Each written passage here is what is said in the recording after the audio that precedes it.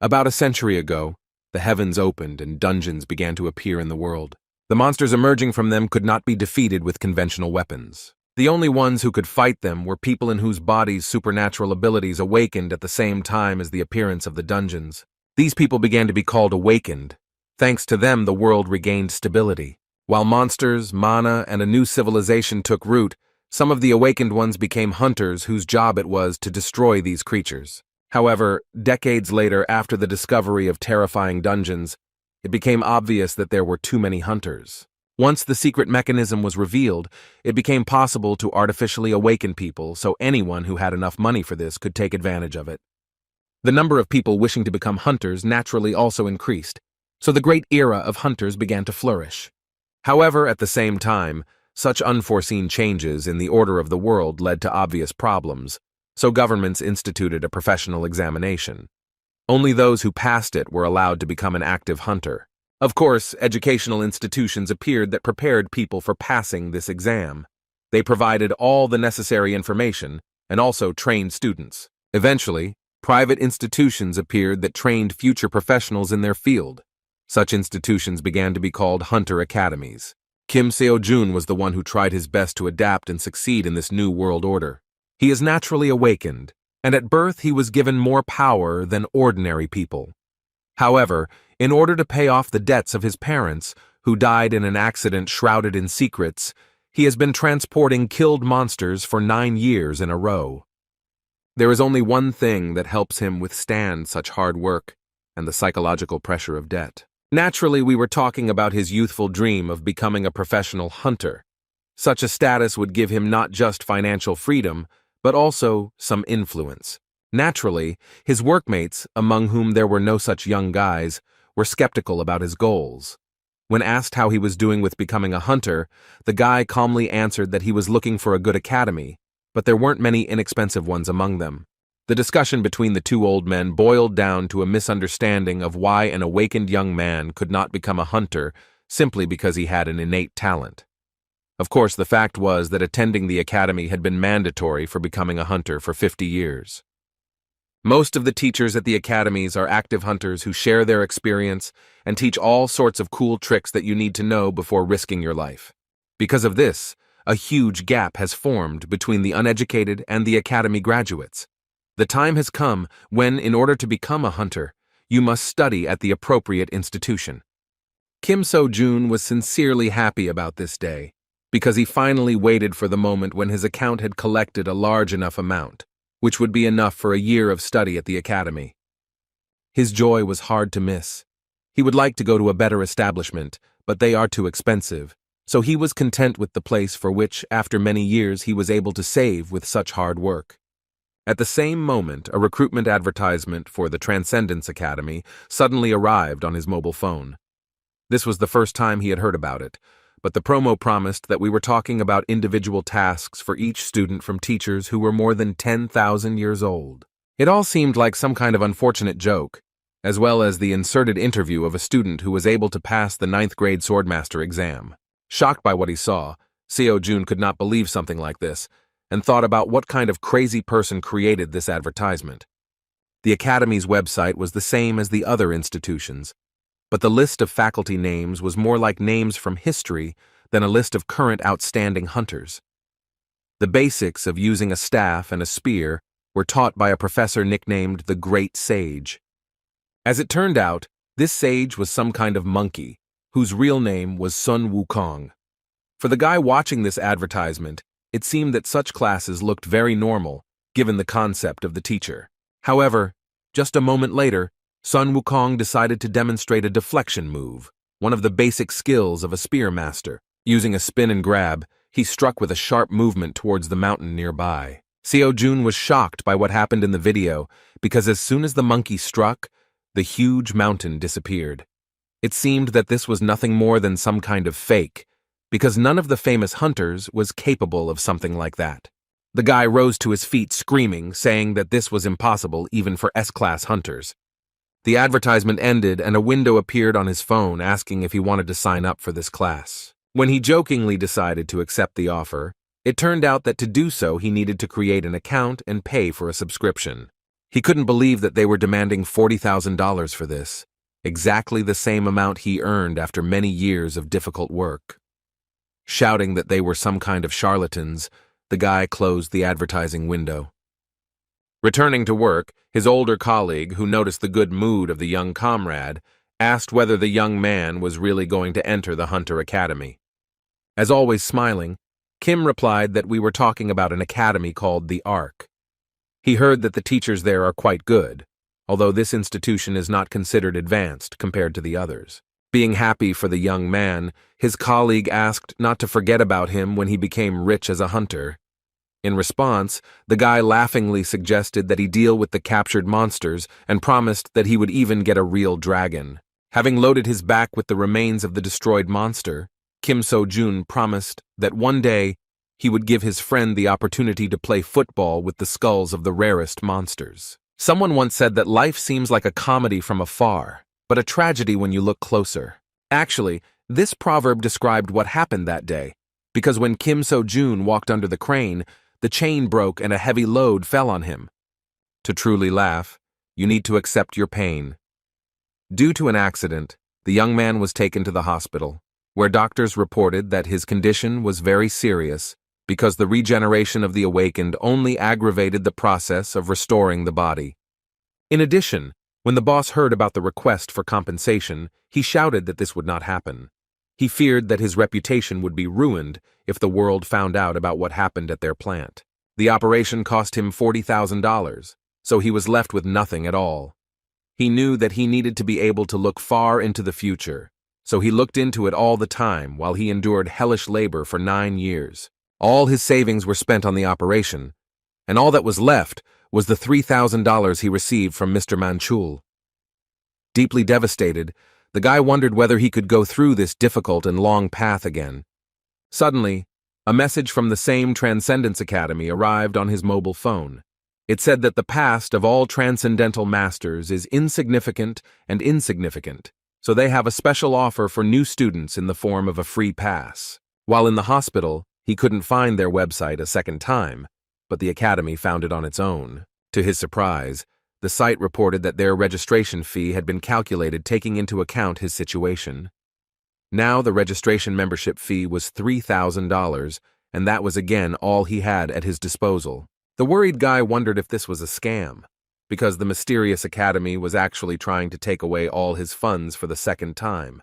With a smile on his face, the positive Seo-jun decided to try his luck despite the difficult situation. He was not afraid of losing money, because there was nothing in his bank account.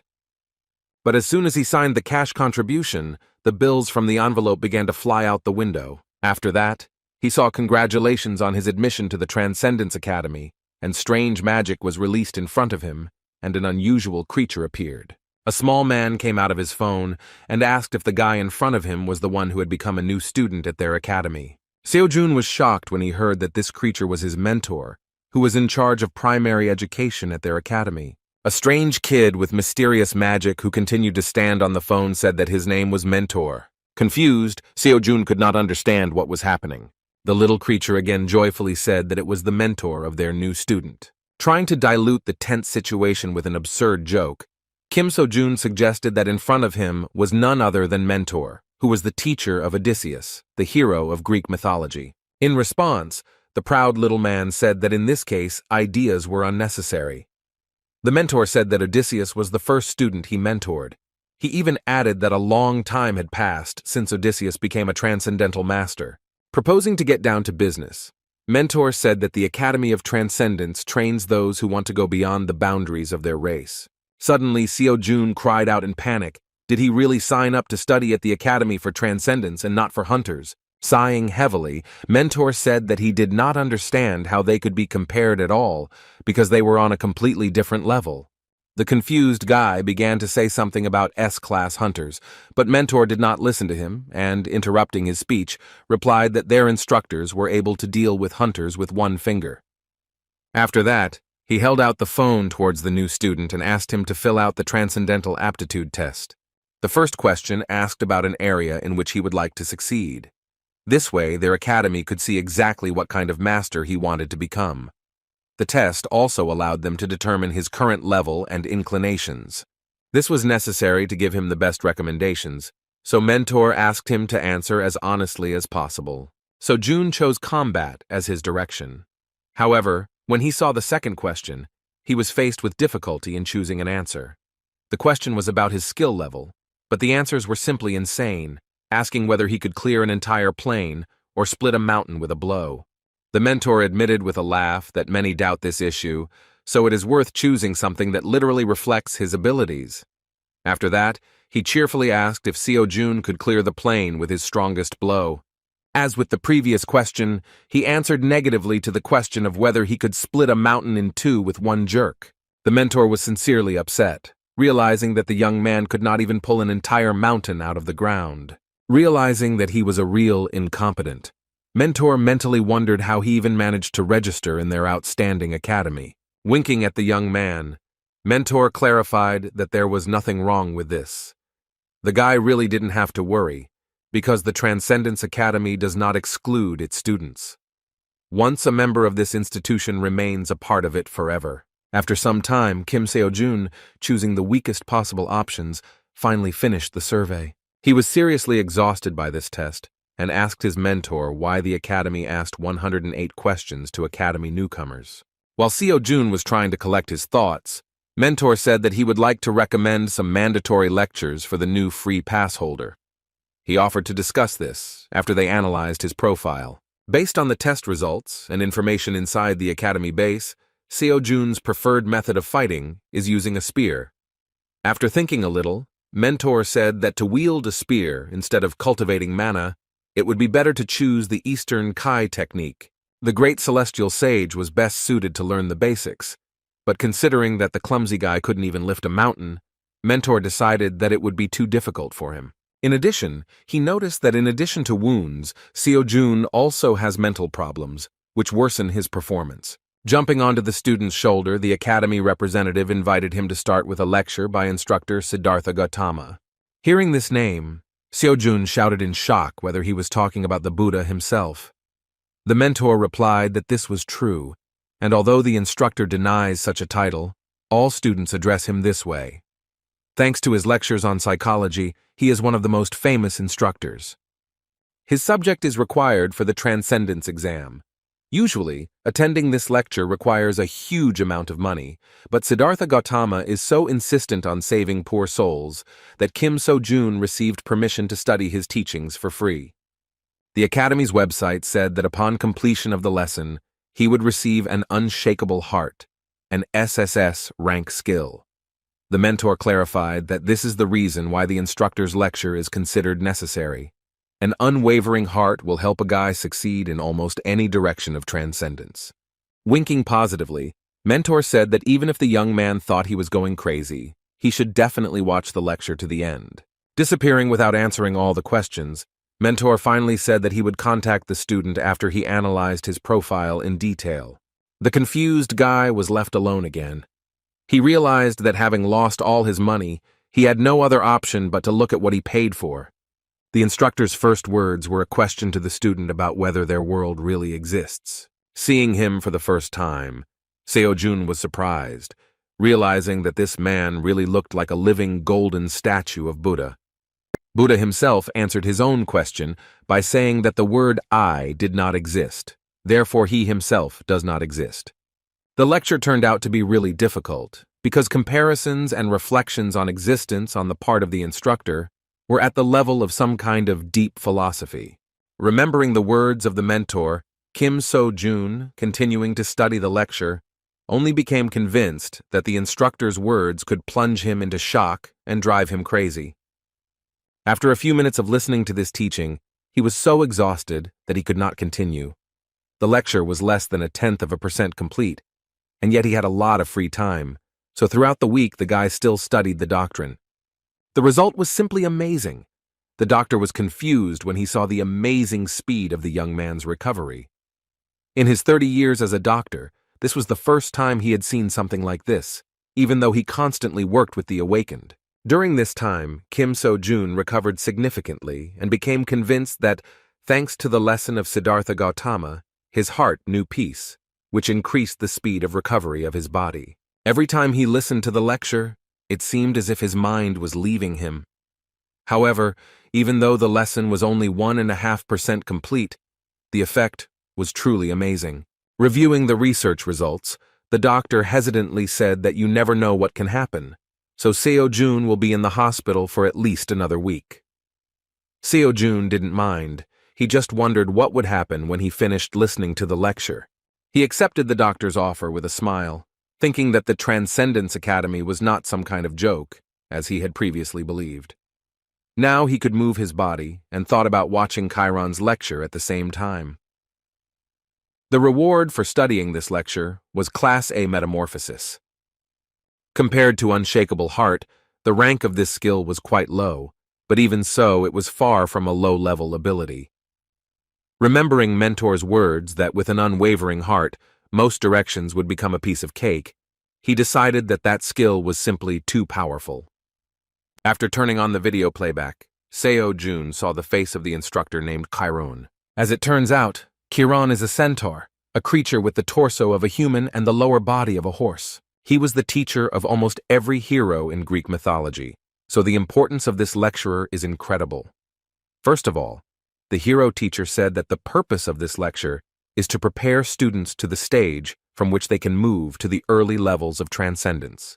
Relaxed Kim Seo-jun with a satisfied face thought that such a legendary person was in front of him. In the meantime, the lecturer asked to note that in this course, military techniques will be discussed superficially.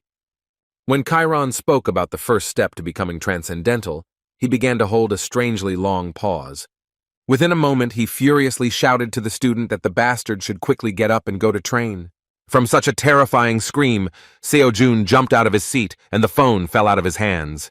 The guy suddenly found himself on the ground, and a message appeared on his phone about a task in which he must perform a certain number of repetitions of 5 exercises. Looking thoughtfully at his phone, he wondered whether he would really have such a test literally every day. The doctor warned him that he should try not to overexert himself during the week, so he was not particularly keen on starting the exercises. Yawning lazily, he pressed the skip button to move on to the next lecture. During his stay in the hospital, he planned to simply listen to lectures. However, everything was not so simple. With a smile imposed by the situation, he learned that it was impossible to move on to lectures until he completed the assignment. No matter how he clicked on this button, the result did not change. The guy panicked and wondered how the academy even knew that he hadn't done anything on this list. He had no other choice but to start studying. Still, he had no intention of going against the doctor's advice. As soon as he went to the page with Buddha's lectures, he saw a message that the free pass to the teachings would end in 83 days.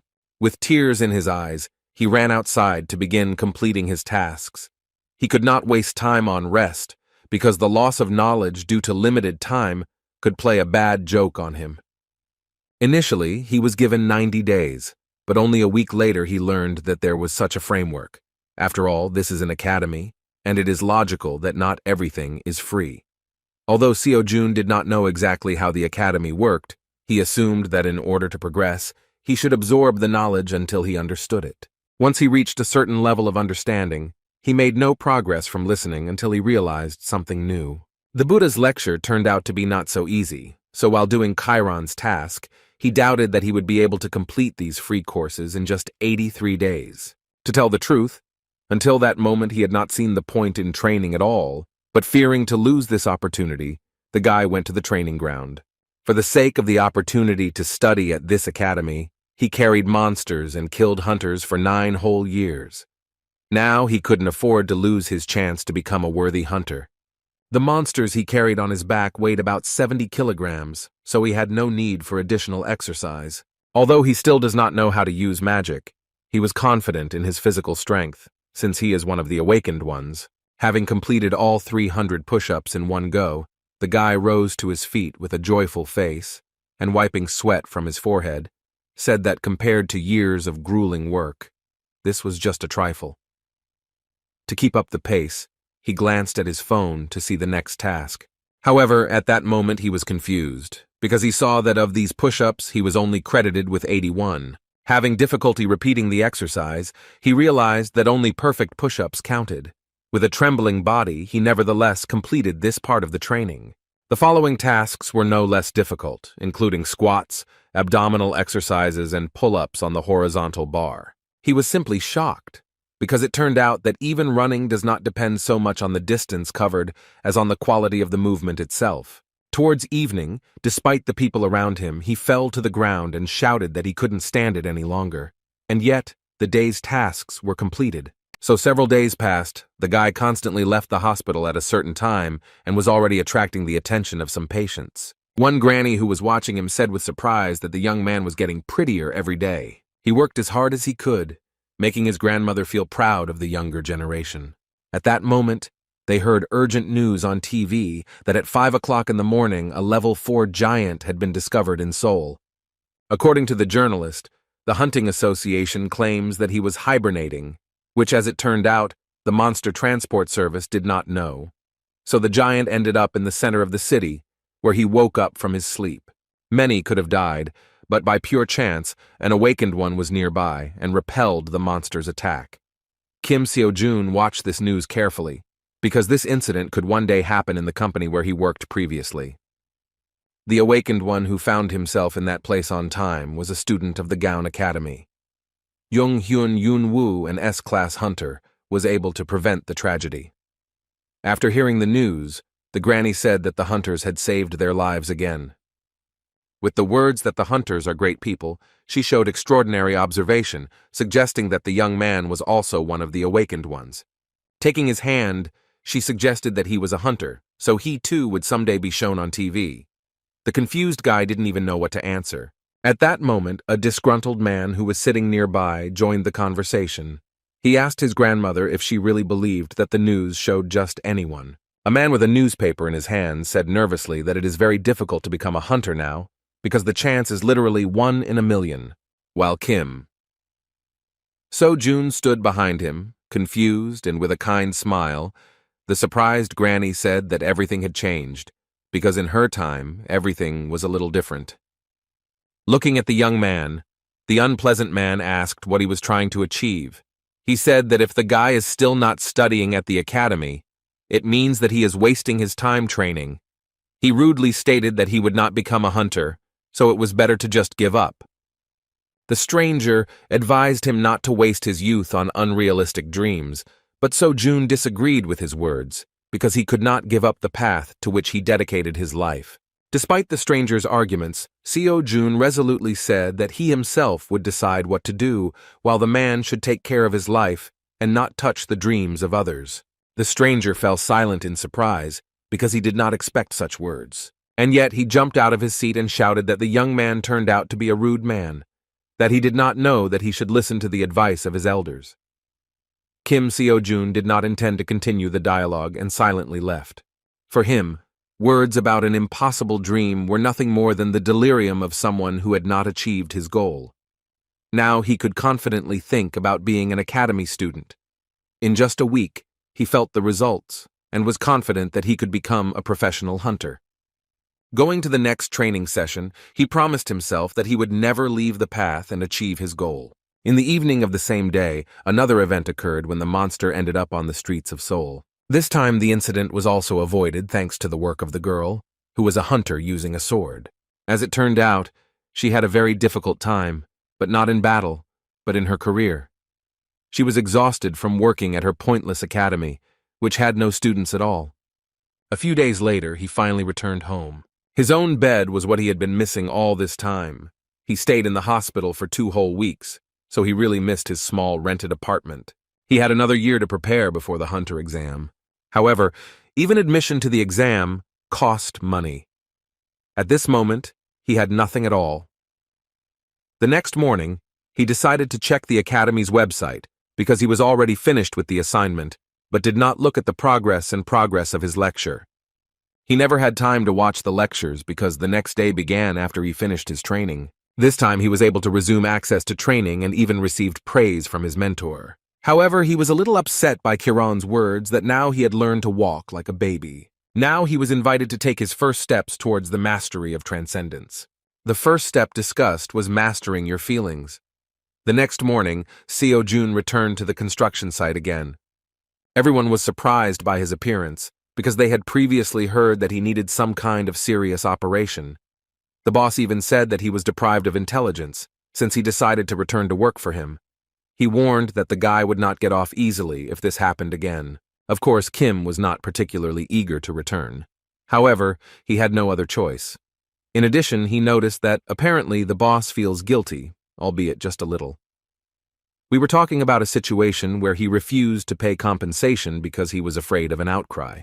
Under the guise of a great thinker, during breaks between work, he continued to think that all his plans rested on money. On the one hand, if he doesn't work, he won't have anything to eat.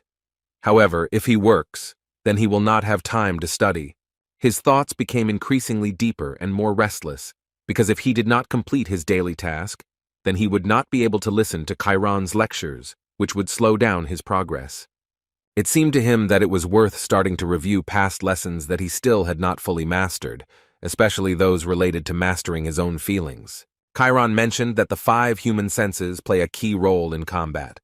Regardless of the feeling, we first perceive the stimulus, then we recognize it, and then we draw a conclusion. However, it was too slow. The mentor said that he would teach the student how to speed up this process as much as possible. What he meant was that Seo-jun would experience something completely different from these 5 senses, the 6th sense hidden within him. It seems that Kim So-jun has already gradually mastered this feeling, familiar to us as intuition. When his friend entered his locker room, he tried to slap him on the head with a friendly laugh and said that he was glad to see them. To their surprise, the guy was instinctively able to dodge this blow. The man and even Seo-jun himself could not believe how he managed it, because it seemed that eyes appeared on his back. At that moment, their conversation was interrupted by a disgruntled boss who shouted that they should not shirk work. When they returned to work, Ajoshi could not believe his eyes, because Kim So-jun decided to lift as much as 200 kilograms of weight at one time, even though he had only recently been in the hospital after a major operation. But the guy was fine, and with a kind smile trustingly asked to load a little more. With a heavy load on his back, he looked quite happy as usual. The guys could not believe that such a young guy was able to carry such weights on his back, even though he had only recently been in the hospital. The fact that he was so frisky let them know he was fine, but that didn't make them any less worried. Meanwhile, the break began, but Kim had no intention of stopping. He experienced some strange feeling. For the first time, he felt that strength was filling his body, despite long work. Taking advantage of the free moment, he decided to start exercising with weights on his back to complete his daily task. After doing a few squats, he wiped the sweat from his brow and looked at his phone to see if he was keeping his form right and if those reps were counting. He was indescribably shocked when he saw his own results. 1 squat was counted as 3. Seo-jun suggested that efficiency increases depending on the amount of additional weight. While the guy was trying to calculate the number of repetitions required to complete all the tasks, his friend urged him to get some rest. However, Seo-jun, delighted with his knowledge, was not going to be distracted from the process. He snatched some more cargo from Ajoshi's hands and ran towards the loading of the material. The joyful guy realized that now it doesn't matter how he works, because the system only evaluates the result. He was happy with the news that he could exercise while working. With such an incredibly heavy load on my back, even push-ups were used. The day turned out to be very productive, but the exercise combined with work left him much more exhausted than ever before. Combining work and classes turned out to be very effective, but very difficult. With a laugh, he said that he didn't even know who else would think of training and carrying parts of fallen monsters at the same time. As a result, he not only saved time on training but also earned some money. In addition, he even found time to listen to lectures that interested him.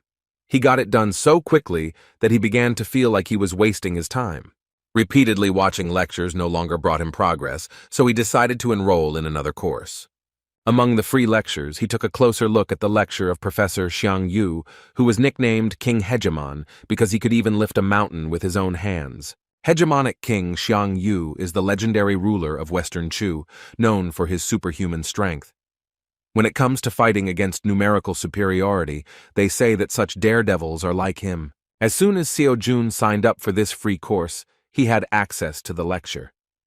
As soon as the guy opened it, he saw Mr. Xiang Yu, who said with a laugh that since he wants to learn the skill of the spear, he is probably just a loser who doesn't even know the basics. Kim Seo-jun truly felt insignificant from such words from the great master from the past. And yet, the hegemonic king was not going to refuse him, and declared that all narrow-minded people could be free in their choice. After that, for some reason, he decided to offend the monkey known as the Great Sage of their academy, saying that there was no need to listen to him. To the guy's surprise, the mentor said that he should just wave the spear in order to feel it with every cell of his body. Before returning to learning the basics, he had to complete a daily task of 5,000 swings of the spear. Seo-jun felt depressed because he expected a lot from this lecture, but in the end, the mentor only said a couple of sentences and gave him some kind of primitive task. The next morning, he went to work again. This time, they were visited by an important lady who was in charge of this sector. The boss tried in every possible way to suck up to her, saying that there was absolutely nothing to worry about, because they had not had a single accident at work thanks to his competent management. However, B-class huntress Park Seo-yoon came with another question. She asked if the boss had heard about the giant who had awakened the other day. She witnessed his death firsthand, but would still like to do a thorough check in case they missed something. The boss continued to please her in every possible way, causing some condemnation and even laughter from his charges. When the workers started talking about who this huntress was, Seo-jun decided to eavesdrop on their conversation. As it turned out, they learned that Park So-yoon is the granddaughter of the master known as the Star Sword. Even Seo-jun had heard about the man's fame. Park Ming-chul, nicknamed the Star Sword, is a true legend. 100 years ago, he was one of the awakened ones who received their power at the moment the gate opened. Back then, practically nothing was known about the awakened ones, and the monsters were more cruel and could roam the streets unhindered. There was no complete confidence that humanity could survive. Star Sword was among those who grabbed the weapon without hesitation, mastering his new power. He was one of the few awakened people in Seoul, one of those who did not allow our civilization to disappear, the real savior of the world, a hero in the flesh. A lot of time has passed since then. He is already quite old, but he is still a heavyweight in his field, able to compete with any hunter of the highest level. Of course, Kim Seo-jun aspired to reach his level of fame. However, he was not interested in such tales now, because he was completely focused on his training. Noticing what he was doing at the worksite, So-yoon asked the boss what he was doing. The confused boss asked her not to pay attention to him, saying that he had been acting as if he had gone crazy for a week. The girl decided to pass by, believing that he was simply not right in the head, since he was exercising right on the worksite, also with such a load on his back. Min-chul was also not happy with what was happening. He was very worried about the condition of his young friend, but he still behaved strangely. When he approached the young man, he asked when he would finally calm down and have a proper attitude towards work. His productivity didn't really suffer, but it was crazy to see him straining with so much weight on his back, like it was the right thing to do. Having finished the next exercise, the guy happily said that these exercises really make sense. Min-chul didn't understand his behavior at all, because besides, Seo-jun was constantly looking at his phone with the screen off. In response to his comrade's words that he would soon be hoarded, Kim joyfully said that everything was fine and he could bring a little more cargo. This way he not only trains, but also makes the work easier for others. In fact, Min-chul was glad to see him so energetic and happy. Suspecting nothing, he did not notice how the body behind him regained consciousness. The young man's sixth sense made him understand that something was happening, so he looked around worriedly. Within a moment, a huge monster began to rise above his friend, which, having been divided into parts, gathered its body together. His terrifying scream sent chills down the spine of everyone nearby. Such a dangerous situation caused real fear in Seo-jun, and he worriedly shouted his friend's name. Meanwhile, Seo-yoon, who is the only hunter nearby, has finally found a quiet place. She ran away from the site into the building of this enterprise. She was nicer inside the office than next to her boss, who was not to her liking. Her patience was stretched thin, but she couldn't leave irresponsibly without making sure the monster was truly dead. At that moment, she heard the conversations of workers who were standing nearby.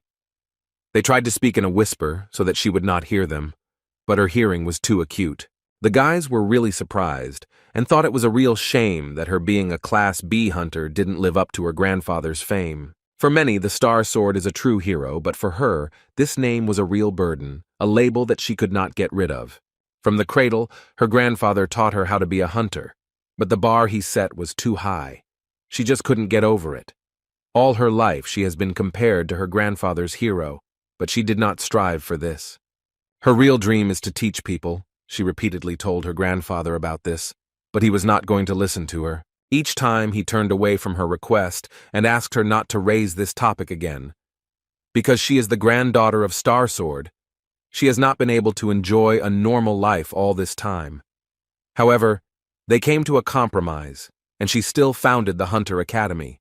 However, this was not without problems. All the children who came who wanted to become hunters hoped that they would be taught by that same Star Sword. As soon as they heard that the Star Sword had nothing to do with it, and his granddaughter would be doing the training, the guys turned around and left. No one stayed here long, no matter how much she begged them. Everyone immediately lost interest as soon as they learned that the Star Sword had nothing to do with their granddaughter's academy. Besides, even the few that remained left the academy after threats from her grandfather. Therefore, now her academy is still empty and unknown, although it is listed as an educational institution. All this time, she hoped that she would have at least one worthy student. At the moment of her dreams, a frightened employee of the enterprise ran nearby and panickedly urged everyone to run as far as possible. What Mrs. So-Yun feared so much happened. The monster regained consciousness. Achoshi, fearing the terrifying monster, fell to the ground. This monster is a manticore. Its sudden revival put everyone in a terrifying situation.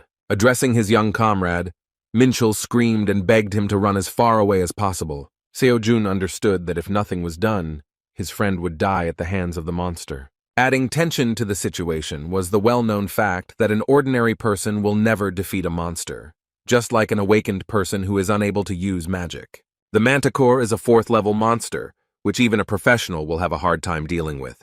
Thinking about whether there were any hunters nearby, Seo-jun immediately thought of So-Yun, but she suddenly disappeared.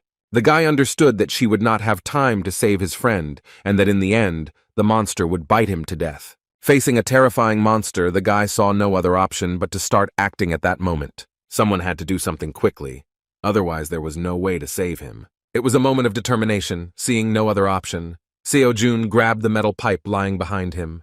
Grabbing such an unreliable weapon, he screamed and rushed towards the 4th-level monster. When he struck, he missed the manticore but caused it to jump back. Looking around, he asked Minchul to immediately run away. Rising to his feet, he declared that he would not leave him alone, but So-jun shouted that in this case they would both be devoured. Once Minchul trusted him and ran to help, Seo-jun was left alone. His body began to shake as he realized the difference in their strength. He needed to hold out until the hunter arrived at the site, but this terrifying monster terrified him. Seo-jun had no experience at all in battles, and this was the first time he had ever picked up something like a weapon. However, at that very moment, he remembered the words of his mentor Buddha. Exploring the world and its essence, he felt true peace and gained control over the situation. The monster began to slowly approach in order to find the weak point of the strange but determined young man. Seo-jun was completely focused on his surroundings, rejecting all emotions. Within a moment, the manticore rushed in his direction, but the guy stood unshakably in place, moving his metal pipe to the side. His wildly beating heart calmed down in an instant, and he even rushed towards the monster. Approaching the inexperienced guy, the 4th-level monster swung hard to strike him. Listening to Chiron's teaching, Seo-jun gave up thinking. He moved so that it would not be too late. He had to trust his instincts and 6th sense. Within a moment, he deftly dodged the blow of the monster, whose claws were aimed at his neck. The next point-blank blow was too heavy. The prudent guy jumped back. Without further thought, he pushed off from the surface and found himself above the monster. The manticore tried to find him, but Seo-jun, who jumped into the air, ended up in her blind spot. All this time, he relied only on his feelings, so now he had no idea how to continue the battle. While thinking about a surprise attack, he remembered the words of his mentor Xiang Yu, who said that strength alone is not enough because a fighter needs courage and zeal. By trusting them, Seo-jun believed that he was capable of defeating this terrifying level 4 monster. The guy was more determined than ever. He thought that he would not only be able to cut it apart, but would have to do it to save his colleagues. Within a moment, his body began to release a huge amount of magical energy. The blow of a metal pipe of incredible power was aimed at the monster's body. A sudden explosion of energy raised a huge column of dust, and all the buildings around began to tremble. Hearing the explosion, So-Yun began to break through the crowd of workers, looking worried, heading towards the scene. Ahead, she saw only a huge column of dust that was slowly dissipating. First, a guy appeared in a worker's uniform with a metal stick in his hands. Everyone was shocked when they saw a defeated level 4 monster behind him. As soon as he realized what had happened, he began to laugh awkwardly, scratching the back of his head. The B-class hunter couldn't believe that some loader, who didn't even study at the academy, could handle such a monster with a metal stick instead of a normal weapon. Thanks to such efforts, Seo-Jun did significantly better in some lectures. His progress increased by as much as 10%. When he came to his senses, he remembered what was really worth worrying about. Ignoring the daughter of the Star Sword, he walked past her and headed towards his colleague, who almost got hurt due to the sudden revival of the monster. He tried to make sure his worried friend was okay. The girl was greatly alarmed by the fact that even after such an amazing event, this young man continues to remain calm and, first of all, worries about the others. In his defense, Seo-Jun said that he constantly trains, and that is why he managed to survive after the sudden battle. Meanwhile, the boss tried to assuage his guilt by saying that he was checking the manticore, but as it turned out, he was just a little mistaken. However, So-Yun didn't even pay attention to this old sycophant, because all her attention was directed to the strange guy with unimaginable potential. With a surprised look, she said that someone who could become a worthy student had appeared before her. After this incident, work continued, and when evening came, everyone went home. A free minute appeared, and so Jun immediately decided to take a look at the progress. The increase surprised him greatly because when he listened to the lectures, he had never seen such figures. It became clear that everything was due to the fact that he defeated the manticore. So he came to the conclusion that it is better to see once than to hear 1,000 times. Practice turned out to be the best way to improve progress in lectures. But in order to fight monsters, he must at least obtain a temporary license, which he can only obtain in classical state academies. You can't get into the dungeon without it. He came to the conclusion that he again needed to save for education. The financial burden only increased. At that moment, Seo-Yun was quietly following him, interested in his potential as a hunter. Suddenly she turned to him, apologizing for wanting to distract him for a few minutes of conversation. Kim So-Jun immediately recognized the granddaughter of the Star Sword, the huntress, who was collaborating with their company. He didn't know what she wanted from him, but he decided not to refuse the conversation. The girl suggested going straight to the conversation and started with trump cards, asking if he wanted to meet her grandfather. With his indifferent response, he shocked the old lady behind him because he refused her without hesitation. The girl, without waiting for an answer, replied that she had no doubt that he wanted. However, as soon as she realized that the guy had refused the offer, she shockedly asked him to stop. What he really wanted was to go home and listen to all the lectures as quickly as possible. It was the first time that Park So-Yun felt so awkward, because in her entire life she had never seen anyone refuse such an offer. She ended up telling him what really made her stalk the company employee. She was dumbfounded by his tone and indifference, because the guy was interested in why he should enter an academy where there was not a single student. Everything she knew about him seemed like a mystery. Before her eyes, he did some strange exercises with loads in the form of monsters, and also dealt with a manticore. Even if the manticore was greatly weakened, it was still a level 4 monster, and he cut it in half with a metal pipe. She was betting that he wanted to become a hunter. The girl, on the verge of despair, said that they had everything he needed, including good equipment.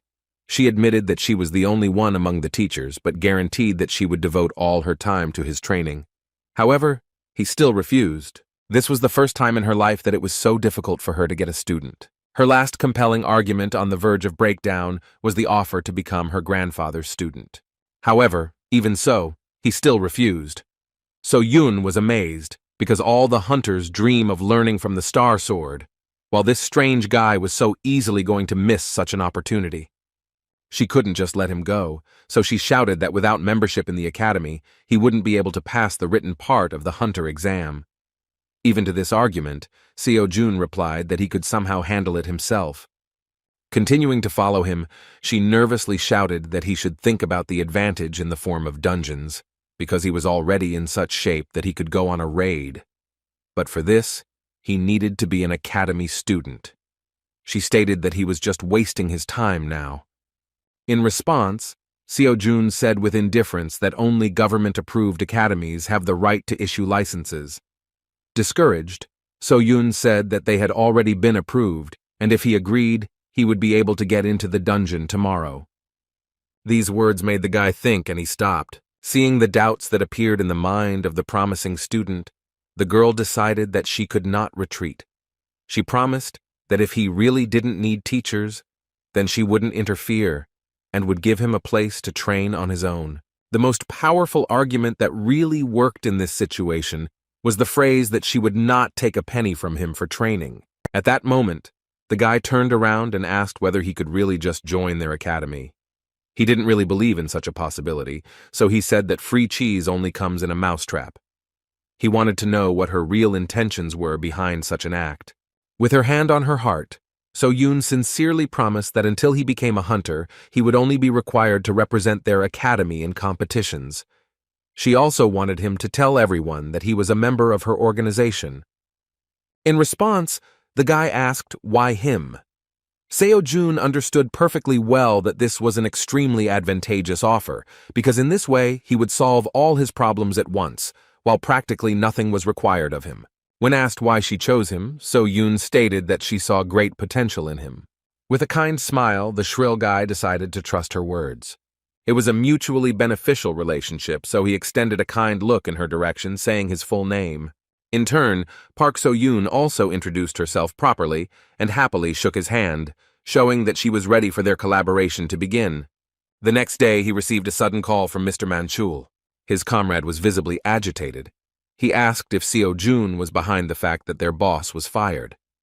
In fact, yesterday, before saying goodbye, he suddenly asked So-yoon to report to their company that she didn't like their boss, and because of this, she no longer wanted to cooperate. He didn't expect to be fired immediately, but it was still a positive outcome for his former colleagues. In response, he said that he had nothing to do with it, and believed that the boss himself left so as not to be responsible for what happened with the revived monster. Meanwhile, he arrived at the meeting place, so Yoon was already waiting for him at the building of the academy called Dream. Once they were inside, she handed him his temporary license. She settled everything, because the license began on the day he killed the manticore. Thus, he could avoid punishment for hunting without a license. Although he has not yet become a professional hunter, he has already taken the first step towards his dream. He was so excited about the success that he immediately asked So-yoon how to go on raids. The girl replied with a smile that there was no need for such a story. The guy didn't understand what we were talking about. So-yoon took him to the inventory area and presented him with 3 spears to choose from, after which she told him that when he decided, they would immediately go to the dungeon. The prudent teacher expected his eagerness to fight, so she prepared everything in advance. She signed a contract to one place that was located near Seoul.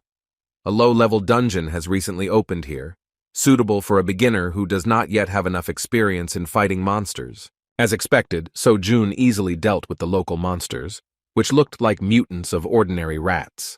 Another splinter fell without much resistance at the hands of Donatello, so the guy with the spear asked So-yoon why she followed him, even though she promised that she would not interfere. In response, she said with a smile that she had no intention of interfering with him.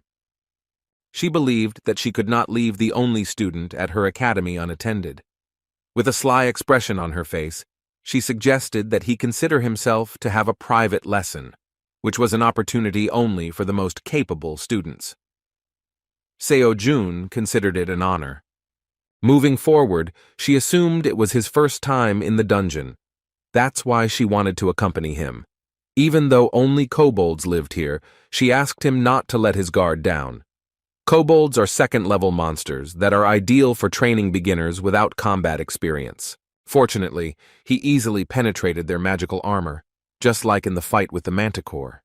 However, what was strange was that attacks that were not imbued with mana should simply bounce off the defense of a monster of any level. It only meant that he was using it subconsciously. At the same moment, one of the monsters suddenly attacked him. So Yun worriedly shouted that he should be careful, but the guy deftly dodged the attack, relying only on his own feelings. Within a moment, he easily got rid of the monster, which was trying to take advantage of the surprise. And yet, the boy continued to wonder why his attacks were so effective even without the obvious release of magic. As soon as he was distracted by his phone, which from the outside looked off, he shouted with joy that his progress continued to slowly grow. So Yun continued to stand behind with a surprised expression on her face, not understanding what was happening to this strange student. Seo Jun noticed that his progress in lectures was not growing as quickly as from killing a manticore, but it was still better than just continuing to study the material he had learned a long time ago. In addition, he did not forget that you can make good money in dungeons. Turning to So Yun, he said with a kind smile that he was going to speed up a little. Destroying monsters one by one seemed to him to be similar to how players farm experience in video games. When they finished clearing out this novice dungeon, they returned to the academy. So Yun was still discouraged by his behavior. She immediately understood that something was wrong with him, but this time she was already scared that he continued to look at the switched-off phone and talk. Ever since they returned from the dungeon, he had been staring at his switched-off phone all the time. This happened for several hours, and all this time he looked as if he was devoid of common sense. This was just the beginning of the strangeness, because during the process of this strange meditation, he was constantly surprised by something he saw on the screen of his switched-off phone. She couldn't wrap her head around the picture she saw. Seo Jun looked like a newbie entering the dungeon for the first time, but immediately began hacking away at kobolds like a trained pro, after which he began doing strange exercises with the killed monsters. Moreover, he himself carried the bodies of the killed monsters instead of calling a special service. Such savings seemed too strange. Still, she was more worried that she would not be able to hide the appearance of a new student from her grandfather forever. This continued until midnight. The guy's shout about some kind of lecture made So Yun tensely wonder if she had made the right choice. While returning home, he received a message that made him sparkle with joy. He managed to earn 9.5 million won, although he had no idea that he could earn so much in a day. Although he carried and cut up the carcasses himself, it was not easy, but all his efforts paid off very well. However, the problems did not disappear because all this still took a lot of time and effort. He didn't even have time to listen to the lectures, as he had previously planned. While returning home, he even thought about asking Man Chul to work with him. He trusted him, so he decided that this way they could stay in touch. Moreover, if in this way he opens his own personal business, then they will both be in the black. Seo Jun decided that he would write to him as soon as he had free time. However, the issue of money was still relevant. He could start saving it again, but he thought it would be better to spend it usefully. By defending dungeons and earning money, he simultaneously increased his progress in completed lectures. But everything went somehow slower than he expected.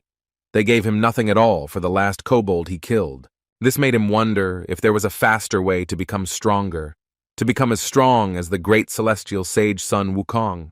At the same moment, an unexpected realization of the exit came to him, and he shouted with joy, while frightening the man standing behind.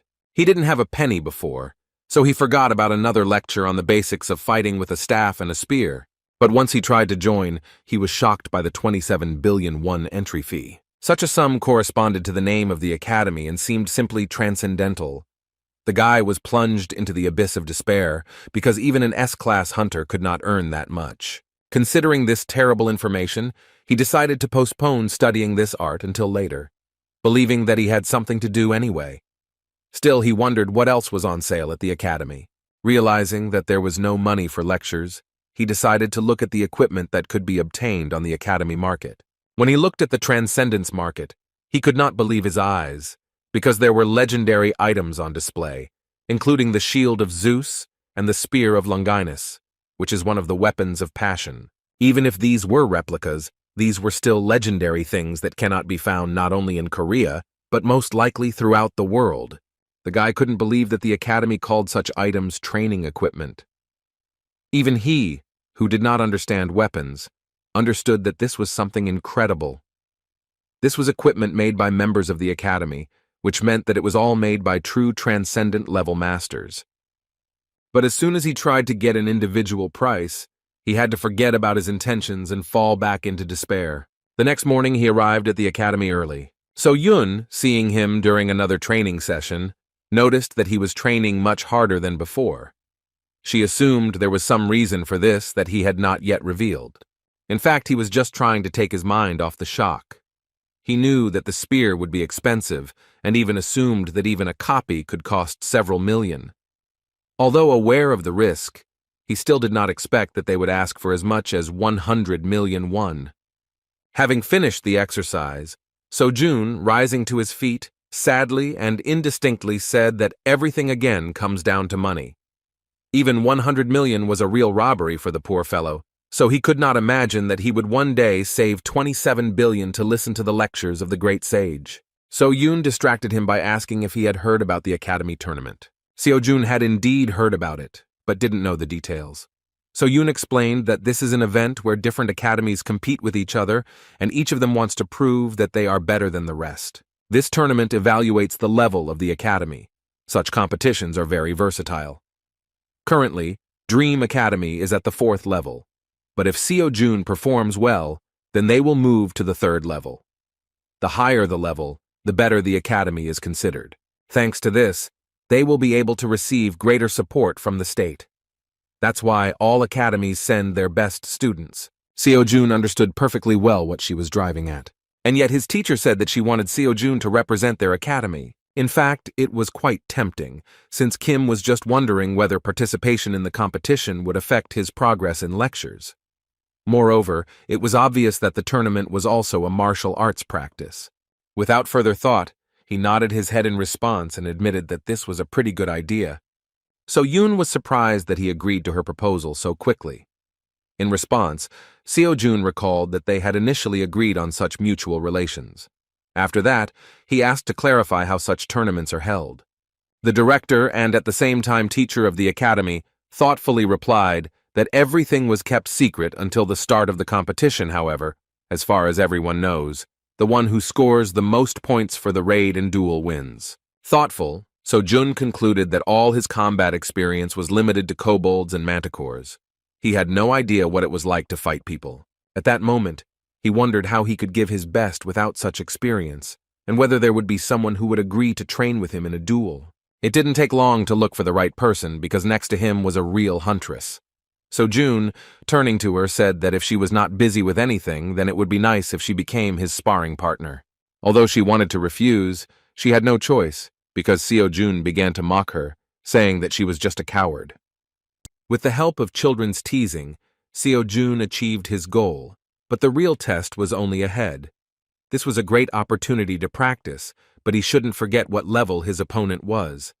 So Yun is a B-class huntress, and although this is far from the pinnacle of peaks, she was taught by the star sword itself. Of course, he was only a beginner who could not objectively judge real hunters, but he had no doubt that it would not be easy. And yet he was truly delighted with such an opportunity, because he had long wanted to find out what his teacher was capable of.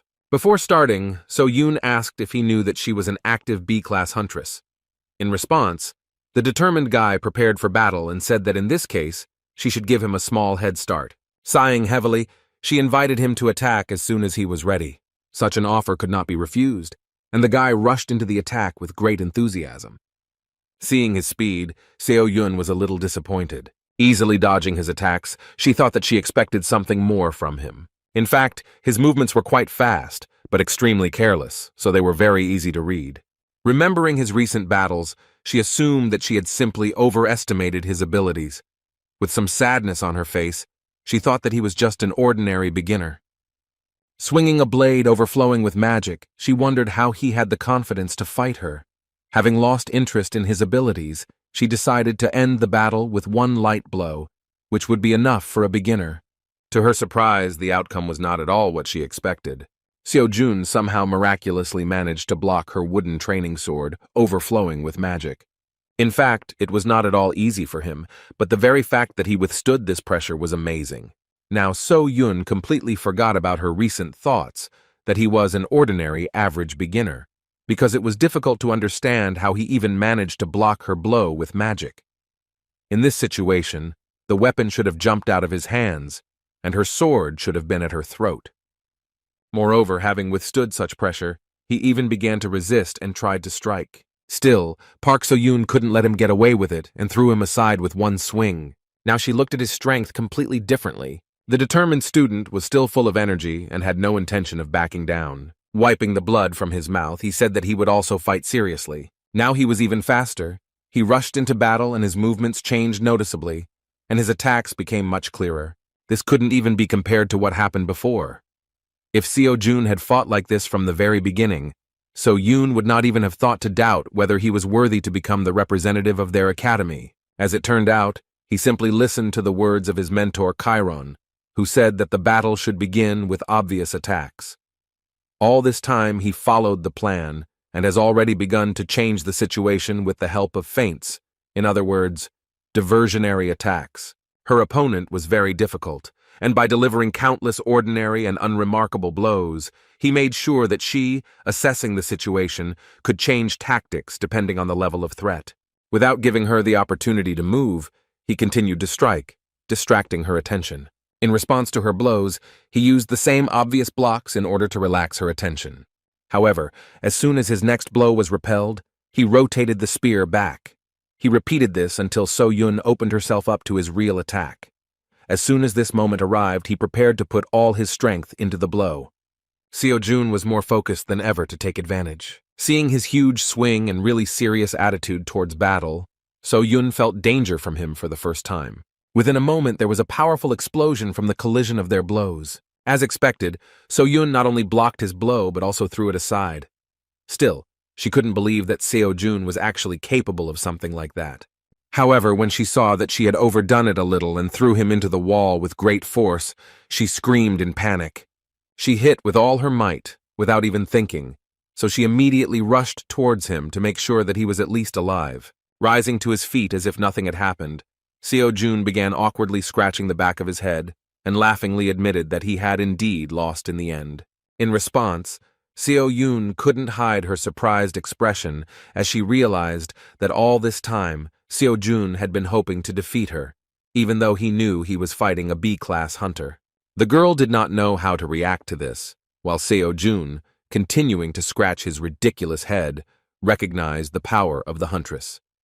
Still, it was not possible to fight her like a monster, and this made him understand that the approach to fighting people should be a little different. However, he did not lose his positive attitude because he knew that if we talk about his difference with professionals, then it is worth noting that he still has everything ahead of him since he has just begun his journey. As he expected, although slightly, his statistics still increased. Now he realized that he should develop in different directions, just as he did in video games. So Yun couldn't believe that after such a beating, he would decide to ask if they could somehow repeat it. With a stupid smile on his face, he suggested that she have a few more duels before he went to the academy tournament. This would really be useful for him, but his zeal seemed strange given the fact that this time he suffered greatly in battle. Still, So Yoon came to the conclusion that she didn't care about his weirdness if he tried so hard. She had previously promised that she would work on his skills every evening, so she enthusiastically replied that she would have no problem doing anything he asked. Moreover, she mentioned that she was going to give him all the prize money. When the guy heard about the money, he was surprised because he didn't even think that there would be any reward besides the rating for the academy.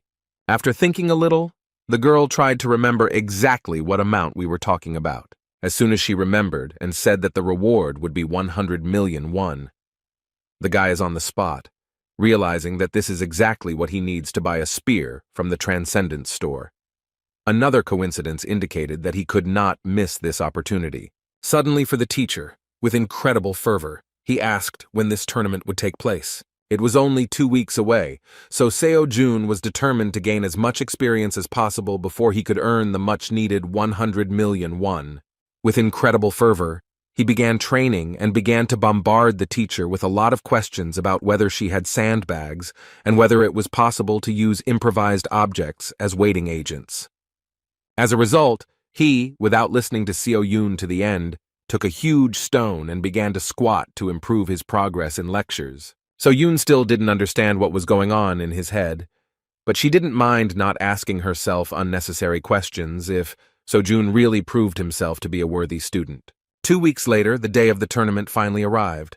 A large number of people gathered at the tournament site, among whom were a variety of contenders for victory. The huge crowd made the clumsy and insecure guy with big glasses and a green checkered shirt become confused. All the people around him came to the conclusion that he was suffocating, because this guy immediately began to talk about the fact that there were many more awakened people and interest in their battles had increased, which is why so many people gathered in front of the arena to watch the tournament.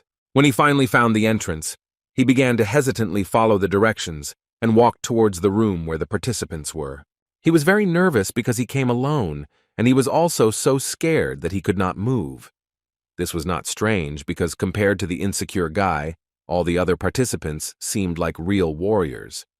Students from various academies that gathered in one place surprised him with their equipment, confidence, and big muscles. All the guys looked really strong, and this guy with the ridiculous eyepieces admitted that it shouldn't be surprising since academies send their best students. And yet, among this crowd of outstanding students, he managed to notice a calm guy sitting on a bench with an old weapon and a bag for a spear made from clothes. Everyone around was whispering that Seo-jun was some kind of hillbilly from the backwoods. It seemed to them that he was simply trying to withdraw into himself so as not to attract unnecessary attention. In fact, Kim heard everything perfectly well and even understood that from the outside he looked like a fool. But this did not bother him. However, among all these guys, only the guy in the checkered shirt had a different opinion about the strange participant. He was inspired and touched by the thought that he had managed to find a poor fellow like himself. It reminded him of him from the past, and the feeling when you come to a new class where you don't know anyone and try to pretend to be busy by being glued to your phone. Seo-jun looked exactly like this. The camaraderie began to grow, even though Seo-jun wasn't even aware of it. Still, the modest and shy guy decided to say hello to someone who seemed like a brother to him. This is Lee Mingi. He is 19 years old and has also been awakened since birth. He asked permission to sit next to him. Meanwhile, the guys in the background began to fuss, and things began to move towards a fight even before the start of the tournament. Lee Mingi, like a real choker, knew perfectly well who they would be dealing with. Pointing his finger at a guy in a ridiculous helmet, with an axe who relies only on his brute strength for everything, he said that this is Jang Dak-chul, a promising student at Gochuri Academy. It was unclear what this conflict was about, but the guy with long hair remained calm and tried to calm the disgruntled student of the Gochuri Academy, although he did not deny himself ridicule, saying that Dak-chul's brain was swollen with muscles. The bold speech came from a very strict student at Mint Academy, a guy with a scar on his left eye named Lee Keel-min. It was not for nothing that he was confident in himself, because he was known for being considered the best student of his educational institution. Lee Mingi continued the story by saying that Chol-min is very unusual and fights with twin daggers. In fact, Seo-jun only at that moment looked away from his phone with the thought of why this obsessive guy was telling him this unnecessary information. At one point, the situation became much more interesting, because a red-haired guy in a black tuxedo intervened in the conflict. After saying that they should keep quiet, everyone around them looked around and fell silent. This guy's words meant a lot because he was Lee Ju-hwan, a student at Revenant Academy. Seo-jun, not knowing who he was only surprised at how quickly he managed to pacify the raging students. This time, Lee Mingi shared some really important information. He explained that Lee Ju-hwan is a gifted student at Revenant Academy, and to everyone present, he is the winner of this tournament from the very beginning. Seo-jun asked if he meant the contender for victory. However, as it turns out, this guy is so strong that he usually avoids such events. However, something happened at the academy, and he was forced to join. Now, the outcome of the tournament was obvious to everyone who knew him. After that, he even mentioned that the granddaughter of the Star Sword invited Lee Ju-hwan to her academy, but he refused. The fact that he refused this offer gave Li Mingyi reason to think that this guy was very confident and was hiding something. In fact, he had no idea that Mrs. So Yoon invites literally everyone she sees to her academy. At one point, Ju Huan shouted loudly and furiously that he did not understand why he had to compete with such non-entities. As it turned out, their academy was forced to send him to this tournament, because earlier, his uncle prevented them from moving to the 3rd level. Li Yung-hwan was truly furious, thinking that winning such a primitive tournament would not bring him recognition. The situation around his Revenant Academy haunted him, and he even began to regret that he had refused So Yun's offer. In fact, he refused because he didn't want to study at some unknown academy. Only now, realizing that So Yun was the granddaughter of the Star Sword, did he think that he could simply use her for his ascension, and then simply get rid of her. Looking around, he noticed Seo Jong, the only guy, who was looking in his direction with curiosity and some confusion, as if he was not afraid because of his presence. In fact, he saw him as a simpleton, which only reinforced the question of how bad things were for him.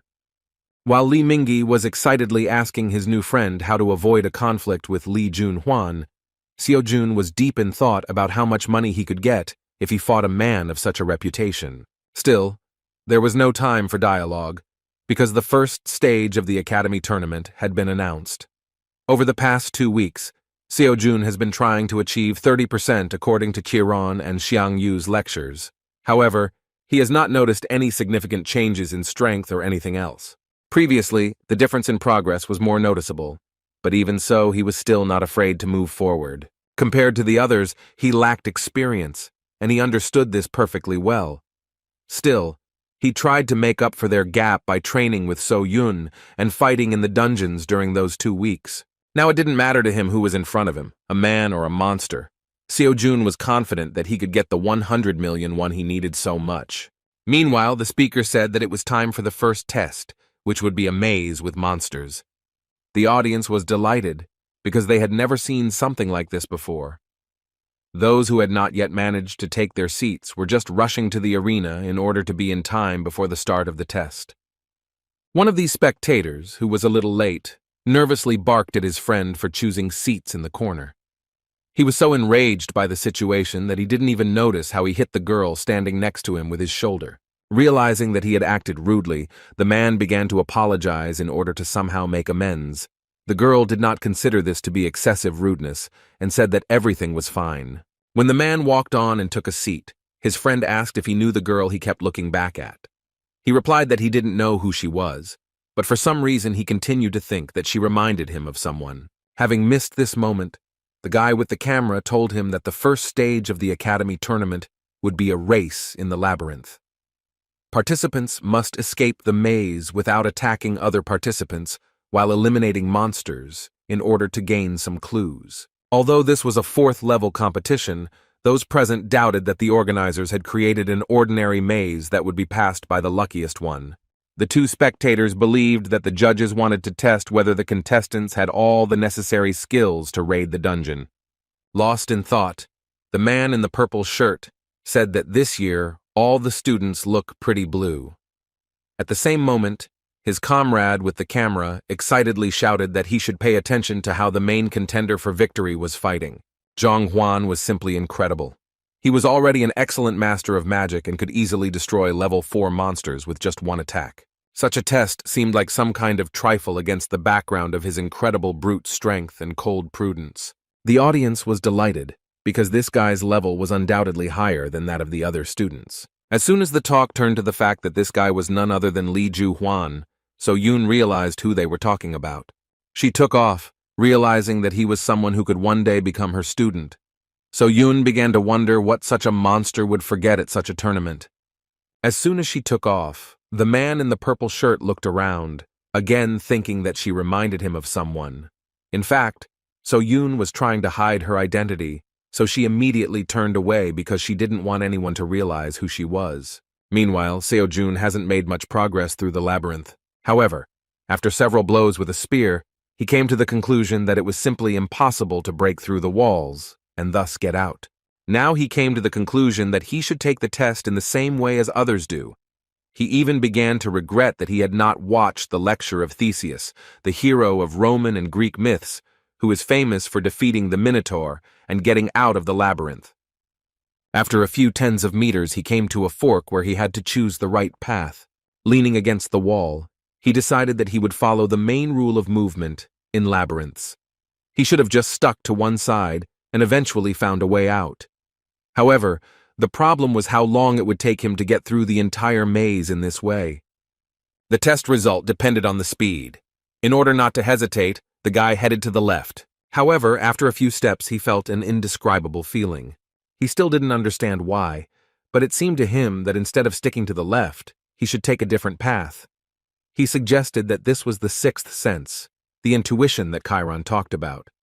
There was no other choice, so he began to slowly walk forward. By relying on intuition, he was able to experience the true value of the sixth sense. Meanwhile, the challenge host continued to report that some academy students were dropping out of the tournament. Seo-jun assumed that they were all constantly fighting monsters that were stronger than them. However, unlike the others, he was the only one who never met a single monster in this labyrinth. As he thought about this, he suddenly realized that his intuition was not only telling him how to find a way out, but also telling him how to avoid the monsters. Kim wondered if he would be able to foresee the future if he achieved 100% of the lecture and mastered metamorphosis. In a moment of sweet dreams, he was suddenly distracted by a sad and pitiful voice from behind. Somehow Lee Mingi managed to find him. The frightened guy, addressing Seo-jun as his brother, warned him that a monster could be waiting around every corner, one of those that had already dealt with a dozen students. Looking around in fear, fearing to meet a monster, Mingi said that Seo-jun walked as confidently as if he knew the way. In order not to attract unnecessary attention and not prolong the conversation, Kim justified himself that he was going wherever he wanted. Lee Mingi was simply amazed by his irresponsibility and screamed that he couldn't go wherever he wanted because it could end badly. Then he said that he would help him because he knew how to get out of the maze. Showcasing his incredible intelligence, he boasted that he had heard that the exit from the maze was easy to find if you used the left or right hand method. In response, Seo-jun said that it was too long, so you should just trust your feelings. When the guy in the plaid shirt, denying this proposal, said that they could get lost, Seo-jun suggested that they split up. He had no idea why Lee Mingi decided to tag along like a stray dog. Adjusting his glasses, Mingi shouted that they should stick together since they were brothers in misfortune. Seeing the misunderstanding on Seo-jun's part, Mingi awkwardly said that he did not come from the academy, but himself, and looking at him, he decided that he was also a loner. Only after these words did Seo-jun realize why this strange and absurd guy decided to talk to him. His world was turned upside down by the words that weaklings better stick together. Seo-jun did not consider himself a weakling and could not understand at all why Lee Mingi decided that he was one. With incredible surprise, he suggested that he could really look like that from the outside. While Seo-jun was trying to recover from such an unexpected and far from pleasant compliment, Lee Mingi, feeling trust in his personality, reached into his pocket and said that he would make an exception for him and show him something incredible. The joyful, ridiculous guy had a blush on his cheeks as soon as he showed his new friend a photo of his little sister, who looked exactly like him. Even this trick did not work, and Seo-jun decided to go alone. He turned around and moved on, saying that he was glad to chat, but had to deal with the passage of the maze. At that moment, Lee Mingi let go of his sword and tearfully grabbed his leg, begging him not to leave without him. Seo-jun felt that he was in a very unpleasant situation. Lee Mingi was very pestering, but Kim understood that even an awakened person could be scared in such a place. He believed that he himself would have been scared if he had ended up in such a place at the age of 19.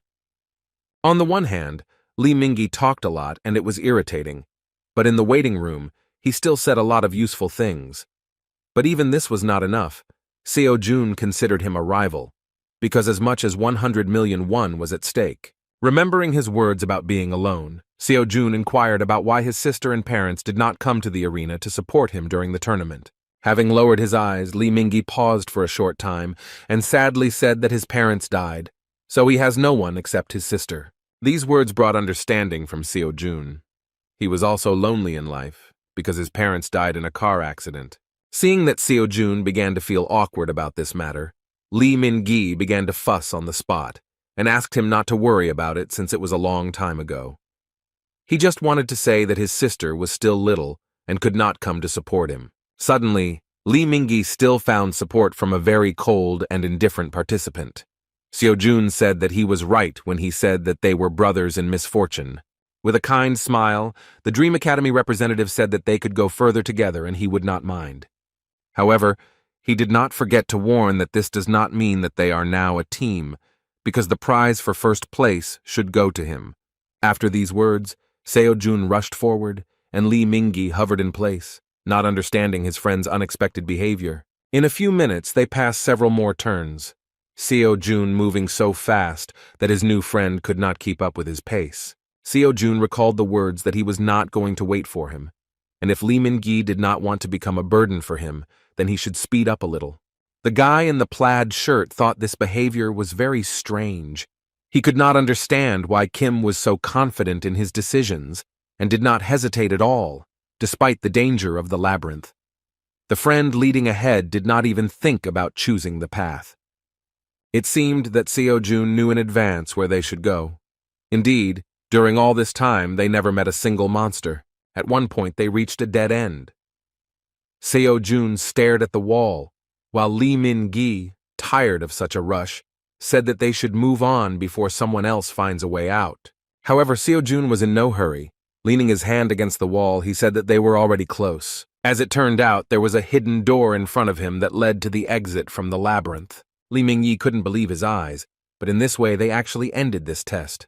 Within a moment, the host of this stage of the tournament announced the name of the winner, and even managed to set a new record for completing the maze. Seo-jun completed the test in just 27 minutes, while the current best time ever took more than 1 hour. The audience was simply shocked when the winner was announced. Moreover, everyone was watching Lee Ju-hwan. He continued to fight, and everyone realized that somehow he had failed to take first place in the maze. So-yun was simply in shock. She could not believe that her ridiculous student was capable of such a miracle. In fact, Kim Seo-jun did not consider this a big victory, because all this time he was hoping that he would be able to gain at least some progress by fighting monsters. At the end of this test, Lee Min-gi could not come to his senses for a long time, and come to terms with the fact that he really took second place only thanks to luck. Everyone present in the waiting room could not believe that a new record had been set by some student at the CD Dream Academy. This was the first time they had heard about this educational institution, so they believed that this modest guy was probably the son of some influential person. The whispers of the other students prevented Seo-jun from concentrating on the lecture. At one point, he noticed that Young-hwan suddenly approached him. Seeing how he approached the amazing newcomer, everyone present instantly fell silent, afraid to make even a sound. Despite the tension, Seo-jun was still calm. Looking into the eyes of the most promising participant in the tournament, he wondered why he was looking at him so much. Lee Young-hwan was clearly dissatisfied with the result of the first stage, but did not feel any threat from the Dream Academy student. Turning away, with a self-confident smile, he asked the others why they believed so much in this loser. The red-haired guy believed that Seo-jun was able to set a new record in the maze only due to luck. At the moment when everyone was distracted by conversations regarding Lee Jong-hwan's words, Seo-jun decided to return to studying the lecture, but at the same moment they were interrupted by the appearance of the tournament representative. A guy in a blue tracksuit with lists in his hands was just about to explain what awaits them at the second stage. This time, the participants had to fight each other in one-on-one battles. Since they were all at the 4th level, so that everyone would be on an equal footing, they were forbidden to enhance their weapons with mana. However, they were still able to strengthen their bodies. Not everyone was happy with this news. Seo-jun was still calm. He was extremely interested in who would become his opponent. 32 students made it to the second stage, and in this case there must be 5 rounds of duels. However, as soon as the tournament representative announced that they would now begin to draw up the tournament bracket, he was suddenly stopped by one of the participants. Suddenly for Seo-jun, the guy announced that he was going to abandon the duel and leave the tournament. Meanwhile, So-yun decided to leave the arena to a more secluded place where she would not be in danger of being discovered. She nearly revealed her identity the moment she screamed in surprise at her student's victory. Being in a very secluded place, she did not expect to hear loud conversations. Looking around the corner, she saw a place where spectators began to place bets on the winner. As it turned out, the second stage was going to start immediately from the semifinals, since most of the students refused to participate in the tournament. It seemed that now there was no point in betting because everyone present firmly believed in Li Juhuan's victory. Because of this, the odds for his victory were quite small. As soon as the guys started talking about how no one in their right mind would bet on another participant, some crazy guy came up to the table and said that he wanted to bet 100 million won on Kim Seo-jun. The man in a dark robe shocked everyone present with his statement. The guys convinced him that this was a rash decision because this student simply turned out to be too lucky, and no one had ever heard of his academy before. Seo-yun, observing this event from the side, became interested in the identity of the stranger. The mysterious man in a black robe who emitted very strong magic seemed very mysterious and unpredictable. Meanwhile, Seo-jun himself was bored while waiting for the duel lists to be formed. A few minutes ago, a sudden event occurred. Many students began to refuse to participate in the second stage. Excited, Li Mingyi explained in a whisper that he had previously heard that in fourth-level tournaments this is not uncommon, because the same ones always win here.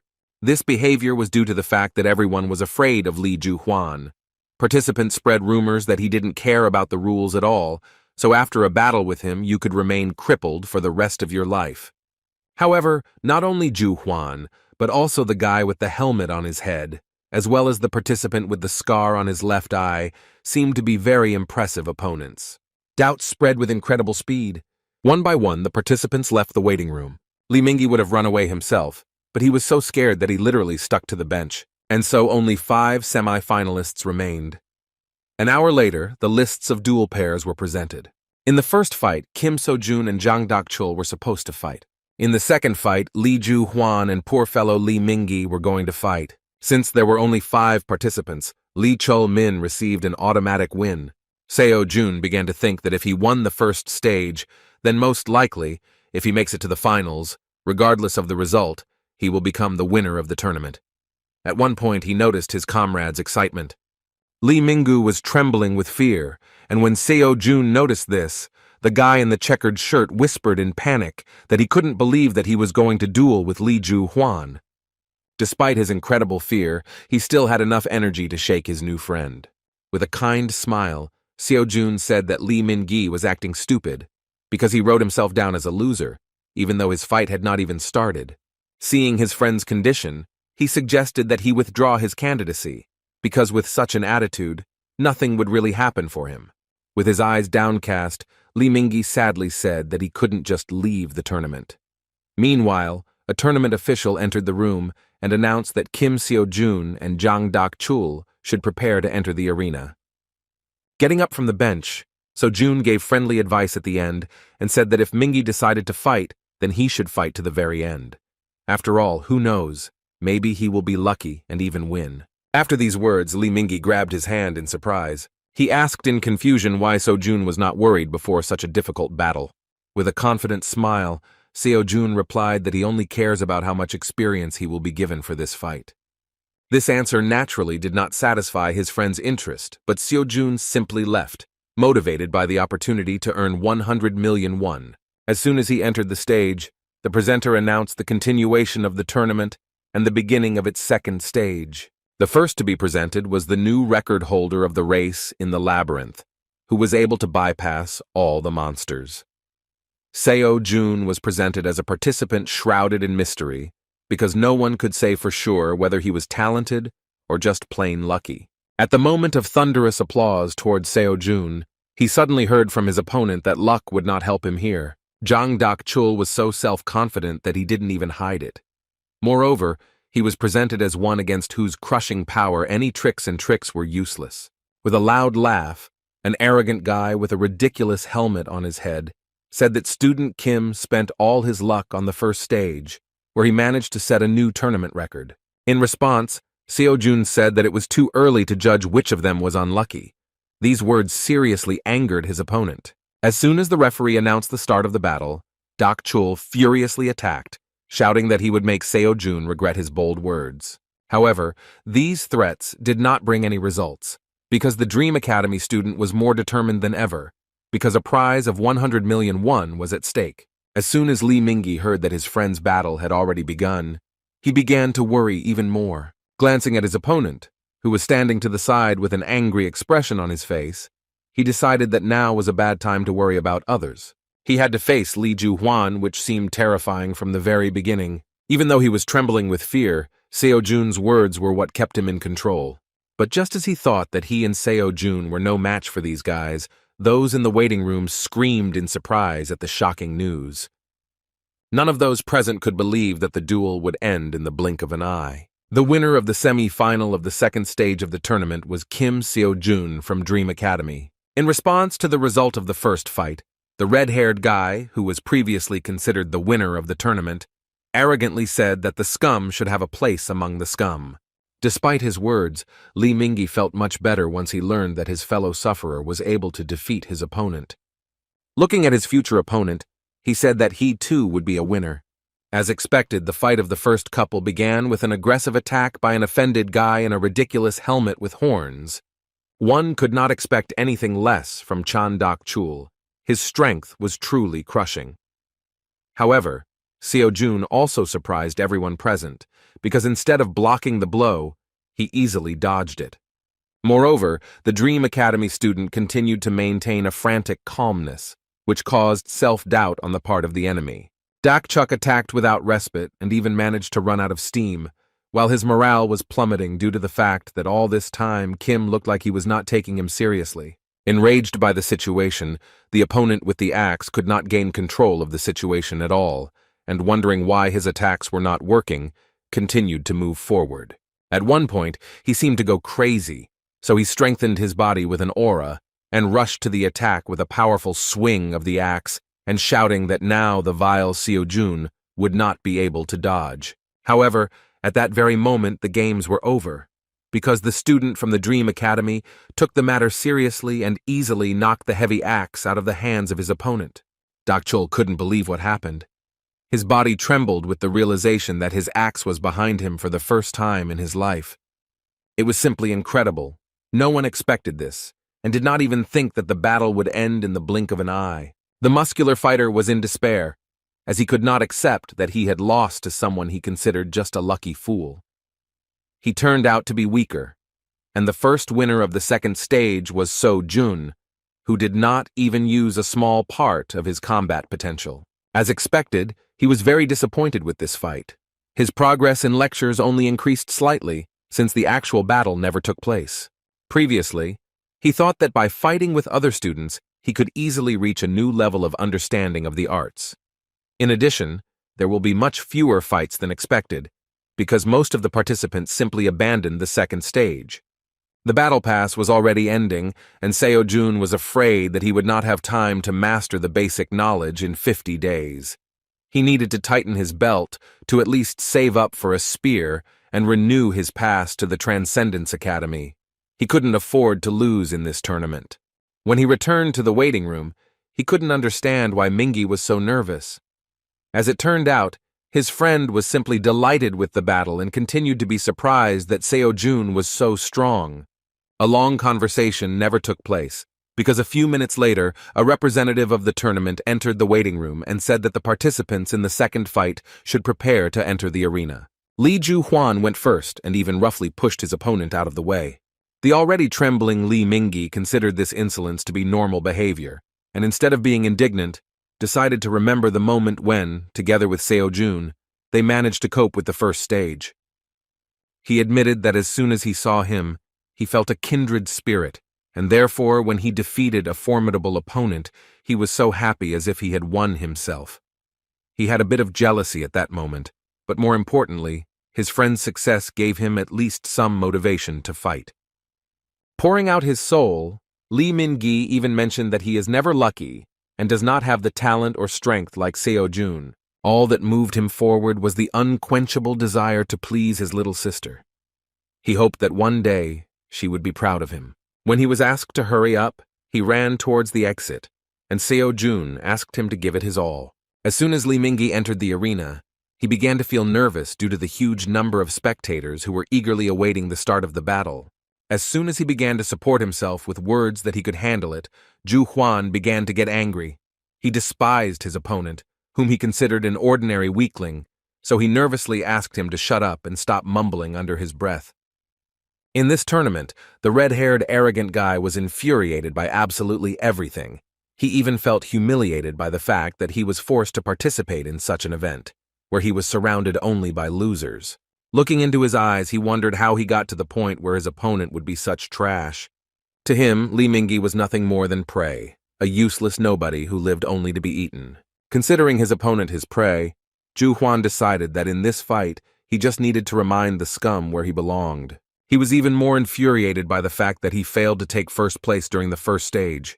He believed that he was head and shoulders above everyone else, so he had to demonstrate his superiority in absolutely everything. Although Li Mingyi was visibly trembling, he was not going to give up and held his blade in the direction of the contender for winning the tournament. The red-haired guy was incredibly angry with the knowledge that his ridiculous opponent believed that he had at least some chance of winning. He couldn't wait to put an end to this fight. A few minutes later, the judge announced the start of the fight. Li Mingyi kept saying that he could handle it, just like his brother Xiao Jun. Considering what was happening to be a real humiliation, Zhu Huan only thought that there was no point in this tournament in the first place. As soon as the fight began, Zhu Huan charged furiously to end the fight with just one blow. To his surprise, this was not enough, and Li Mingyi miraculously managed to resist. Li Zhu Huan continued his attack and unleashed a mountain of furious, precise blows on his opponent. Trying to withstand the stubbornness of his opponent, poor Mingyi looked tied hand and foot, and the audience doubted that he would hold out even a little longer. His opponent had already begun to lose his composure and even managed to say that he could not believe that his opponent was such a pathetic brat. After these words, he delivered a powerful blow to the poor fellow's stomach with his handle, shouting that he shouldn't have stuck his head out of his village. Such a strong blow threw Li Mingyi aside. Crouching on his knee, he began to writhe in pain. Feeling the difference in their strength, he still admitted that he had no chance of winning. The realization that they were on completely different levels sent tremors through his body again. However, he could not leave just like that, because all this time he was only thinking about the fact that he wanted his sister to be proud of her older brother. At that moment, he remembered his brother and his success. Unexpectedly for all the spectators, Li Mingyi began to rise to his feet, despite the pain. He knew that there was no point in counting on victory, but now his task was to hit this vile bastard at least once. Putting all his strength into the blow, Li Mingyi rushed into the attack in order to at least catch the enemy with the tip of his sword. He couldn't count on more, yet they were on completely different levels. Within a moment, the fight was over. The crowd began to cheer. As they predicted, the winner of the second battle was Li Zhu Huan from Revenant Academy. The audience was delighted and only confirmed that the rest of the participants in this tournament are not even suitable for such a monster. Zhu Huan had no place in the fourth-level competition because everyone understood that this brute was a master of his craft. However, Li Mingyi still managed to achieve his goal because, albeit slightly, he still hurt his opponent. Moreover, the public also noticed a small cut on the face of the invincible Zhou Huan, which was left to him by a completely ordinary boy. The arrogant, red-haired Revenant Academy student was beside himself with rage. Considering himself an elite, he was filled with rage at the realization that some ignorant weakling had managed to hook him. Then he suddenly turned to the judge and said that he was withdrawing from the tournament. The man in the yellow t-shirt was shocked by the words of the main contender for victory, so he asked in surprise how to understand this. Everything came to a head at that moment, when the inadequate red-haired guy walked up to his already beaten, losing opponent and furiously kicked him in the face. Addressing the audience, he shouted that this tournament was a bunch of losers. He accused the organizers of accepting just anyone, after which he stated that therefore they would not be able to achieve anything above the fourth level. Tournament officials immediately rushed into the arena, saying that the fight was already over, and if he did not stop, they would be forced to take action. However, in response, the arrogant Zhu Huan said that he was sick of looking at this pitiful spectacle of losers who want to become hunters. After these words, he completely placed his foot on the head of the poor fellow lying on the ground. Within a moment, Seo-jun burst into the arena and rushed to attack the inadequate, arrogant bastard, who had completely lost his fear. After that, he said that he was tired of this, and if Ju Huan insisted so much, then he would beat him right now, without waiting for the finale. When a Dream Academy student asked the impudent red-haired opponent to remove his foot from the head of his work, he refused. The patience of the guy with the spear was already at its limit. In response to the self-confident words, he furiously swung his spear, and the insolent man was forced to jump back. As soon as he scared off the enemy, he immediately sat down next to his comrade to find out if he was conscious. Li Mingyi was injured and could barely speak. Seeing this picture, the arrogant Ju Huan said that it was very touching. Seo-jun couldn't stand by. Looking at the daring opponent who considered himself an elite, he sternly asked if he really enjoyed looking down on people. Until the very end, he could not understand what was wrong with him, because no one in their right mind would put their foot on another person's head. In response, the arrogant academy student revenant said that he was sickened that some hillbilly forgot his place and even dared to enter the arena to fight him. Seo-jun still didn't understand his behavior and asked if they really couldn't even dream, since they were worse than him. Ju Huan took his words as some kind of joke and started laughing, saying that he didn't know that in their time anyone still believed in such fairy tales. It seemed strange to him that someone thought that if they trained hard, then they would succeed. The watching public did not understand how the judges allowed something like this to happen. As it turned out, the judges simply could not interfere in this conflict, because this was the order from above. They could only watch what was happening. The fight was inevitable, and So-yun was well aware that her student was weaker than his opponent. And yet she did not interfere and only watched excitedly, trusting her student. Meanwhile, Ju Huan had already begun to lose patience, and angrily calling his opponent a non-entity, said that he would now demonstrate to him how the world works. He believed that people without talent are nothing more than scum, and to achieve success, you need to go over your head. Seo-jun couldn't come to terms with his words. Ju Huan really believed that there is no place for dreams in this world, and all awakened people are divided into worthy and losers. And yet he couldn't hate him, because in truth he used to think so himself. During these 9 painfully long years, when he endured everything just to become a hunter, he was constantly faced with a harsh reality. He hated himself because he had neither money nor talent. He hated himself for his helplessness. Work only helped him stay afloat, but he could not achieve more, because most of the money went to pay off loans. In his reflections, he came to the conclusion that, probably, there is nothing more pathetic than clinging to something that cannot be achieved through hard work. He asked himself many times how his life would have turned out if he had given up and chosen a different path. However, after a while he got rid of these doubts and even now did not lose his determination in the face of a formidable opponent. Addressing the judge, he asked him to take care of Mingyi. Seo-jun took a few steps towards the enemy, thinking that he would not repeat his mistake again. Previously, he constantly succumbed to fear and doubted himself. This is how many people fall into despair. However, now he was ready to tear his opponent to pieces in order to erase his arrogant grin and the opinion that people without talent are nothing more than scum. With a cold look, he said that he would teach a lesson in politeness to someone who had never felt superior to ordinary guys. After these words, Seo-jun rushed to attack, and the judge began to shout that he had to stop, because this was against the rules of their tournament. These words no longer meant anything to him. The Dream Academy student began to spin his spear to deliver a quick and unexpected strike. Seeing this, Ju Huan sighed arrogantly. After that, he angrily said that Seo-jun must be joking since he dared to challenge him. Seo-jun landed a powerful spear strike with a high jump, while Ju Huan was able to block using his huge two-handed sword. The red-haired guy did not feel threatened by him at all, and said with a laugh that the pathetic bug would regret that he decided to show up in front of him. He then swung his sword with ease, throwing Seo-jun aside. Without losing speed, he charged furiously, grabbing his sword with both hands. The madman tried to strike at high speed, but Seo-jun managed to jump back. Then he was forced to constantly block furious blows, and several small cuts appeared on his face. Kim recognized that his opponent was very strong, so it was not surprising why everyone thought so highly of him. In the fight with Dak Chul, he did not even doubt his victory. Now the situation had changed, and Seo-jun felt overwhelming pressure from the enemy. Catching himself on this thought, he immediately decided to listen to the advice of his mentors. Seo-jun trusted his feelings and began to simply go with the flow, so as not to strain himself with unnecessary thoughts in a responsible battle. Within a moment, he threw his opponent aside. Naturally, the arrogant Zhu Huan was infuriated by such insolence. When the judge said they had to stop immediately, the red-haired guy furiously shouted for them not to interfere. Anyone who considered himself a predator, the top of the food chain, could not come to terms with the resistance of his prey. However, in this battle, his opponent was different from the others. He couldn't understand why someone he considered trash was looking at him as if he were a predator himself. Now Zhu Huan was really angry.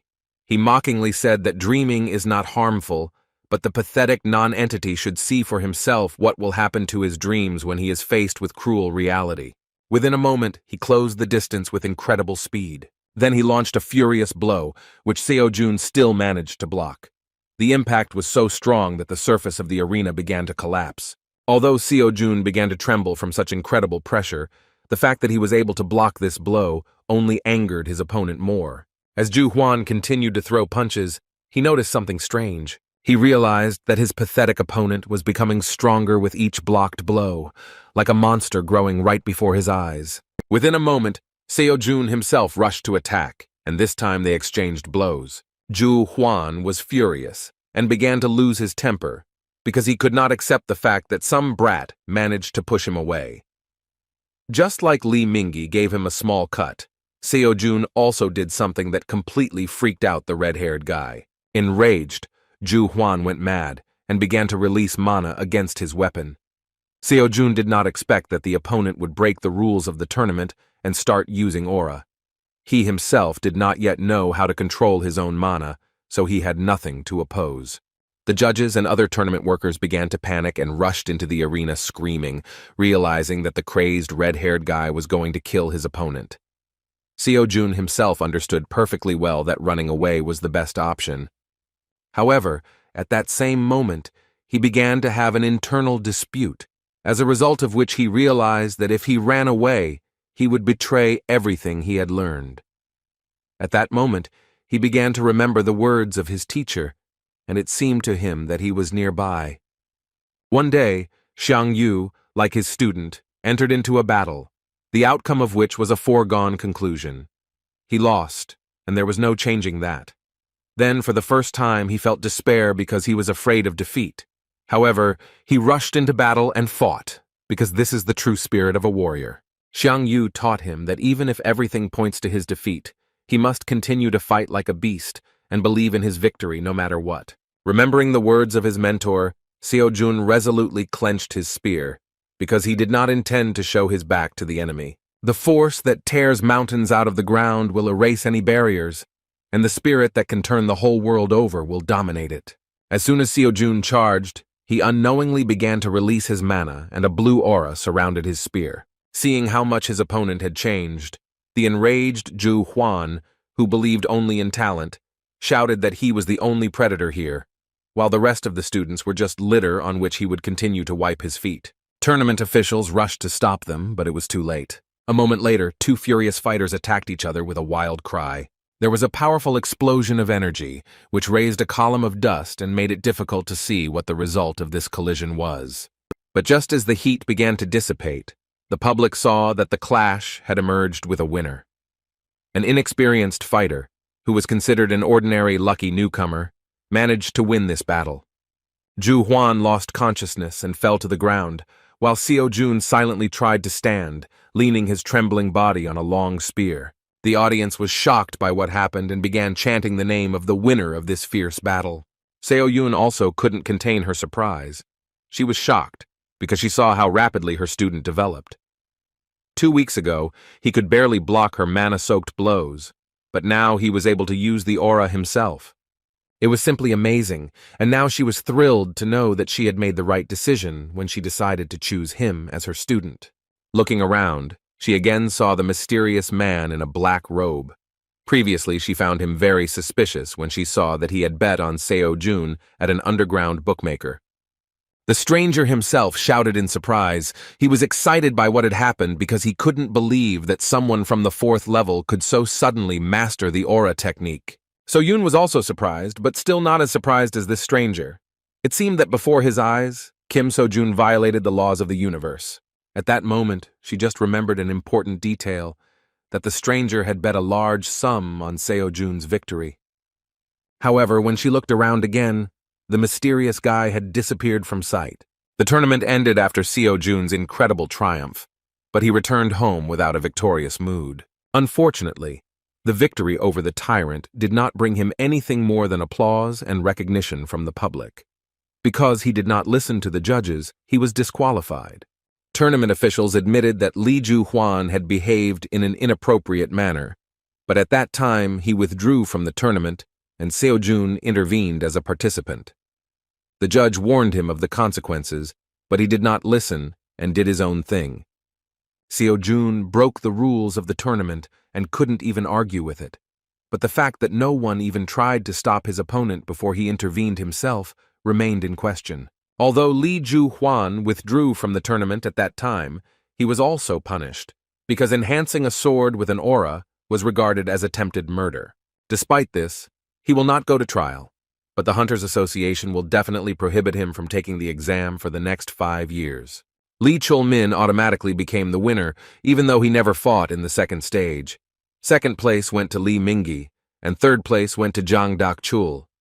Among the good news was that Seo-jun himself had made some pretty good progress in his lectures thanks to the last battle. According to Xiang Yu's lectures, he achieved 56% mastery of information, while Chiron's lecture was close to 49%. After thinking a little, So-jun came to the conclusion that the incomprehensible power that he felt in the battle could manifest itself precisely because progress had passed halfway. Based on the increase in his level, he decided that it was worth looking at the list of courses to choose another direction. However, at that moment, he was distracted by So-yun. She was very worried about his condition and decided to see him after the tournament ended. Fortunately, Seo-jun was completely fine, and said in his defense that although he looks like a weakling, he is actually a very tough nut to crack and doesn't mind such a battle. After making sure that everything was fine, So-yun breathed a sigh of relief. Suddenly, for his teacher, Seo-jun decided to apologize. When asked what he was talking about, he said with a feeling of guilt that he could have won if he had not interfered where he was not asked. Seo-jun was surprised to hear that there was actually nothing wrong with it, and she just wanted to know if he was okay. After her words that he initially counted on a cash prize, Seo-jun was speechless from the realization of the main problem of disqualification. The poor guy grabbed his head and started screaming because he really forgot that the main reason for attending this tournament was the money for a spear from the Transcendence store. He plunged into despair, and when asked what he wanted to spend the money on, he admitted that he liked one incredible spear. Despite the failure, he quickly recovered from the moral trauma and rose to his feet, saying that there was nothing wrong with it. With a kind expression on his face, he admitted that he would be lying if he said that he had no regrets. However, on the other hand, if he had not intervened, he would have regretted it much more. The moment of his sincerity and discussion of financial problems was suddenly interrupted by Lee Mingi, who already felt much better and could even return home on his own. As soon as he approached his friend, So-yun decided to lower the visor of her cap so as not to attract too much attention to herself. Holding his head, Lee Mingi shyly thanked his savior. After a short silence, he finally decided to ask whether he could become as strong as his brother if he trained hard. Seo-jun was genuinely surprised by the words of this trembling guy. Seeing his look full of hope, he couldn't upset him. To support the poor fellow, he warned him that everything is possible, but this is not an easy path. Still, he saw that Mingi clearly lacked the talent to become a hunter. However, they say that anything can be achieved if you work hard enough. However, the world is cruel, and you can't go far on dreams alone. To support him, he said that he should not focus on becoming a hunter, because he could do something else, since he was still young and had plenty of time. Lee Mingi was not at all upset by such words, and even admitted that So-jun was right about something. Perhaps he could become an excellent journalist, because he has already shown that he can accurately collect information about other people. Still, he did not want to stay long and decided to say goodbye, thanking his friend for everything he had done for him. Finally, Seo-jun asked him to never let anyone tell him what to do, even if it was his own words. He even decided to warn him that he would hear more than once that he had no talent, and that he would not cope. Therefore, he asked him not to forget that no one's opinion should become his reality, because if he really wants something, then he must achieve it, and everything else does not matter. The sincerity on the part of his brother touched Li Mingyi so much that he could not hold back his tears. Saying goodbye, he promised that someday he would visit him with his sister. Looking after Li Mingyi, So Yun said that she was pleasantly surprised by how her student acted. Seo Jun, awkwardly walking towards his house, replied that he constantly blames himself for always sticking his nose into other people's affairs. With a kind laugh, the mentor said that she saw nothing wrong with this, because now her student had his first devoted fan.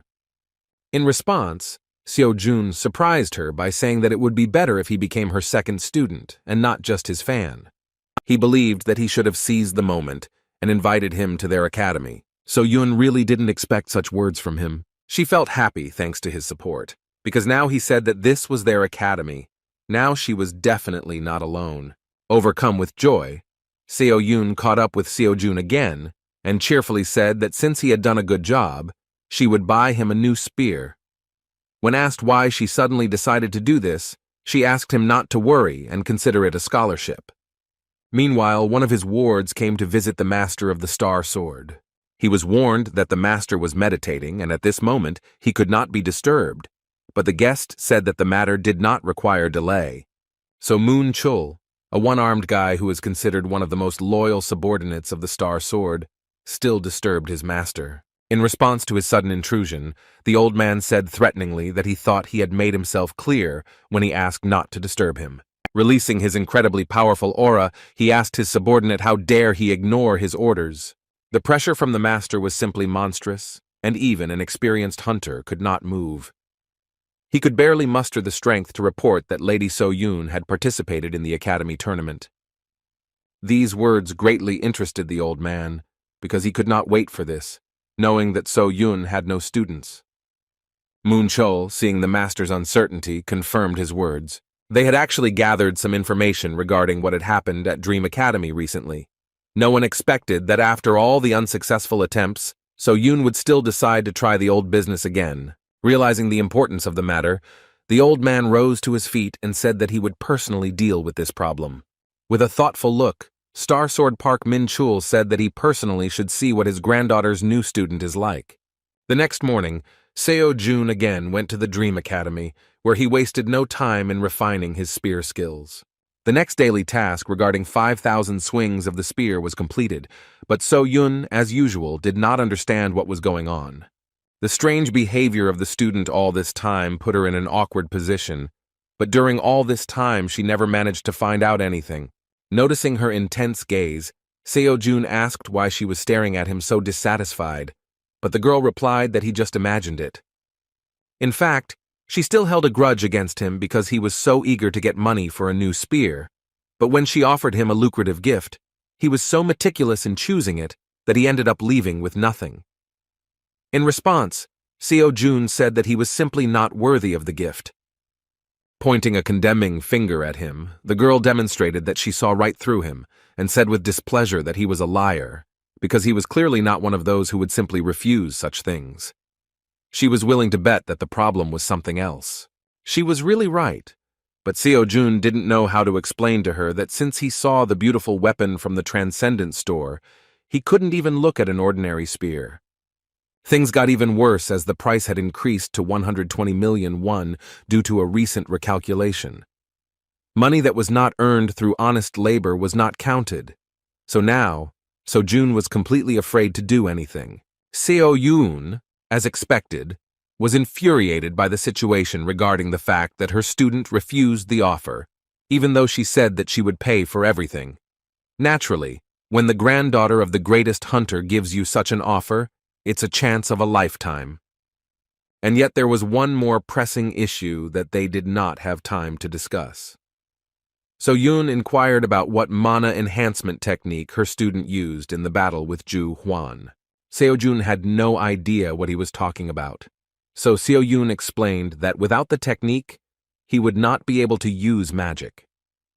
She noted that she personally saw how he pierced the armor of monsters, but judging by how he fought in the tournament, his technique was clearly not of a low class. At the same time, her interest was even stronger because she had never seen him train her. At that moment, Seo-jun thought, because he really doesn't know how this happens, because he has never studied any technique for enhancing mana. The mana enhancement technique is a technique that allows you to use your mana most effectively. There are many different types of this technique. Depending on its effectiveness, it is divided into lower and higher class equipment.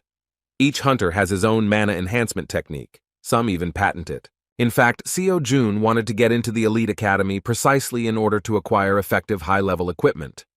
Therefore, he asked his mentor if she taught the technique of enhancing the mana of the Star Sword. In response, the girl sighed heavily and said that her grandfather forbade her to do this. Still, this was not surprising, because otherwise there would have been crowds of students in this academy. But as it turned out, So-yun herself came up with her own technique and was ready to teach him. She always wanted to teach, so she needed to do something like this. Seo-jun was surprised because he thought that she had no talent at all, but it turned out that she lives in the shadow of the Star Sword, and yet she pushed him to the idea that a hunter really needed mana control skills. In the fight with Ju Huan, he experienced the difference in strength between those who know how to use it and those who do not. So-yun didn't understand why he was thinking so deeply, because she was just asking whether he was interested in learning her technique or not. In fact, Seo-jun was thinking that he had a window for a new lecture. Now he could take some course on the study of mana mastery. After a few minutes, So-yun got tired of waiting for an answer from him, so she decided that he would continue to be silent, and she left with wishes of good luck in his strange training.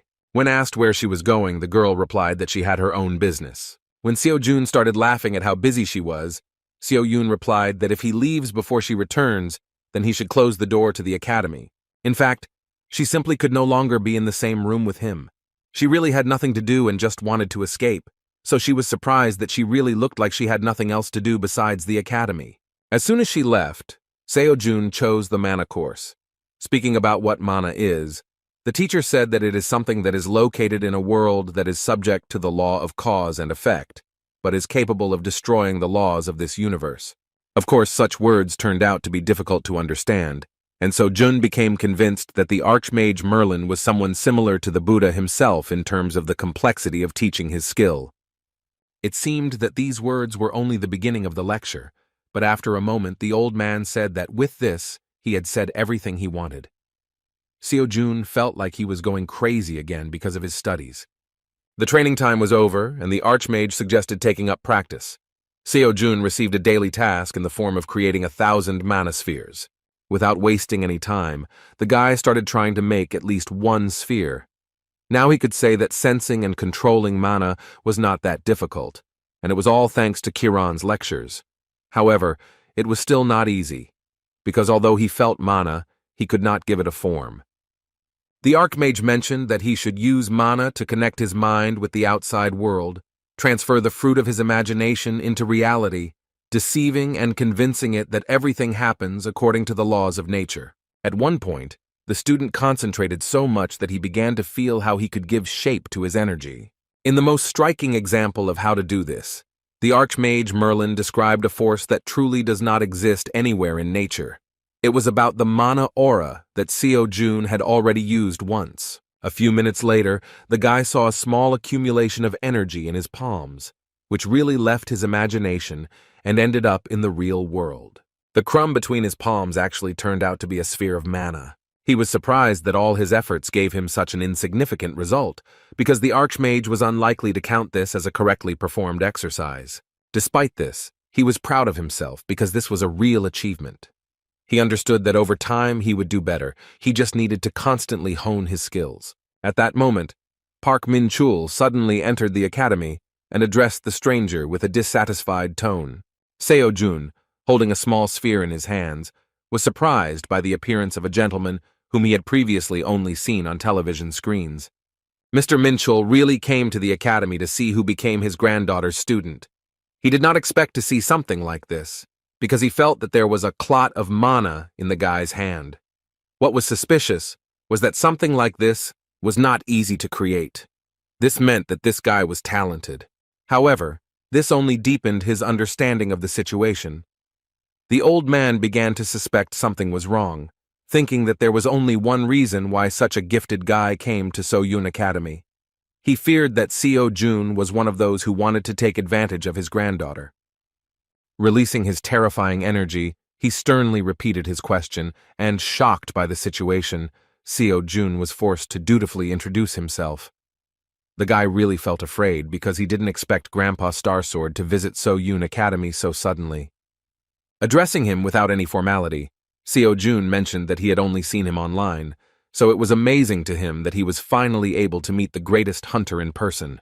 He further suggested that the distinguished guest had come to see So-Yun, after which he said that unfortunately, she had left on some business. The guy didn't understand what had happened, but the old man suddenly became furious as soon as he heard him call his dear granddaughter by name. His reaction was not strange. He treated Park So-Yun very carefully. While in Korea they only address people with whom you have a close relationship by name. But at that moment another question began to worry him. Once he released his terrifying energy, he put incredible pressure on the student, but for unknown reasons, he continued to stand on his feet. Seo-Jun didn't understand what he was talking about, so Park Min-chul said that his lust for killing, soaring in the air at that moment, usually paralyzes anyone below the S-class of hunters. After these words, the student understood what was happening, and the only explanation for why he was on his feet, he believed that this was the action of an unshakable heart. Silence began on his part, and the old man again asked a question regarding what such a guy forgot at the Park So-Yun Academy. Seo-Jun really didn't understand what he was talking about, so he looked very confused. In response, Mr. Park began to slowly walk towards him and reached for his sword, saying that with such and such talent, he would have been accepted into any academy. But for some unknown reason, he decided to get closer to So-Yun. Releasing his menacing power, the old man threatened that the guy would regret it if he decided to lie to him.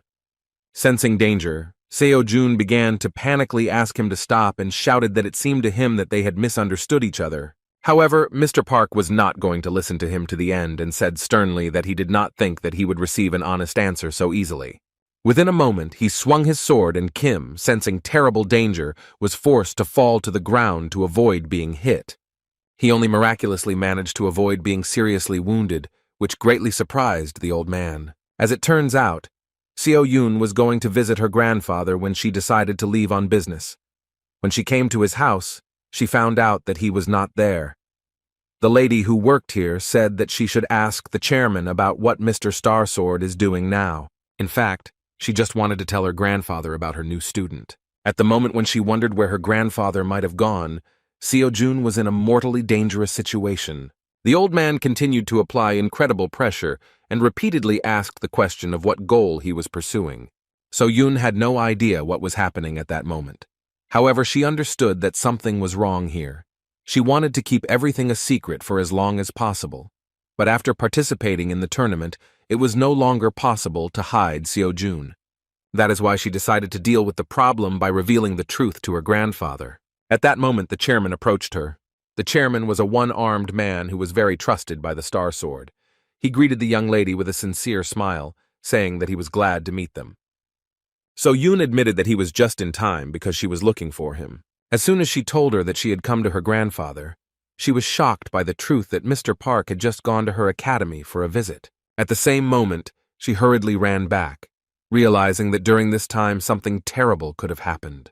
The lady in the purple jacket didn't understand why So-Yun was so scared by this news, but the chairman already guessed what it was about. So-Yun was in a hurry like never before. She was already blaming herself for letting her guard down. Still, she knew that grandfather would come to their academy sooner or later, but she did not think that everything would be so soon. She had to hurry so that Seo-Jun and Mr. Park wouldn't meet without her. Unfortunately for her, the battle had already begun.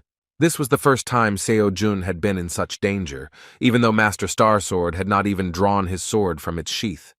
However, this detail played into his hands, because now it became clear that the old man was not trying to kill him, but rather simply wanted to pacify him and get an answer to a strange question. Surprised by the young man's resilience, Park Min-chul asked who he really was. Su-jong again began to beg him to stop, saying that he really didn't understand what he was talking about. He tried to explain that it was all a misunderstanding. However, the picture in the old man's head was completely different, because he could not understand how his granddaughter's student could demonstrate such incredible skills. He said that the guy was clearly hiding something, because he knows how to control mana, moves well in battle, but still continues to claim that he did not understand something. All this made him angry, because he thought that the little shit was blatantly lying to his face without even thinking. Flying to the side after another blow, Seo-jun rose to his feet and shouted that he had no idea what So-yoon told him, but in this situation he needed to calm down. In response, the old man shouted that he was a scoundrel. Seeing the raging energy of the Star Sword, Seo-jun realized that he only made the situation worse because he said something wrong. He still didn't realize that the fact was that he was calling his granddaughter by name. With a serious and threatening tone, the old man, releasing his bloodlust, said that he was originally going to discuss everything, take into account the circumstances that brought him here, but now he has no other choice. Being in this situation, Seo-jun thought that it was just a lie, and the old man was not really going to have a friendly conversation with him from the very beginning. Seo-jun decided to continue fighting, because he understood that such a great hunter would not listen to him. He was not afraid of dying, because he understood from the enemy's movements that no matter what he said, he would not kill him. If the Star Sword really wanted to kill him, it would have done it the moment Seo-jun sensed its presence. One who is above the stars themselves, Park Ming-chul's Star Sword was on a completely different level. Seo-jun didn't think that during his first meeting with the person closest to his ideals, he would have to fight. In fact, he was delighted that he had such an amazing chance to gain an incredible amount of experience in battle with the greatest hunter. Of course, Mr. Park was not particularly happy with this behavior on the part of the young man. He considered him a real scoundrel. Seo-jun's attitude has changed. He even enhanced his own body with an aura, showing that he does not deny the fact that he is ready to fight. During his life, Mr. Park saw many hunters, but only one looked into his eyes without fear. Seo-jun looked exactly the same, so you'd think he was strong enough to really try his luck. Rushing into the attack, the old man struck the first blow with thoughts about what this young man needed from his granddaughter. Seo-jun could hardly resist such pressure. He still couldn't cope with his opponent's speed and couldn't even feel his attacks. His face was covered with cold sweat from every movement of the great hunter. He couldn't even notice the simple blows performed by the Star Sword. The old man's power was beyond his understanding. However, Seo-jun continued to try to hold out and dodge the attacks in every possible way with incredible interest in how much longer he could hold out against such a monster. At one point, he himself rushed to attack. However, Star Sword did not feel any danger from him. He was surprised by the young man's self-confidence and decided to teach him a lesson, hitting him in the stomach with incredible speed with the hilt of his sword. Seo-jun flew to the side with a scream, and Mr. Park looked away and said that his pathetic attacks were ridiculous banality. Despite the hopelessness, Seo-jun did not give up and tried to gain as much knowledge as possible from this fight. He could not allow the battle to end quickly, and tried to find out at least something else. Rising to his feet, he realized that tricks would not help him. However, while the enemy was not yet serious, he felt that he still had a chance to surprise the old man.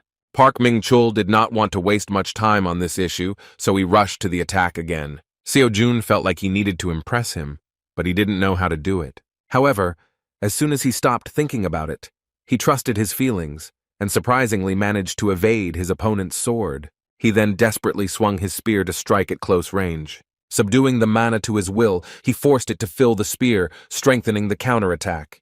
The old man was unexpectedly surprised at what the young man was capable of, who didn't even have a hunter's license. He couldn't figure out what kind of mana technique he was using, but it looked extremely interesting. Seo-jun directed his punch with a furious cry, putting all his strength into this attack. A powerful surge of energy directed at the old man limited visibility at that moment. However, the result was a foregone conclusion. He did not even manage to catch a powerful enemy. After Seo-jun used his aura, Mr. Park shouted that the young man had finally shown his true mean face. In response, Seo-jun said displeasedly that Mr. Star Sword was the first to attack him. After these words, Seo-jun, who did not understand the old man's feelings, again said that he could not wait for his teacher to return. calling the granddaughter of the Star Sword by name. The greatest hunter began to lose control, demonstrating his terrifying strength. He said that if the young man wanted it so badly, then he would personally send him to the next world.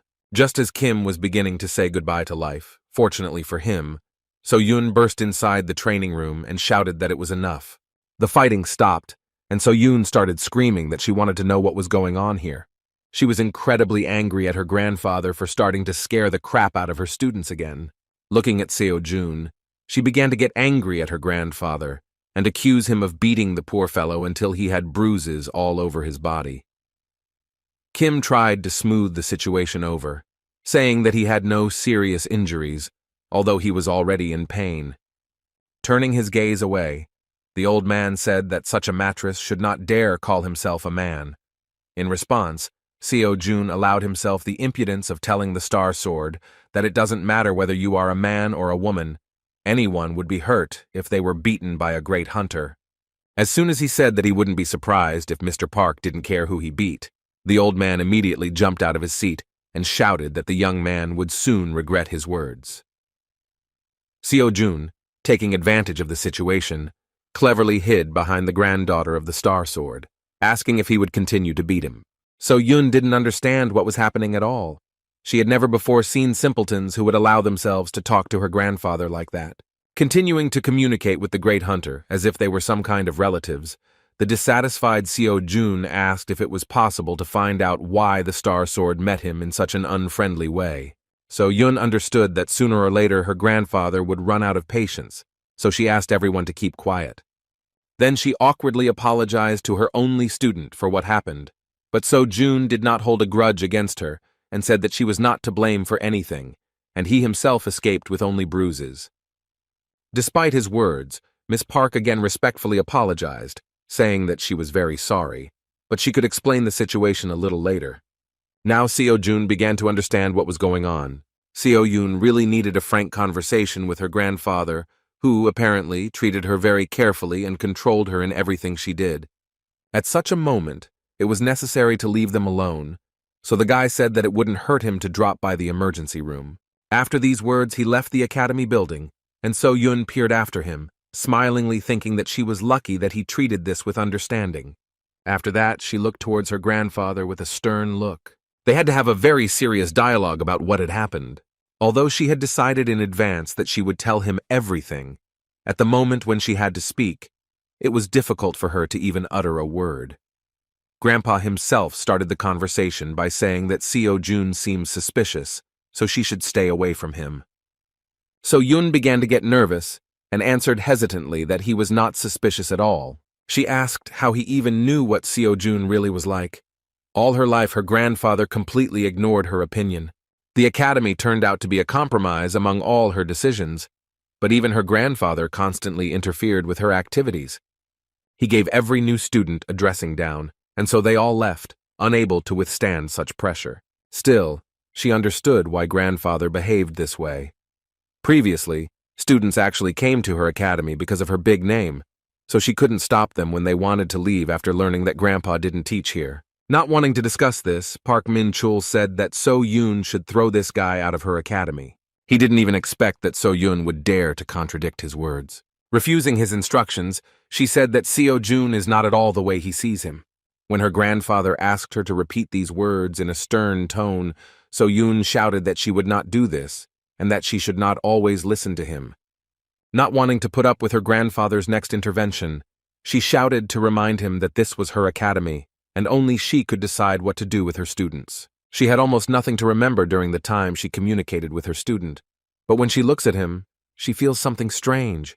She wants to be with him as long as possible, because in these moments she feels happy. Now she wanted to take matters into her own hands. So-Yoon showed her character for the first time, although it was more like a desperate cry from the soul. Turning around, she apologized in a quiet tone for allowing herself to shout at her grandfather, and yet she again said that this time she would do as she decided. It was really the first time Mr. Park had seen her so emotional.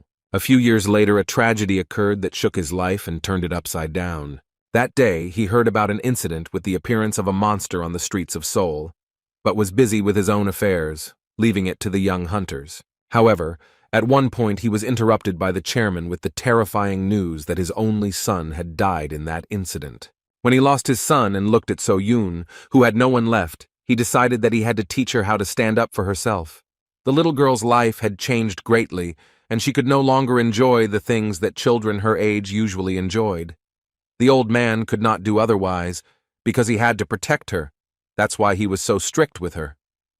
She didn't like swordsmanship, but he was persistent in her training and didn't let her give up, telling her that if she continued like this, she would never become a hunter, let alone reach A-class proficiency. As she grew older, she began to express that she did not like being a hunter. She talked about how she wanted to become a teacher, but her grandfather refused to accept her wishes, saying that that was not what he taught her for. He was afraid of her own decisions and desires, so he constantly shouted that she should just do what he told her. Park Min-chul understood perfectly well that all this time he had been oppressing his granddaughter, even though he had the awareness that sooner or later she would turn against him. Actually, this is what happened, because he once agreed to a compromise when he gave her a little freedom, allowing her to found her own academy. Sighing heavily, he accepted this situation, realizing that he could not take away the only thing that brought her joy. As expected, So-yoon reached her breaking point and still rebelled. Meanwhile, Seo-jun has already completed his examination and treatment at the emergency room. Now he felt like new and naively thought that another conversation with the Star Sword would no longer be a problem. Recalling their meeting with a smile, he noted that at that moment he thought that he was no longer a tenant. He understood perfectly well that he escaped with only minor bruises, only because the old man held back. However, if So-yoon had been late, then everything could have ended much worse. Now he understood how difficult it was for So-yoon to be under his strict supervision all the time. That evening, So-yoon called him and told him everything. She spoke about her difficult relationship with her grandfather and about what happened to past students. Despite such revelations, Seo-jun was still sure that she kept silent about a lot. But this was enough to understand how she felt and why the Star Sword treated him this way. Returning to the academy, he could not forget that situation, thinking that even though he understood the old man's motives, it was still wrong because even such experiences are not a reason for beating. As he walked back to the training room, he doubted he would hear an apology. On the other hand, he still learned a valuable lesson because he made little progress not only in his skills, but also in mastering the lectures. Joyfully opening the doors, he suddenly heard a low male voice. He couldn't believe that this time he would be greeted by the Lord of the Star Sword again. Park Min-chul sat calmly on the floor and, seeing the young man's indecisiveness, asked him not to stand at the door. The guy began to feel trembling, realizing that the old man probably wanted to beat him again, but the Star Sword made an offer to sit next to him. During a calm conversation, Mr. Park learned that So-yoon and her strange student had entered into some kind of mutually beneficial agreement. Yet he was still suspicious and with a stern look asked if Seo-jun was hiding something else. Kim was as impatient as the Star Sword himself, so he nervously replied that he had expressed everything and had nothing to hide. Taking a closer look at the calm flow of the young man's magic, the old man admitted that he was not lying. However, the question of where he got such talent and so much strength still remained a mystery to him. In his entire career, Park Min-chul had never seen so much power in an ordinary academy student. Even more questions were raised by the moment when they first met, and so June, seeing his anger, not only wasn't afraid, but was even somehow inspired and didn't back down. When Seo-jun said that he wanted to go away to start his training, the old man decided that this would be a great time to find out more about him. He wanted to see how this scoundrel trained to see what he might be hiding. However, after several hours of careful observation, he was sure of only one thing. This young man was clearly not himself. He couldn't believe that what Seo-jun called training was continuously staring at his phone, which was turned off with a blank screen. At the same time, Seo-jun was very emotional and even sometimes screamed strange things. Distracting the young man from the strange method of teaching, the old man suggested that he was meditating this way. Seo-jun didn't know how to explain his training, so he decided to just agree. In response, the experienced hunter agreed that meditation is an excellent workout, but noted that you shouldn't overdo it either. He wanted Seo-jun to understand that meditation strengthens the mind and spirit, but not the body.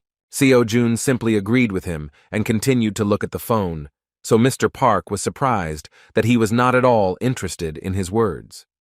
The old man decided to play trump cards and said that if the young man wanted, then he could teach him something. Seo-jun pleased his pride because he was really distracted with surprise that the Star Sword himself decided to take care of him. The old man did not expect a different reaction, yet the young man hurt his pride, so he blurted it out. To keep things simple, he didn't mind showing him a couple of his moves. However, his pride was trampled a moment later, because the ridiculous boy refused, saying that he was happy with everything anyway. Moreover, he asked if he could be left alone during training, because they could talk a little later. The moment of trampled pride of the great hunter could have ended in tears, but So-yun visited the training hall on time. She was shocked when she saw her grandfather next to the student whom he had recently nearly beaten to death. The old man was glad to see her and immediately headed towards her, saying that he needed to discuss something. So-yun was afraid that he was up to something, so she warned him that she would not forgive him if he even laid a finger on her student. However, as it turned out, he just wanted to speak out about Seo-jun's shocking behavior, saying that he was not right in the head. They could not understand that there was anyone in the world who could refuse training from the Star Sword itself. Instead of getting a few lessons from the greatest hunter, Seo-jun actually continued to act like he had a headache. The guy stared at his switched-off phone, which looked very crazy. So-yun understood her grandfather's feelings, but she had already come to terms with such oddities of the student, and therefore said that this was still normal behavior on his part. Still, she agreed with all his words, saying that she also thought exactly the same way before. After that, she turned to her student, saying that she was already free. Seo-jun immediately looked away from the lecture and looked at her with a smile, and began answering questions regarding his well-being. Yet the old man was still suspicious, since he could not find answers to all his questions. From his observations, he could definitely say that Kim So-jun is not particularly smart, but even despite this, So-yun always smiles when she looks at him. He found it hard to believe that she actually enjoyed talking to him. It made him remember that he had never actually seen her smile like that before. In conversations with her grandfather, she is always strict or sad. He often saw her offended, but not so sincerely happy. Realizing that this could be their sympathy for each other, the old man began to get angry again, worried about his granddaughter, thinking that So-jun dared to hit on her. As soon as he took the first step to teach the impudent man another lesson, he was interrupted by the chairman, who hastily burst into the training room. He immediately apologized for distracting them, but said that the matter was urgent. As it turned out, the Order of Truth invited Mr. Park to visit them. Star Sword was surprised that those wonderful guys even wanted from him. In response, he said that if they want something from him, then they should come themselves, because he doesn't mind. However, this time the matter was very serious, because as it turned out, Sir Kalia himself wanted to see the master of the Star Sword. Even more shocking was the addition that the Order of Truth had another request. Everyone was literally speechless when they heard that Kalia wanted Mr. Park to bring a man named Kim Seo-jun with him. Hearing his name, Seo-jun was surprised that anyone actually knew about his existence. The old man immediately thought that the strange guy was somehow connected with the cunning Order of Truth, so he assumed that he was Sir Kalia's faithful dog. Even So-yun believed this assumption, so Seo-jun answered impudently and dissatisfiedly that he himself was interested in how they knew his name. Everything fell into place when Mrs. Park remembered that there was a strange man in a black robe at the academy tournament. She assumed that the stranger hiding his identity was somehow connected with the Order of Truth. But even after these words, the old man thought that it was still somehow strange because Kalia was unlikely to be interested in any ordinary person. Turning to So-jun, So-yun asked if he happened to know this person, but her student answered with tension that he didn't remember anything like that. After that, he completely put the guys in an awkward position when he confusedly asked if he could refuse this request. All his life he was far from such things, because he devoted himself to working at the Enterprise.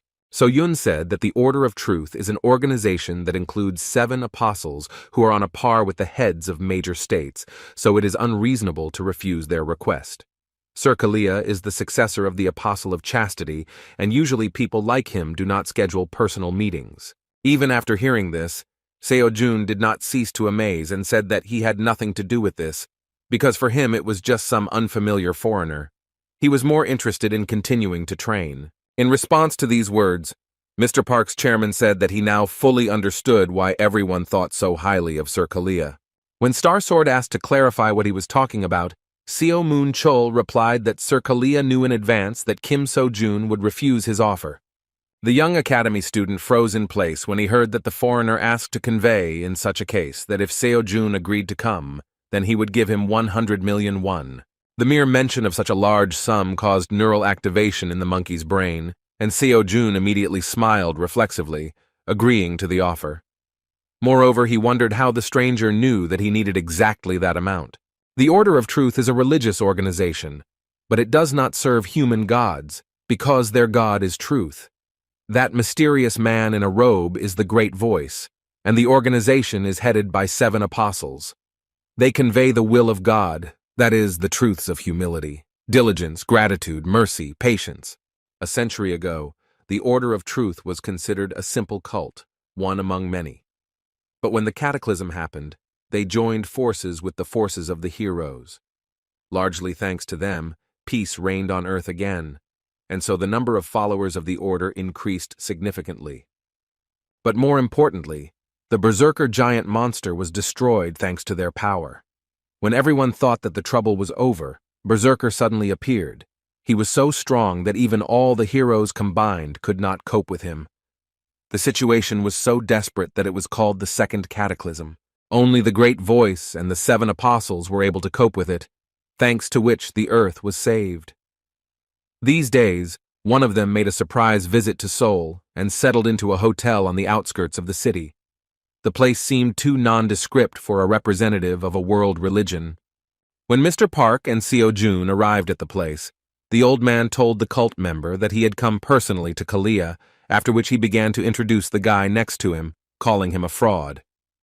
In response, the man in the robe, without listening to the end, looked at the young man with interest, and with anticipation of something interesting, said that he knew very well that in front of him was Kim So-jun. Without delaying the guests, he invited them to pass and informed them that Sir Kalia was already waiting for them. Following the man in the robe, Seo-jun thought that if Mrs. Park was right, then someone from the Order really was at the tournament, and perhaps they decided to lure him with the same amount that he could get for winning. It still remained unclear why he was watching him and why he called him. The guys approached the meeting room, and Kim came to the conclusion that Sir Kalia might know something about him or about the Academy of Transcendence. In addition to the money for the meeting, he planned to find out why he attracted their attention. One of the followers of the Order of Truth led them to a beautiful waiting room, where he asked them to wait a little while for Sir Kalia to come to them. As soon as they sat down, the old man sighed displeasedly, saying that he knew that Kalia would not sit and wait for them. In response, Kim asked if he personally knew Sir Kalia. The old man surprised him with his answer, because as it turned out, this was their first meeting. Seo-jun previously thought that she was quite close. As it turned out, Kalia called him a couple of times, but they never met in person. Even during the cataclysm, he met his mentor, the Apostle of Chastity, but he had not yet met the successor himself. These words reminded the young man that Mr. Park was one of the heroes who once saved the world. For him all this time, he was more like So-yun's grandfather, but he once again thought that he was still a star sword, and this should not be forgotten. When it came to the cataclysm, So-jun decided to inquire about the Great Voice. He shared that he had previously heard that he only appeared in public once, during a fight with a berserker. The curious guy asked the old man whether he had personally met such a great man, and Mr. Park wondered what the Great Voice was like. He succinctly replied that there was no such thing. With some thoughtfulness, he nevertheless clarified that once he managed to see him from afar. At that moment, they heard the door open, and Sir Kalia himself walked inside. When he mentioned that he was glad for their first meeting, Mr. Park replied with a stern look that Kalia himself called them here, and ended up making them wait. Kalia, the successor of the Apostle of Chastity, who looked more like a pretty girl, finally appeared in front of them. He justified his delay by saying that he needed time to purify his body and mind before preaching the word of truth. Sighing heavily, Mr. Pak said that he had never heard such heresy before, while Kalia himself approached the interesting young man, apologizing for being late in making his acquaintance. He introduced himself properly, and when the young man was about to answer, he interrupted him with words that he already knew about him. Kalia specifically thanked him for agreeing to their meeting, even though it was extremely unexpected and incomprehensible for a newcomer among hunters. When asked how the apostle's successor knew about him, Kalia replied that they needed to clear up some misunderstandings in advance.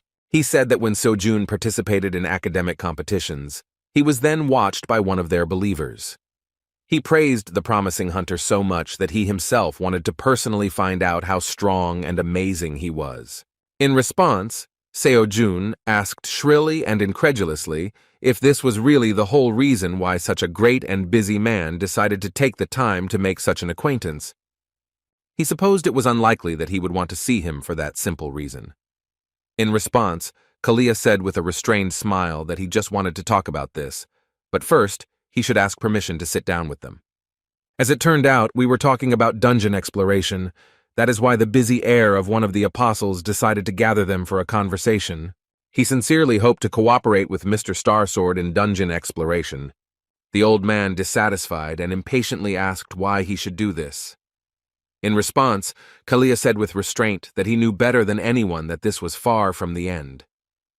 These words sounded mysterious, and Mr. Park asked what they were talking about.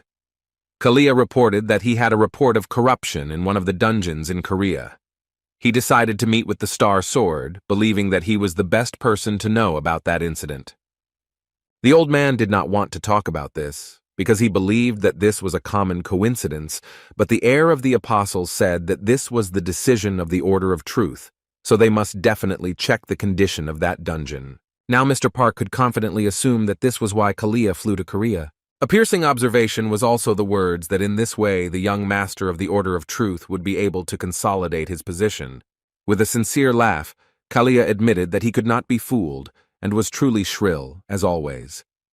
In response, Minchul said that it was arrogant of them to declare that this was the decision of the Order of Truth, and not his own personal interest. Kalia understood that Mr. Starsword was not particularly interested in doing him a favor, so he decided to touch his personal life, and said that he knew that he was unlikely to be missing anything, but he might be interested in their help for his granddaughter in the development of the Hunter Academy. As soon as Mr. Park Min-chul heard the mention of his beloved granddaughter, whom he was trying to protect from too much attention and danger, he immediately showed his determination and unleashed his true form of terrifying bloodlust, which left Seo-jun's body numb. With a stern look, he said threateningly that if Kalia ever tries to involve So-yun in something like this again, then he will not leave him alive. Kalia didn't even flinch from such a powerful force, but he admitted his mistake and calmly apologized for mentioning Miss Park. In his defense, he said that apart from this, he had nothing that he could offer to the Star Sword. Having no other choice, he offered to fulfill one of his requests, just as he would help him with this matter. In response, the old man said that this was simply ridiculous, because Kalia could say tomorrow that there was no deal. He had no reason to trust the influential heir of the apostle. Kalia understood his words and said that if the Star Sword wishes, he can swear an oath to him in the name of the Order of Truth. This was more than enough, but Mr. Pak did not understand whether this would be enough for Kalia to determine the place of the apostle. But for Kalia this was not particularly important, because in this way he could not claim that there was no deal between them. When it came to the right of oath in the name of truth, Mr. Park could not refuse to help him. Once they completed their deal, Sir Kalia decided to move on to talk with the academy student. With a pleased look, he said that he would speak directly. They in the Order of Truth suddenly wanted to sponsor his future path as a hunter, seeing incredible potential in him. It was about sponsoring various activities that the academy would not be able to take care of. Seo-jun remained cool and asked what he would do if he received their sponsorship. Kalia replied that they did not require anything in return, because it would be enough for them that Mr. Kim and the Order of Truth were close and could contact each other. It all seemed strange, and so Jun understood that they would still want to receive payment for their services. In response, he decided to satisfy his own interest and said that if Sir Kalia answered one question honestly, then he would think about their proposal. Of course, Seo-jun wanted to inquire about the Transcendence Academy, but he knew that it would be suspicious if he asked about it directly. He could not be sure that Sir Kalia would answer his question honestly, and if he turned away or avoided answering altogether, then he would no longer be able to find out the details of the interest in his person on the part of the Order of Truth. In this case, he decided that there was only one way to check whether Sir Kalia knew something about the Academy, thanks to which he acquired incredible power. With a sudden and not entirely formal movement, he took out a mobile phone from his pocket and held the screen towards Sir Kalia's face. After that, he asked the heir of the Apostle what he saw on the screen of this smartphone. This question was very sudden. Sir Kalia looked intently at the screen. At that moment, Seo-jun turned on the Buddha's lecture on what the soul, death, and reincarnation are. However, Sir Kalia calmly replied that the question seemed very strange to him, and it was difficult for him. Taking the phone away from the face of the heir of the Apostle, Seo-jun said that in this case, he could not do anything with his decision if Sir Kalia did not want to answer. A moment later, the heir of the Apostle laconically replied that he saw only a black screen. When asked if he was satisfied with this answer, Seo-jun said that this was enough. After this, he finally made a final decision regarding the sponsorship offer and announced that he was refusing. This conversation haunted the heir of the Apostle even after they said goodbye. His ward named Kalkos was the one who carried out some important assignments. He was also the person who noticed Kim Seo-jun. This time he had to find out about the distortions, but he was unable to find anything. When Sir Kalia asked if he was sure in a threatening tone, Kalkos swore in the name of the Order of Truth that he was completely sure of his observations. As for Kim Seo-jun, Kalia concluded that there was nothing special about him. He believed that even if he were special, he was now just an ordinary student. The question of what he saw on his smartphone screen took him by surprise, but all he really saw was a dark screen. But in fact, for a long time he was haunted by the nagging feeling that remained in his chest. Then Kalkos said that he was forced to report to another apostle. In response, Kalia said that now it is worth observing, because the priority is the distortion in the dungeon and the situation around other heroes. Besides the Soul Blade and the Sword of Darkness, he called everyone. As for these two, no one saw them, so communication was never established. While returning home, Seo-jun kept thinking about whether Kalia really opened anything from him. He was distracted by Mr. Pak's question regarding why he refused Kalia's offer. The guy replied that it seemed too suspicious to him. He did not know what the Order of Truth actually was, but he was still sure that Kalia was clearly not associated with the Academy of Transcendence. He did not want to enter into an almost free deal with suspicious individuals. When asked if he was embarrassed by the studentless academy he belongs to, Seo-jun replied that he had never met a more honest person than Miss So-yun. Taking advantage of the moment, he decided to ask Mr. Starsword what the concept of dungeon distortion meant. Park Ming-chul seriously replied that this means that the magic inside is distorted. The magic wave inside the dungeon is distorted, so its difficulty is different from the value measured when the dungeon was formed. Such distortions have many side effects, but mainly, they are a sudden increase in difficulty and breaking the dungeon earlier than expected. Seo-jun had never heard of this before, so the Star Sword explained that in fact, they had observed this paranormal phenomenon many years ago, and now you really don't see such a thing. The words that such a phenomenon usually occurs during a cataclysm interested Seo-jun very much. At that moment, he said that in this case, Kalia meant that this could mean that the previous incident had not ended, but had only been weakened. In response, the old man asked him not to worry, saying that the heir must have made a mistake, because the cataclysm had already ended a long time ago.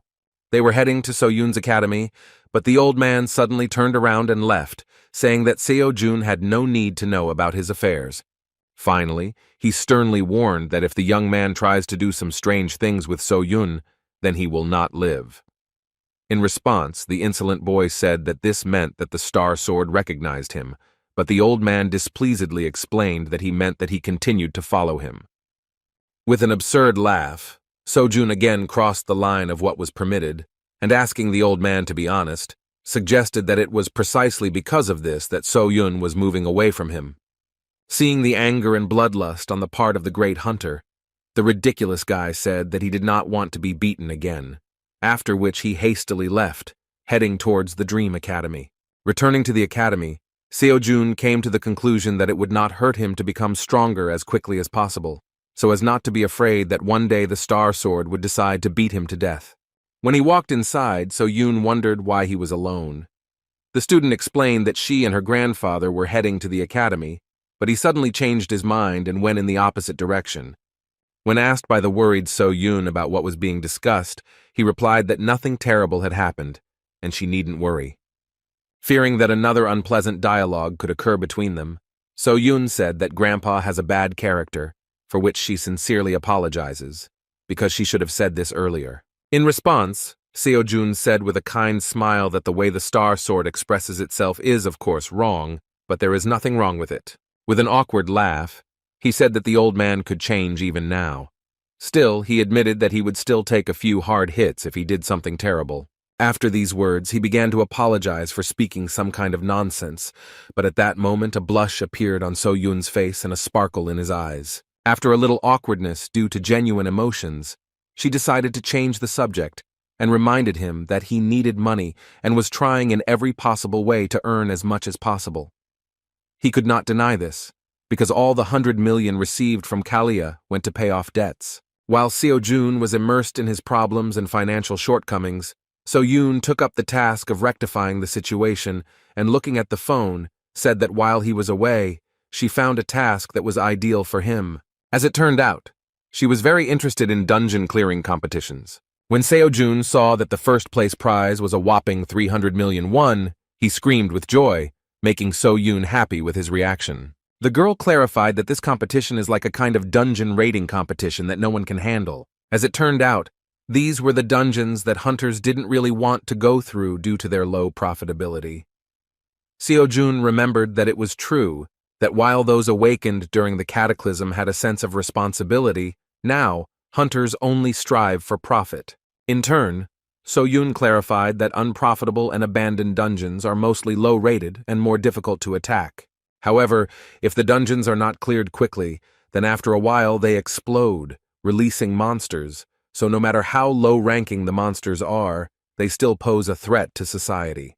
At first, such dungeons were monitored by government hunters, but it was ineffective to send them to such a seedy place.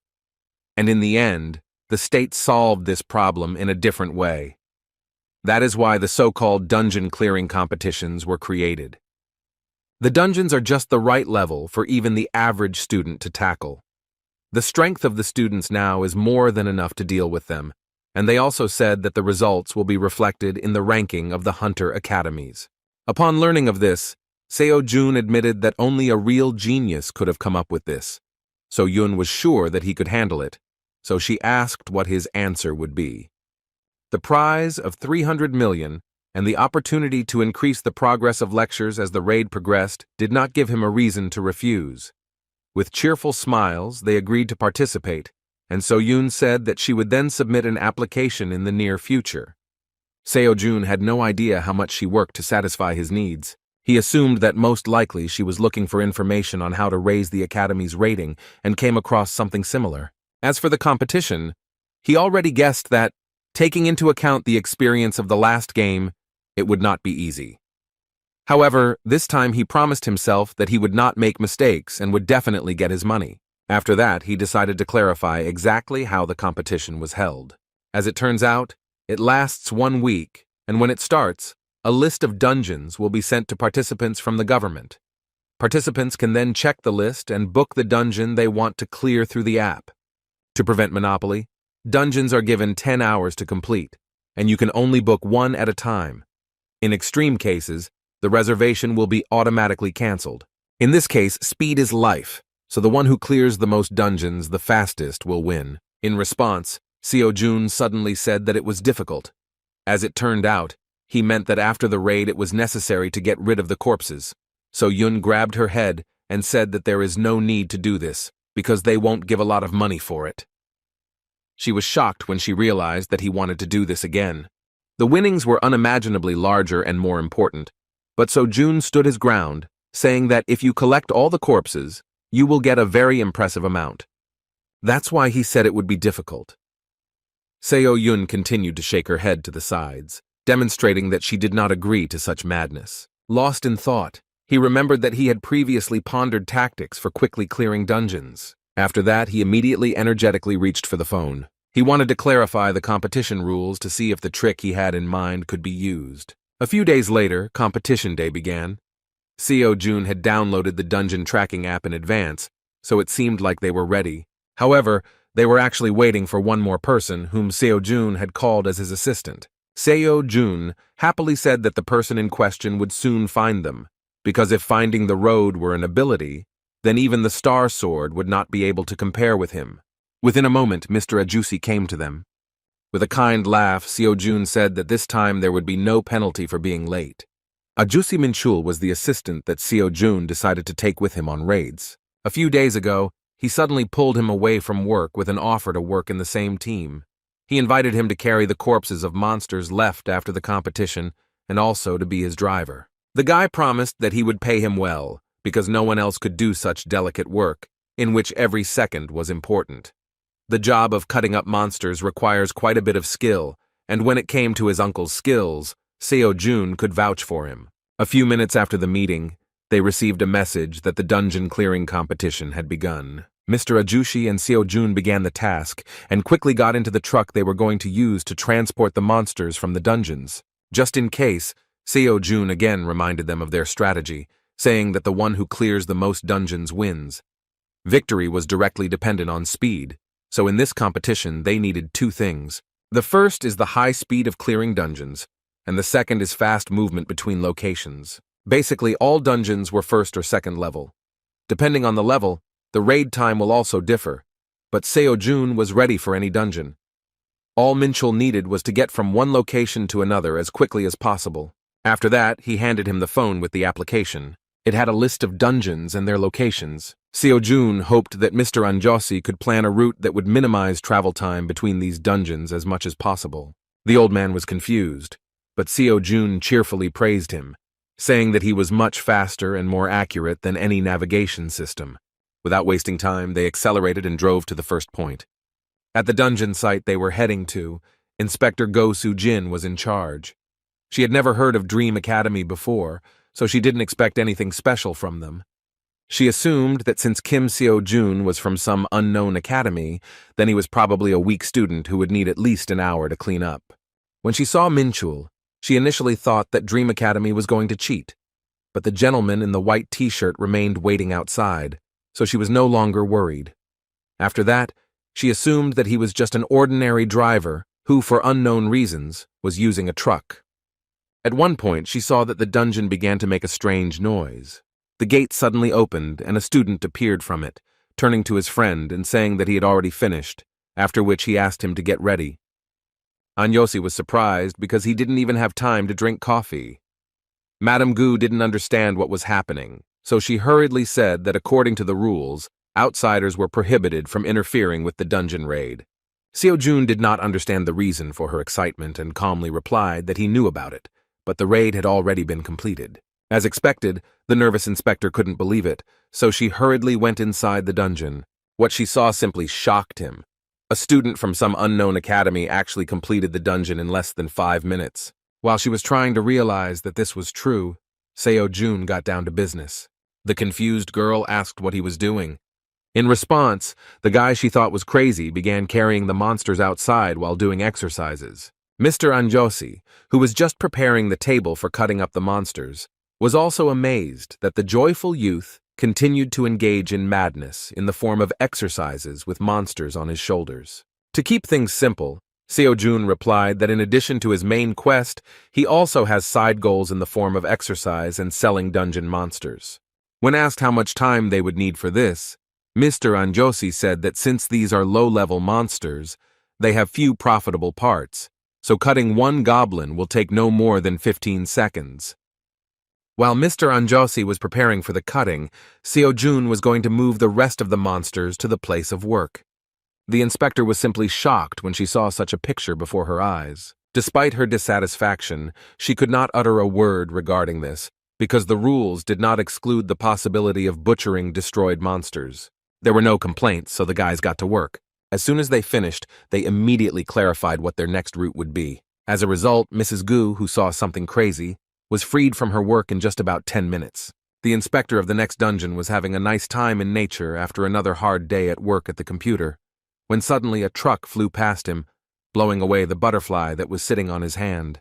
Within a moment, Seo Jun and Min Chul rushed past him, preparing to clear the gate. Inside were low-level undead that Seo Jun had never encountered before. However, he did not see any particular problem in fighting such monsters. With one powerful swing of his spear, he created a wide-area attack, destroying everything around him.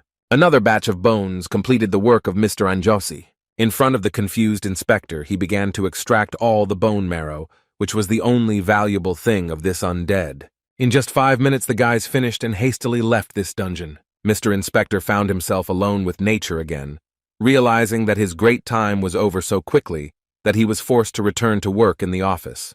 Towards the end of the day, the deputy of the dungeon management team at the Ministry of Public Administration and Security finished his report regarding the first day of the competition and left it on his boss's desk.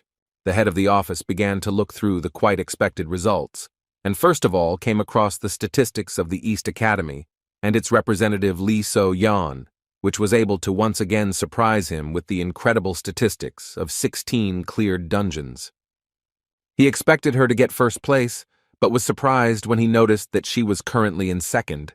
It was expected that in this case, someone would be found who was able to cope with this task, clearing, most likely, 17 dungeons. He was simply shocked when he saw that some Kim So-jun was able to clear as many as 32 dungeons. Not understanding these results, he distracted his deputy to clarify the results. Showing him the documentation, he wondered if they had made a mistake, indicating that someone had accomplished the impossible by clearing as many as 32 dungeons in a day. The head of the office was simply stunned when he heard that, according to the inspector, those guys moved between dungeons extremely carefully without losing a second, finishing all the raids in no more than 10 minutes.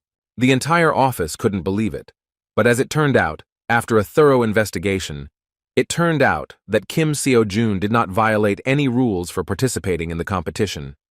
To understand who we were talking about, the head of the office decided to ask which academy this mysterious student belonged to. As soon as the deputy mentioned that he was from the academy, which is located near Seoul in the Yunpenggu area, the head immediately realized that he was talking about the Dream Academy. Remembering that that organization belonged to the granddaughter of Starsword, they immediately realized that it was quite possible. The guys stared at each other in surprise, thinking that this was only possible if the Star Sword itself intervened in the process of clearing the dungeons. Meanwhile, Lee So-yeon, a student at East Academy, was forced to apologize for the fact that she somehow miraculously failed to take the championship on the first day of the competition. The head of the academy threatened that she would not get by with a simple apology, because they would suffer enormous damage if she did not get first place this time. In response, So-yeon promised that she would do everything possible to win. However, in response, she heard a question about whether an ordinary person could cope with the dungeons the way the winner of the first day did, because we were talking about as many as 32 cleared locations. Lee So-yeon thought that this would require completing raids every 10 minutes, but even so, given the distance between the dungeons, this is simply impossible. Rising from the table, the head surprised her with his opinion, saying that this is possible, but only if someone helps this student. Walking towards the window, he suggested So-yeon do what she did before. When he said that he would take care of the rest himself, his reaction suggested that he was going to go the route of deception. This vile man is her father, as well as a former A-class hunter who now serves as the headmaster of Vostok Academy. Lee Seok-man, addressing his daughter, asked her not to take such methods into her head, because in the end, this is the law of life, where the most cunning survive and what matters is who wins, and not who is right. Despite the internal conflict, she could not go against her father's words, because she completely agreed with such a true truth of the modern world. After leaving her father's room, she remembered his words that he believed that she would not act as stupidly as the idiot Jin-soo. Jin-soo remained in her memory as the guy who said that in the heart of a professional hunter, there must be something that she should never compromise with. His words seemed nonsense because everyone knew that in this world, money decides everything. However, the naive and simple guy insisted that if money darkens your heart, then the world will not seem the same. He promised that he would become a professional hunter, which would make people's hearts tremble. His words gave her false hope. She felt better being around him. This guy turned her life upside down, because he inspired her that she had hope of getting rid of the heavy shackles of such a reality. However, now that he was dead, she tried to forget about his words that were so firmly in her memory. The working day was finally over and the guys could sit down to rest. As for earnings, not taking into account costs and taxes, they managed to earn about 8 million won. As expected, Kim Seo-jun offered to split this profit equally. Despite this, Min-chul called himself a miserable driver, who would be satisfied with 30% of the total amount.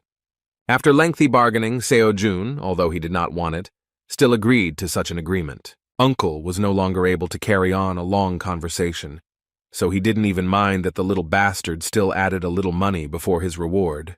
Suddenly, Seo-jun asked why he looked like he wasn't surprised by anything. He wasn't even talking about money, but about how quickly he was able to clear dungeons. Uncle unexpectedly replied that he had actually already seen him in action at academic competitions, but did not want to burden him with calls. Seo-jun was very happy that he could work with such a person. For him, his uncle is a very straightforward person, but he is one who always encourages. After the loss of his parents, the guy had to pay his debts himself, and Mr. Min-chul took care of him, becoming a great support. Continuing the pleasant conversation, Seo-jun, paying attention to the recent success, asked if his uncle would like to open a transportation company. Min-chul didn't understand what they were talking about, because it was a lot of money, but Seo-jun promised that one day it would be possible for them. On the second day of the competition, the sensational dungeon robbers had already begun to be recognized. They were called dungeon cutters, because in addition to raiding, they managed to cut up monsters. In fact, a lot was said about them now, and it was hard for the next inspector to believe it until the moment he saw it with his own eyes. Now he was convinced that there were no problems regarding their work and did not mind them continuing to take care of the dungeon for which he was responsible. On the second day, their gap from second place increased significantly. The difference between them and Lee So-yeon was as much as 20 cleared dungeons. At this rate, victory was not far off, and it would even be strange if they began to lose ground. Seo-jun enjoyed every minute of working with his uncle and was glad that he was the one asked to come to the rescue. There were still 5 days left until the end of the competition, and all this time Mr. Min-chul worked without a break, trying to keep up with the incredible pace of the young student. To cheer up his uncle a little, he promised that if they won, he would treat them to something very tasty. Min-chul assumed that he could afford this because as a promising student, he probably eats food for the rich. Things were going very smoothly, and the young man said that he had a good feeling and now they simply had to win the main prize. However, on the third day of the competition, the situation suddenly changed. The unexpected oddity put Mr. Min-chul in an awkward position, and he suggested that the student take a look at the changes on the dungeon map. Seo-jun couldn't believe what he saw. All the dungeons in the area were booked. The nearest available place was at least an hour's drive away. It was clear that the fact that only those seats next to him were booked was not just a coincidence. A suspicious change in the activity of their competitors indicated that they were trying to stop their success. This was not according to the rules, so the uncle expected that competitors would soon remove the reservation. His instinct told him that this was not by chance. Seo-jun replied that they don't know for sure yet, so they should get to the nearest dungeon first. However, even after the next dungeon, the same thing happened. As a result, they managed to clear only 10 locations, while Lee So-yeon began to rapidly approach first place with a result of 25 successful raids. Seo-jun understood that something very strange was happening, so it would be impossible to do without help. They approached So-yoon with this question, believing that this was the work of the Members Academy in second place. You can use the app to find out who booked dungeons, but not these ones. It was for this reason that Miss Park decided to contact the competition organizer. Seo-jun was still in first place, but he understood that at this rate, he would quickly give way to his competitors, because this was only the third day of the competition. Turning to his uncle, he said that now they would be forced to change their strategy a little, because there would simply be no time left to cut up the monsters. The gain was much more valuable, but even so, no matter how quickly he cleared the dungeons, the distance was inevitable, and even his uncle's talent could not overcome this obstacle. Suddenly, Seo-jun announced that he had a good plan to counteract. A very cunning thought came into his head, which surprised So-yoon and Manchul. Its implementation was supposed to make the efforts of competitors pointless. The next day, Vostok Academy representatives gathered together again to begin booking the dungeons. The Academy representative asked everyone present to be on guard, because as soon as Seo-jun appeared on the map, they would have to reserve the dungeons around him. The guys did not take their eyes off the phone, anticipating that they would be able to repeat the trick that worked last time. While all the participants in the cunning scheme were discussing the situation, a representative of the Vostok Academy noticed activity on the part of their main competitor. He shouted that everyone should get ready to book everything around his location. Like last time, he asked to make the reservation gradually so that it would not look too suspicious. The guys knew very well the essence of their business and asked the gentleman not to worry, but instead to make sure that he paid for their services on time. However, once they logged into the app, they saw that Seo-jun had booked a dungeon right next to Lee So-yeon, which could hinder her success. Moreover, they could not book dungeons near it, because according to the rules you cannot cancel a reservation within 10 hours if you have not completed the raid. The cunning plan of the Vostok Academy collapsed with unprecedented speed, and their representative suddenly felt a tremor. Meanwhile, as usual, the cold and imperturbable Lee So-yeon cleared the next dungeon without any problems. Returning to the chauffeured car, she surprised him by completing the task in less than 15 minutes. However, as soon as her driver looked at the map to select the next location, his face broke out in a cold sweat. They couldn't believe that their competitor would reciprocate and book all the dungeons around them, using the same approach. The competition's top players finished day 4 with nearly identical results. Seo-jun was able to stabilize the rankings with this approach, and using the advantage he gained during the first 2 days, he could comfortably win this competition. As it turned out, the director of the Vostok Academy was not very excited about such a move on the part of the competitors, and came up with another way that would allow his daughter to get first place if she continued to clear dungeons in the same spirit. On the 5th day, both sides competing for first place were forced to meet due to their dungeons being next to each other. The inspector, feeling some tension, said in advance that quarrels between participants were prohibited, and violation of the rules would result in disqualification. When both students approached each other to meet each other, Kim Seo-jun said that no matter who wins, everything should be fair between them. He recalled that this competition was started with good intentions. Lee So-yeon wasn't even going to admit that she was the first to cheat in order to slow down her competitor's pace. And yet, looking at Seo-jun, she thought about his words and remembered a friend who also constantly talked about good intentions. She believed that such a thing did not exist in this world, so she was not even going to believe his words. During her life, she learned that people are by nature selfish no matter what they do, and their actions are based on personal gain. That is why people help only when it is beneficial for them, so that they can then abandon you at the right moment.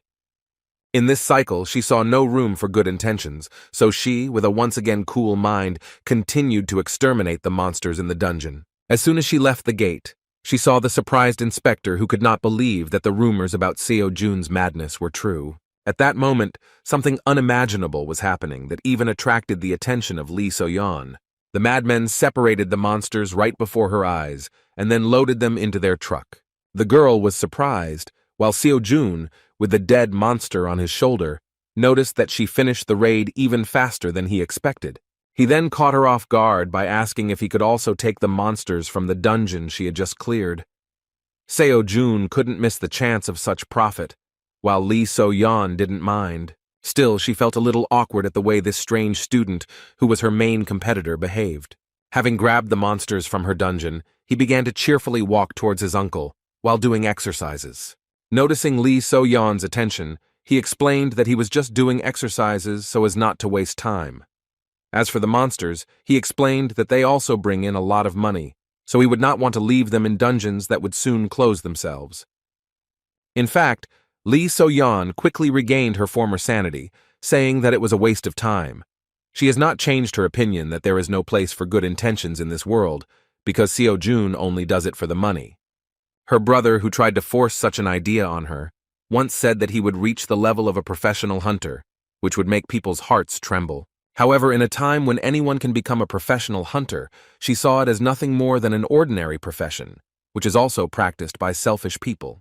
Meanwhile, Star Sword and Mr. Kalia went together to the 6th level dungeon, in which they suddenly discovered a 10th level monster.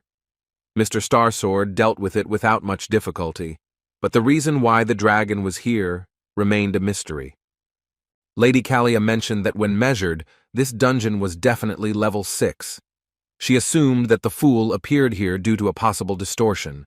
Mr. Park considered this nonsense, saying that the distortion could not appear in this way, and it was more like the work of the Order of Truth. Moreover, he even said that this very much reminded him of the events that happened 30 years ago. In response, Lady Kalia admitted that she fully understood his concerns, but swore on the honor of the Order of Truth that they did not do this. Their conversation was suddenly interrupted by Young Jimin, the Star Demon's disciple. She said that she would investigate this phenomenon instead of her master, because unlike the Star Sword, old age did not spare him. After a short examination, Miss Chan said that she definitely felt an anomalous flow of mana from the destroyed monster, but it did not look like a distortion. Despite this, Mr. Park said dissatisfiedly that a monster of the 10th level was a mere trifle, and therefore he did not notice anything strange. And yet this has not happened since the advent of the Berserker. In response to such a conclusion, Mrs. Kalia asked what would happen if a similar mutation occurred with the rest of the dungeons. Naturally, we were talking about increased danger for ordinary hunters. Even though the chance was low, Young Jimin still said that this case cannot be ignored. In order to find out the origin of these changes, she suggested gathering more information by asking the head of the Hunter Association to measure all the low-rank dungeons again. Meanwhile, something unexpected happened within Seoul. Experts discovered a very rare phenomenon, as many as 3 dungeons appeared in one place. This was the first time they had seen something like this live. The last few days have been simply terrible for the Dream Academy team. Wherever they went, the seats were occupied. Moreover, now they were haunted not only by the hunters, but also by the inspectors themselves. Returning to the academy, Mr. Minchul could not contain his dissatisfaction due to the fact that the inspectors turned out to be corrupt. Nevertheless, the second method turned out to be more effective, and it was simply impossible to win in this case with a counter trick. Seo Yoon literally flared up because of this. She shouted that she wouldn't do this anymore and now she would rebel even if she had to use her grandfather's name. As a result, they still managed to take advantage of their connections and stop such activities on the part of inspectors and hunters, as a new decree was issued on the rules of the competition. The past could not be returned, so Seo-jun counted on a few days of quiet work, but it turned out that everything was not so smooth. This time, competitors began to obstruct them on the road, creating false incidents that blocked the path. Everything is back to normal again, now Lee. So-yeon has even taken first place with a margin of 1 point. Dream Academy met again to discuss strategy. Those who prevented them from going further insisted that they had nothing in common with Lee So-yeon. The head of the dungeon management promised to deal with this matter directly. Seo Yoon also revealed that she recently learned that Lee So-yeon's father, Lee Seok-man, is actually the director of the East Academy where she belongs. Moreover, according to her, Lee Seok-man is a former A-level hunter, one of the few people his grandfather recognized. In fact, it wasn't really about the fact that this professional hunter is so strong, he's just tongue-tied, which is why he managed to acquire such connections.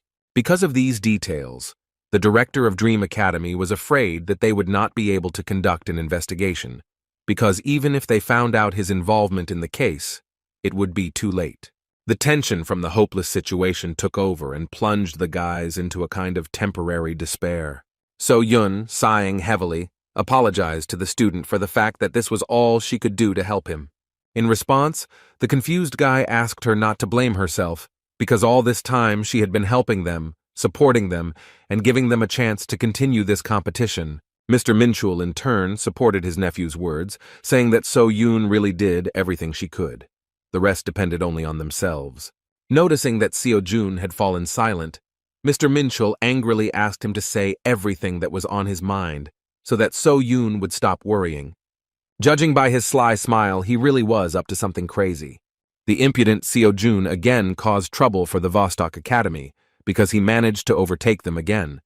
According to reports, he only started booking dungeons when he was already near them. Therefore, it was simply impossible to predict where he would go next time. Moreover, they decided to abandon the heavy truck. The competitors were shocked that it only took them 5 minutes to book and clear the dungeon. It was no longer possible to even bribe the inspectors, because the Dream Academy complained about their work, and therefore the Dungeon Management Department placed additional surveillance on this process. Lee Seok-man couldn't believe how they managed to get the management board involved so quickly. In response, the ward said that the Dream Academy is an institution under the leadership of the granddaughter of the Star Sword itself. Naturally, after hearing this, the director of the Vostok Academy decided that there was no point in conflicting with him directly, so he ordered to find another way so that they would definitely win. The last day of the competition began, and Kim So-jong began to slowly regain his position. There wasn't enough time to win, but in the end, he at least managed to score as many points as Lee So-yeon. The cabinet of competition organizers was forced to assemble a higher commission. As expected, having met face-to-face, Seo-yoon and Seok-man began to make claims against each other, in which the director of the East Academy still continued to deny the fact that he was cheating. Their argument almost turned into a fight, and the director was forced to stop the conflict. He said that, first of all, the commission came to the conclusion that there could be no draw. Plus, they didn't have solid evidence that Lee So-yeon cheated, so disqualification was impossible. That is why the commission decided that they would have to resolve this situation with a competition, which would eliminate the possibility of cheating. The next day, an additional stage of the exam began, in which Shin Young-seok, the leader of the dungeon management team, was in charge. Kim Seo-jun was determined to get his 300 million won charm. Of course, Lee So-yeon was going to do her best to live up to her father's expectations. Having met the participants, Young-suk said that first he should explain how the final round will take place, after which the winner will be determined. The rules were simple. They were given the chance to choose one of 3 dungeons. At the end of the cleanup, the one who completed the task first had to proceed to the second. The winner will be the one who clears 2 dungeons. In response, Seo-jun asked what was the point of raiding the second dungeon if, in fact, the one who completes the first one faster wins. As it turned out, at first they wanted to do this, but could not find a suitable place where only 2 dungeons were connected. Therefore, they chose this place because they could not leave this gate unattended.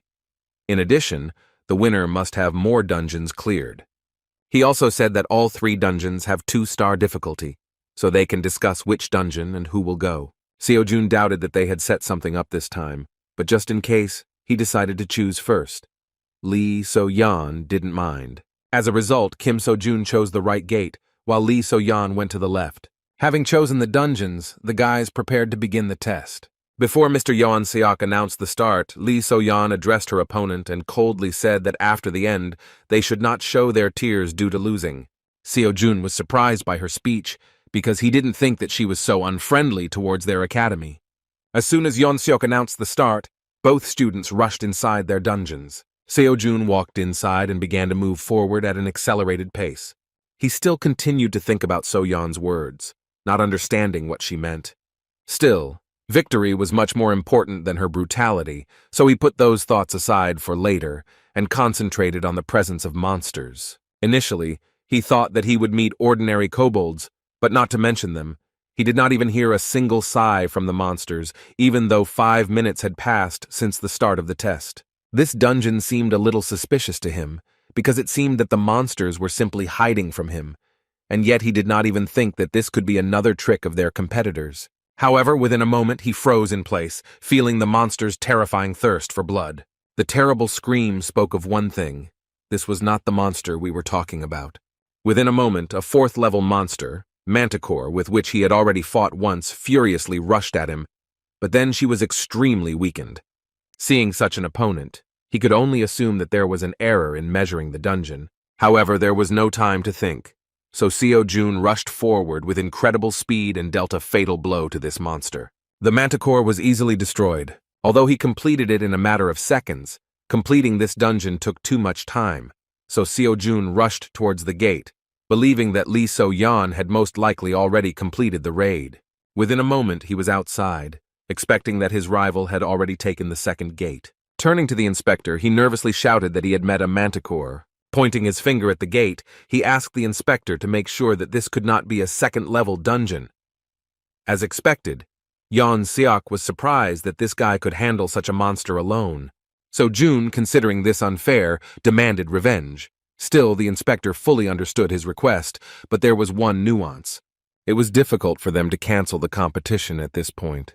When asked what was the matter, Young-suk unexpectedly replied that member Lee So-yeon had not yet come out of her dungeon.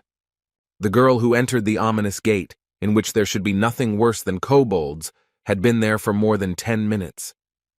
Her dungeon had also been corrupted, and a monster even worse than her competitor was waiting for her, Lee.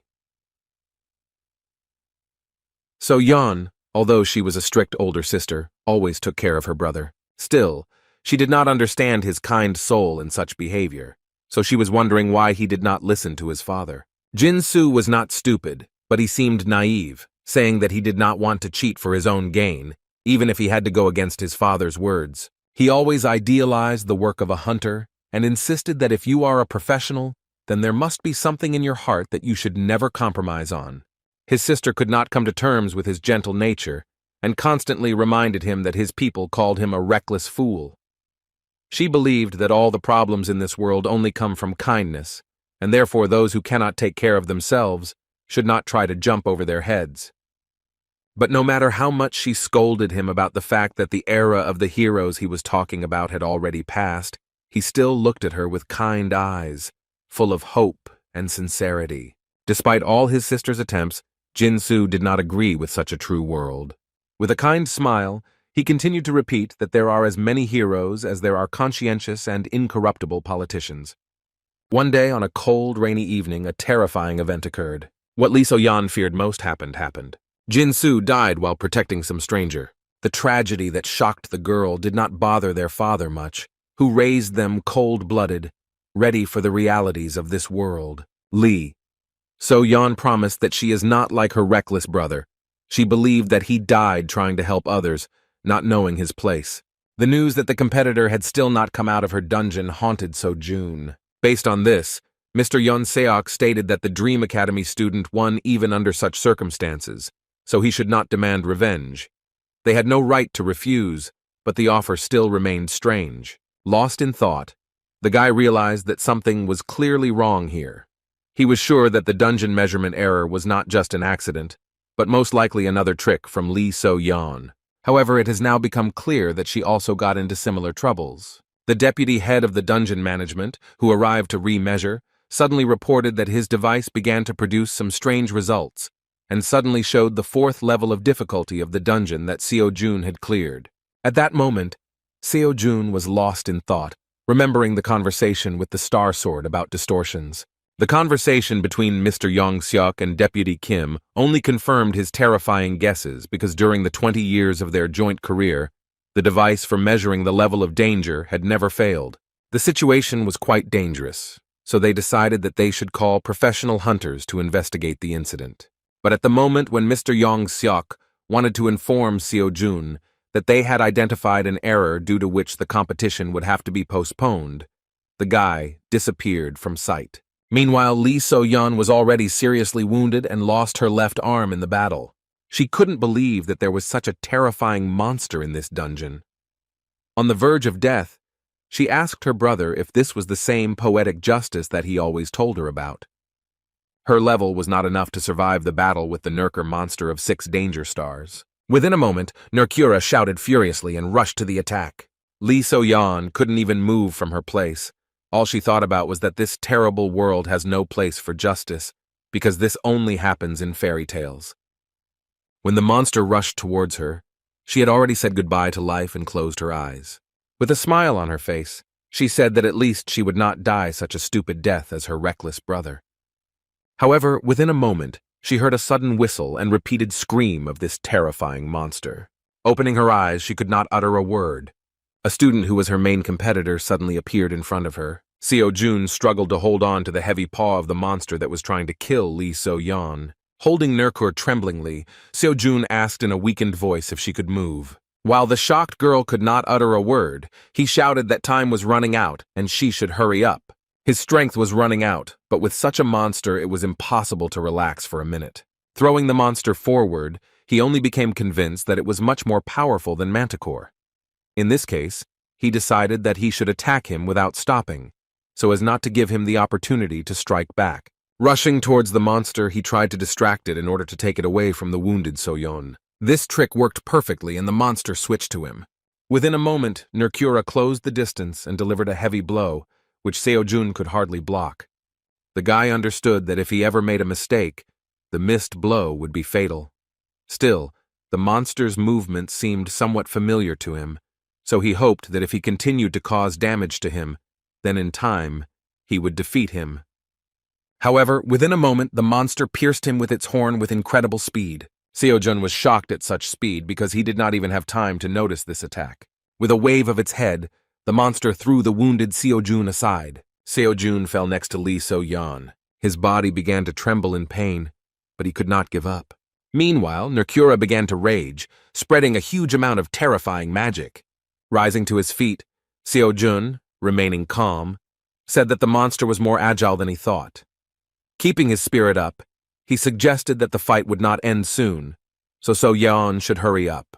The confused girl, holding back her bleeding, asked in a weakened voice why he was doing this and what benefit he would get from it. She shouted that he could have just cleared the last dungeon and won the competition, because after all, he came here for the money. Seojun, pointing his spear at the monster, agreed with her words that he came to the competition for big money. In response, the girl shouted that in this case he must get out of this dangerous dungeon in order to win. To save him, she even mentioned that he was well aware of everything she had done. She called him a fool for thinking she would thank him for saving her. However, Seojun did not agree with her words. He didn't deny that what she did was definitely wrong, and that he had no desire to forgive her for it.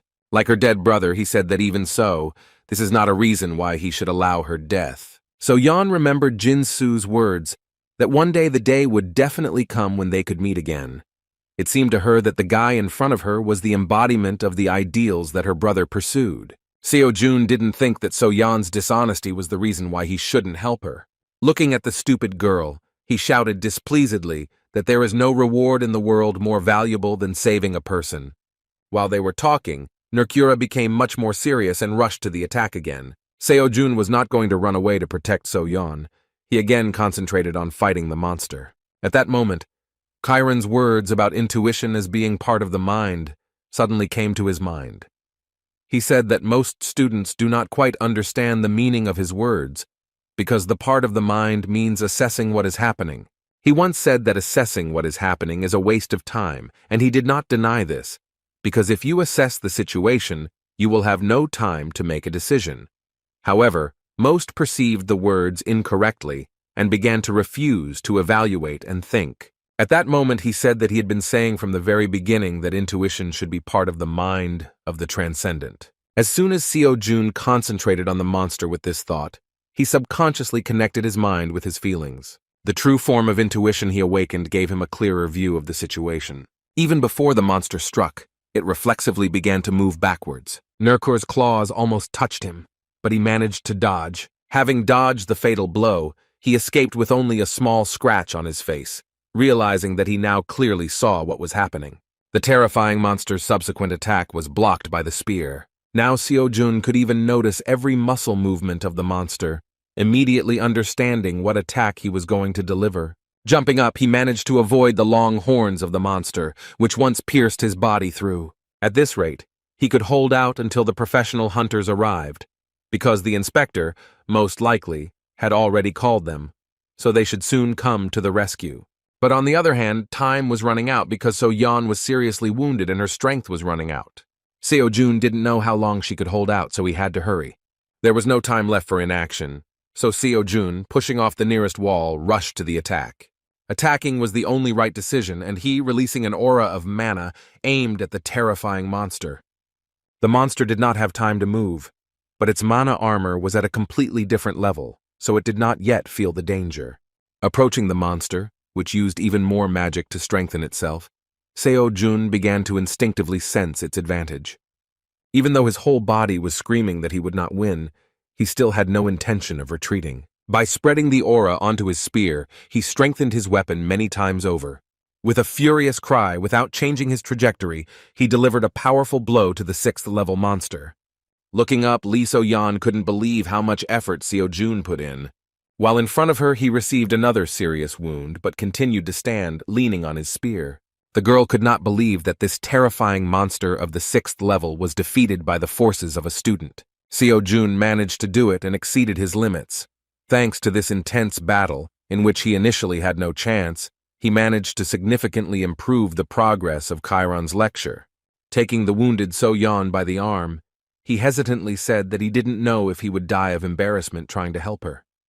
Seeing her condition, he asked if she was alive. He was really worried whether he had tried so hard in vain. In a weakened voice, So-yeon replied that she was still conscious. Hearing her voice, Kim Seo-jun breathed a sigh of relief.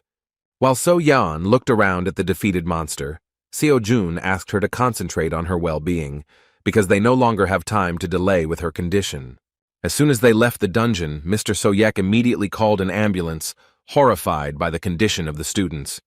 So-yeon, lying on the ground, suddenly said that despite what had happened, she still did not consider Seo-jun her benefactor, because she still regarded his action as a mistake. Sighing heavily, student Kim said that he didn't care, because he didn't want to save her. As soon as the news of the dungeon-clearing competition came out, the community went wild. The fact that a 6-star monster appeared in the 2nd-level dungeon was not a measurement error, because there had never been a single case before when the difference in levels was so large. This situation attracted the attention of not only ordinary people, but also the association and the government, who, in turn, were of course surprised. The news that Dream Academy student Kim Seo-jun had defeated Nercura spread with incredible speed and amazed everyone. Meanwhile, Mrs. Kalia learned that the Apostle of Temperance was waiting for her to visit. Her assistant suggested that this most likely related to the curvatures that originated in Korea. Young Jimin, who is investigating such distortions, was sincerely amazed that the person who dealt with the monster belonged to So-yoon Academy. Mr. Starsword hid his true reaction in her presence by calling Seo-jun an ugly dwarf.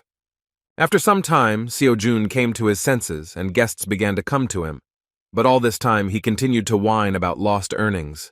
Mr. Minchul didn't understand the reason for his worries, because he almost didn't know how to fight a 6th-grade monster in a dungeon. As it turned out, at the end of the competition, the commission decided to make a draw, dividing the prize in 2. Seo-jun fumed, saying that in that case they could decide the winner through a game of mokjipa, but he left out the detail that So-yeon lost her left arm. The cunning Seo-jun was counting on this. His uncle said in surprise that because of the mania for money, he had lost his humanity. The ridiculous dialogue about how to determine the winner was interrupted by So-yeon. Looking at Seo-jun, she excitedly asked if he was okay. Uncle Minchul answered for him, saying that he was just crying because of a draw. Hearing this, So-yeon was surprised, asking why they decided that. She revealed that Seo-jun was the sole winner. As it turned out, Lee So-yeon personally gave up her first place, and including this, she also revealed all the fraud done during the competition and blamed it on her father, the director of the East Academy. Seo-jun couldn't believe that Seo-yeon, who said he made a mistake by saving her, would suddenly act in such an honest way.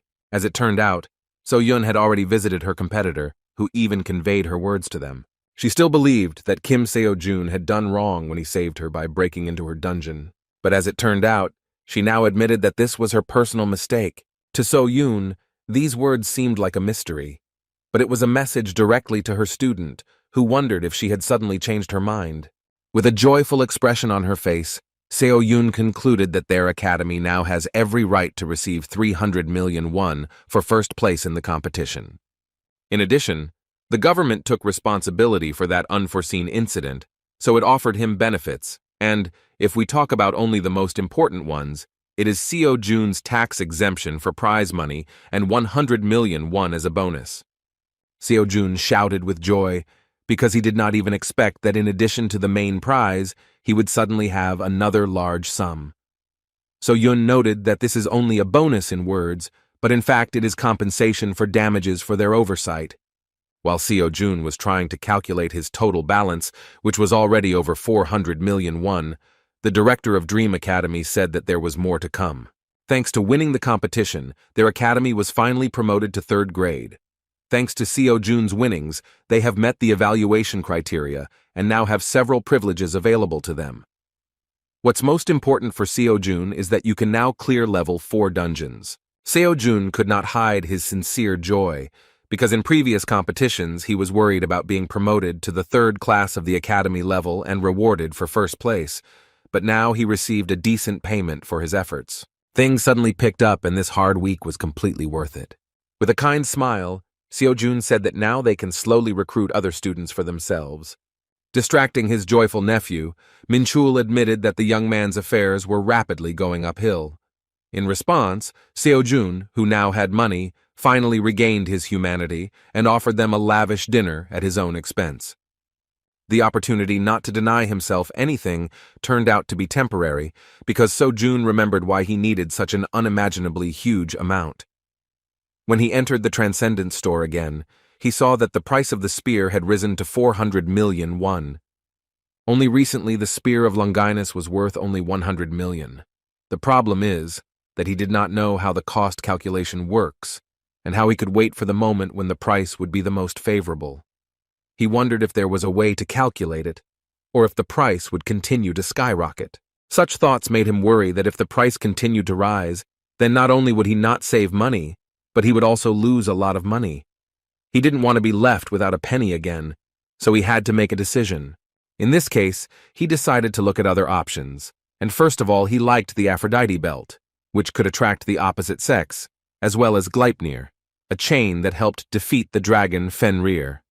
The product looked good, but he was wary of buying blindly because he had not interacted with the market before. In addition, the price was suspicious, because such things on the normal market would cost billions of won, not millions. It was also interesting why the store did not write in detail about the product. Because of this, he had to guess what the weapon's advantages or disadvantages were based on the brief description. Interaction with the market seemed to him like buying a pig in a poke. It was possible to find out for sure whether the product corresponded to the description only after its purchase. While thinking, the brilliant idea came to his mind to visit the community store website to find customer reviews. For some reason, he didn't have an ID, so he couldn't comment, but he still had the ability to view other people's comments. To his surprise, he immediately came across a huge post from some anonymous student that he had bought himself as many as 100 different weapons and created ratings for each of them, mentioning important characteristics. The first was the Shield of Aegis, also known as the Shield of Aeggiok. According to him, this is complete crap, and you should think about buying it. Although he is able to block any strong attack, the shield has a jellyfish head in the shape of a sun, which brings problems. Well, because of this head, he has the ability to turn a target into stone if the subject looks at him. However, the owner is also exposed to this risk, and there is simply no way to control the ability. In general, because of this ridiculous property, an anonymous student called this shield garbage and gave it only 2 out of 10 points. There was even room for a joke in this comment, and the author noted that this shield would be quite suitable as a gift to a close friend. As he read further, Seo Jun began to laugh, because initially he thought that the author was joking, but he actually bought as many as 100 items and made a very long list. Seo Jun became interested in an item called kibisis, which at first glance is an ordinary bag for carrying light things. As it turns out, this bag has spatial magic that helps expand the space inside and stop the flow of time in it. The author also believed that it is better to buy this kind of product as a replica, rather than an expensive original, which does not even match its price. Since it is a replica, it only reduces the weight by 70%, and the internal size is not infinite, but quite large. This was the first review in which an anonymous student was ready to give 10 out of 10 points, passionately recommending the item and promising that if he bought it, the buyer would definitely not regret it. Seo Jun remembered that kibisis has the same name as the pouch possessed by the goddess Hera from Greek mythology. She gave it to the hero Perseus, who, with the help of this item, managed to defeat the jellyfish. When he went to the market to calculate the individual price, he was surprised that it was only 100 million won. Considering this, he thought that this was quite a useful thing, because when carrying out raids, he would immediately be able to put monsters and weapons inside. The only downside was that it does not completely reduce weight. However, after a moment, the realization came to him that this minus could play into his hands. Kibisis will be very useful for him even without a complete weight loss, because he will be able to put everything in this bag to make doing the exercises even more convenient. Seo-jun decided that he simply had to buy this item. 3 days later, he left the hospital and prepared to go on a raid with new items. In his hands was his new spear, which even in life looked simply amazing. As with the Kibisis, he still had to test the effectiveness of the new items, but he already felt that an unusual aura was emanating from the spear. And yet, his savings book was empty again. Despite this, he was not upset because he bought what he wanted. He hoped that these items would be worth the investment, which he could earn at any time. Standing on the street, Seo-jun was suddenly noticed by Seo-yun, who realized that he was going to a dungeon raid, so she excitedly said that it would be better for him to take a short break. He replied that he was fine and there was no need to worry about it. He admitted that he couldn't just sit back, knowing that he needed to earn more money. So Yun was surprised and said that in fact, he only recently received a big cash prize. She was simply shocked when she heard that he had already spent every last penny. Looking at his weapon, she understood without words how he managed to spend a huge amount in a short time. Seo-jun decided to buy a spear and a strange bag despite complaining about his empty pockets, but he looked happier than he had ever seen before. When Seo-yun found out that he spent everything again, she became furious, but this is his personal responsibility, so she refrained from liking it. The guys went to the nearest 4-star dungeon. Seo-jun asked So-yun to be careful and stay close, because if it becomes dangerous, it will be easier for them to fight against the sudden attacks of monsters. Taking a few steps forward, they noticed that the statues suddenly came to life. They were gargoyles. While spinning his spear, Seo-jun thought that since this was a 4-star dungeon, the monsters here should have the highest defense rank. Rushing to attack, he decided that in this case the gargoyles would be ideal for testing the strength of the Spear of Longinus. At first, he decided to use it without investing magic to see what damage his new weapon did. No matter how strong a level 4 gargoyle was, he was sure that the Spear of Longinus would definitely be able to inflict at least some damage. In case of danger, he was going to strengthen his attacks with magic in order to deal with the monsters without any problems. However, what happened next simply shocked him. Having come into contact with the monster, the spear easily tore it into 2 parts. Seo-yun and Seo-jun immediately looked at each other, not understanding what had happened. The mentor did not understand at all why the student was asking her about this, if he himself made this incomprehensible blow, which, without investing force, cut such a monster in half. Seo-jun decided to check the spear again, and, as it turned out, his own aura was more than enough to not sense such monsters. Trying to keep a smile on her face, shocked by what was happening, So-yun thought that it seemed to her that after all his accomplishments, she would no longer be surprised by any surprises. As it turns out, this is far from the case. She couldn't believe how the hell a gargoyle cut as easily as tofu. However, this was not the end, because when enough monster bodies had collected, Seo-jun reached for his bag, saying that it was worth collecting the loot. So-yun didn't understand what they could be talking about, because you could barely fit 2 fists into his bag. However, within a moment, Seo-jun began stuffing entire bodies of monsters into it. Watching this, she was speechless, and Seo-jun began to jump, saying that even though the bag reduces the weight by 70%, it still feels a little heavy. Having checked the properties of the new item, he threw out a mountain of monsters from the bag in order to use it at the end of the raid. When Seo-yun came to her senses, she awkwardly asked whether the prize was 400 million won or $400 million. She couldn't believe how he managed to acquire such incredible things for that kind of money. Seo-jun found himself in a difficult situation and began to become visibly worried because the academy director wanted to know where he was able to get such things. He answered hesitantly that he bought them at a hunter's store that he wandered into in passing. So-yun's face began to glow with incredible joy, and she shouted that she wanted to know where this place was. Seo-jun replied that the store was located in a dark alley next to his house and was intended for academy students. So-yun was surprised that you can really buy such cool things there for only 400 million, after which she asked to quickly tell the exact address. The lie had completely exhausted itself, and Seo-jun was forced to disappoint her by saying that she would not be able to go there, because the last time he shopped there, the owner told him that he was planning to close and go on a trip. Looking at the ridiculous expression on her student's face, Miss Park knew perfectly well that he was trying to lie. Despite this, she sadly said that if he said so, then she was forced to believe him. After a moment, they had no time to talk. They felt the dungeon begin to shake violently. It became clear that this was due to the approach of a huge number of gargoyles. So Yun, grabbing her sword, said that she would take care of them herself, but her student quickly asked her to stop. He asked to be given a chance to deal with them with his own hands, since he had not yet fully tested his new weapon. The Spear of Longinus was indeed stronger than he expected, because it cut the gargoyle like tofu without any invested magic. Moreover, having felt the aura of this weapon, the monsters were afraid to attack alone, and always tried to do it only in a crowd. Now, Seo-jun decided to find out what would happen if he put the magic he had recently learned into the spear.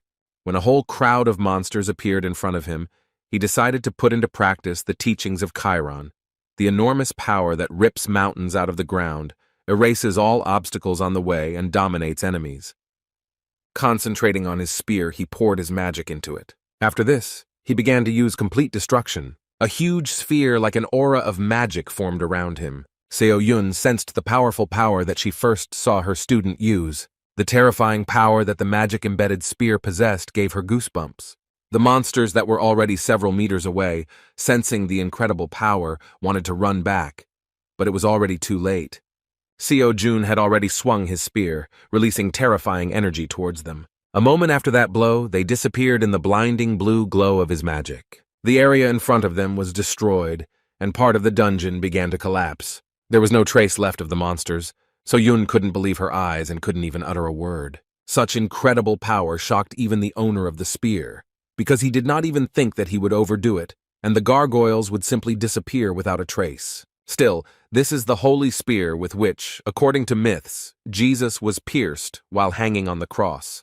Despite the story behind the weapon, Seo-jun thought it would be a mediocre weapon and hoped it would be at least somewhat effective considering it was a replica. However, after he used it in the dungeon, he was completely out of it, realizing that with such a weapon it was worth holding back in most of his battles. Still, he was glad he didn't buy something else, because even though the price was enormous, the weapon was truly worth the expense. Kibisis also pleased him, so based on the feedback from students, he wanted to purchase more weapons to recoup their cost. In the meantime, he only had 25 days of free pass left, so he planned to catch as many lectures as possible. As soon as they returned to the academy, the inspired guy began grueling physical exercises. However, So-yun at one point distracted him with the words that Sister Jimin, who is a student of the Star Spirit, really wants to see him. Seo-jun had never heard of her, and Seo-yun was at a loss, thinking about how to describe the strange magic scientist. Without hesitation, she decided that he would better understand who she was if he knew that she was a student of a man who was given the nickname of the Devil. After this, Seo-jun came to the conclusion that if this is true, then we are talking about a girl who cannot be compared to anyone except her teacher himself. He had already heard that we were talking about a very terrifying person. Based on these guesses, he awkwardly asked why she wanted to meet with him.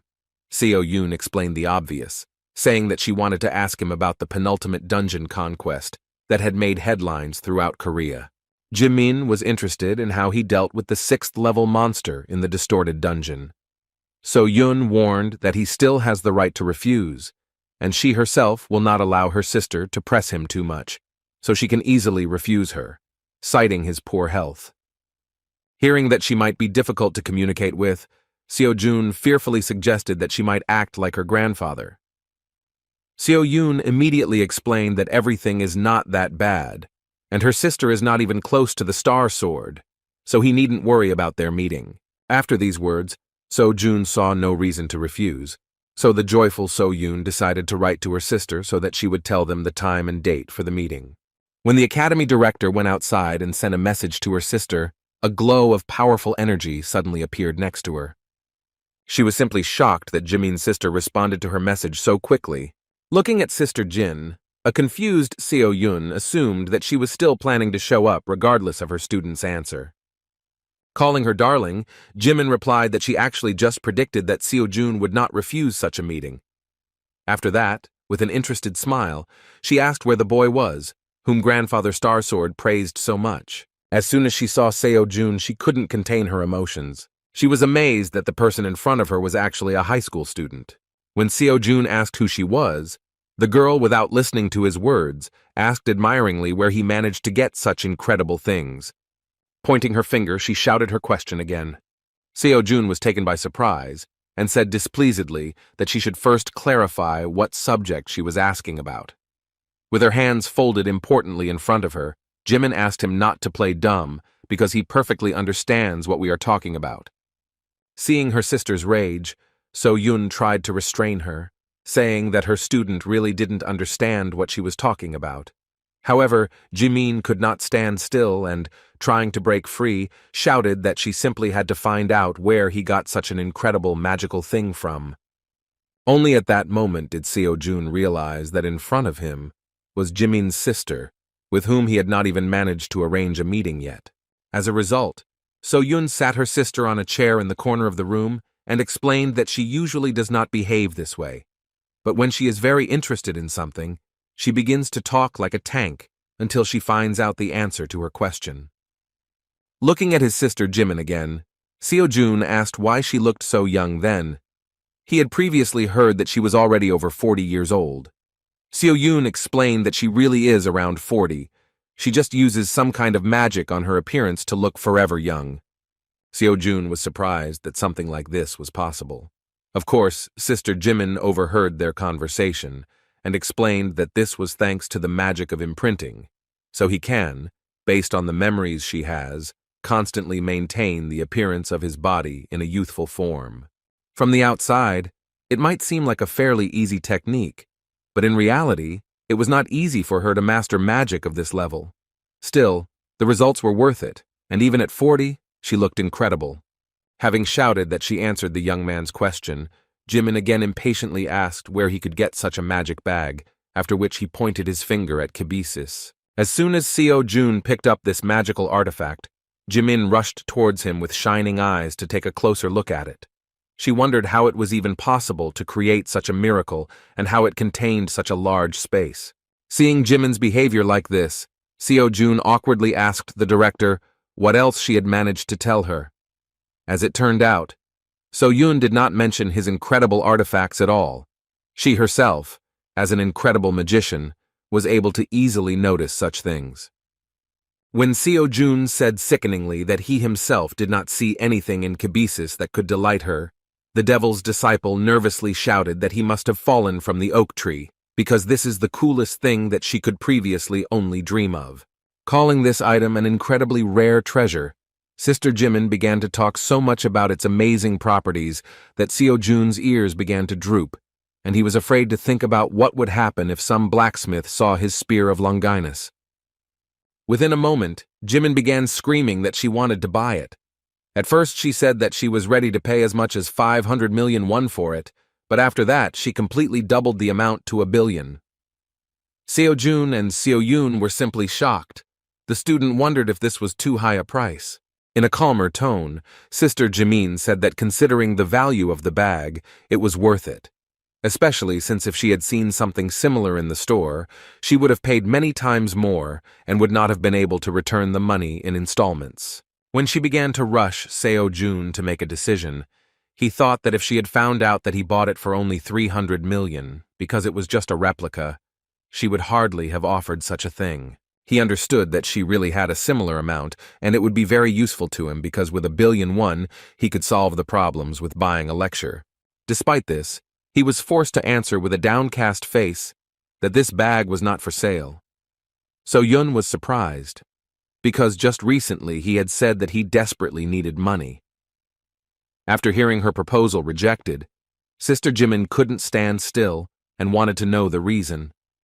She couldn't believe that even 1 billion won was not enough, but she was willing to listen to his counter-offer. Sighing heavily, Seo Jun knew that he had no choice but to let her try to use this item to see what the problem was. As soon as he picked up the pouch, He felt that her energy did not match his master's, so he began to release a defensive technique that hit her with a powerful electrical charge. Jimin's sister couldn't understand what happened, so Seo-jun calmly explained to her that no one else could use this item except him. Since no one else could even touch his things, resale was out of the question. When he purchased Kibisis, the Academy system informed him that reselling this product to a non-Academy student was strictly prohibited, as it was developed by previous students for the next generation. Even though Jimin gave up on trying to get the pouch, she was still fascinated by the mere fact that Kibisis has 5 different types of magic spells, including a protective one. She began to obsessively wonder where he managed to buy this item. She was willing to pay as much as 10 billion for information about where such items could be found. But as expected, the obvious lie from Seo-jun's mouth made it clear to her that an honest answer was out of the question. Taking into account his situation, she said that then he should help her in one matter. Since she could not use Kibisis, she asked him to help by participating in her venture. She promised that there would be nothing difficult about it, and besides, it would be for money. Naturally, we were not talking about 1 billion, but Seo-jun was not against any amount. He was surprised that even when Jimin found out that she would not be able to buy his item or use it, she decided to resort to a very cunning method, hoping for help. She understood perfectly well that if someone else just wanted to touch the bag, protective magic would work. However, it will be a different matter if the owner of the bag himself helps with this matter. There was little time to make a decision, but Jimin glared at him so much that he couldn't refuse her. Seo-jun didn't mind helping if she paid him decently.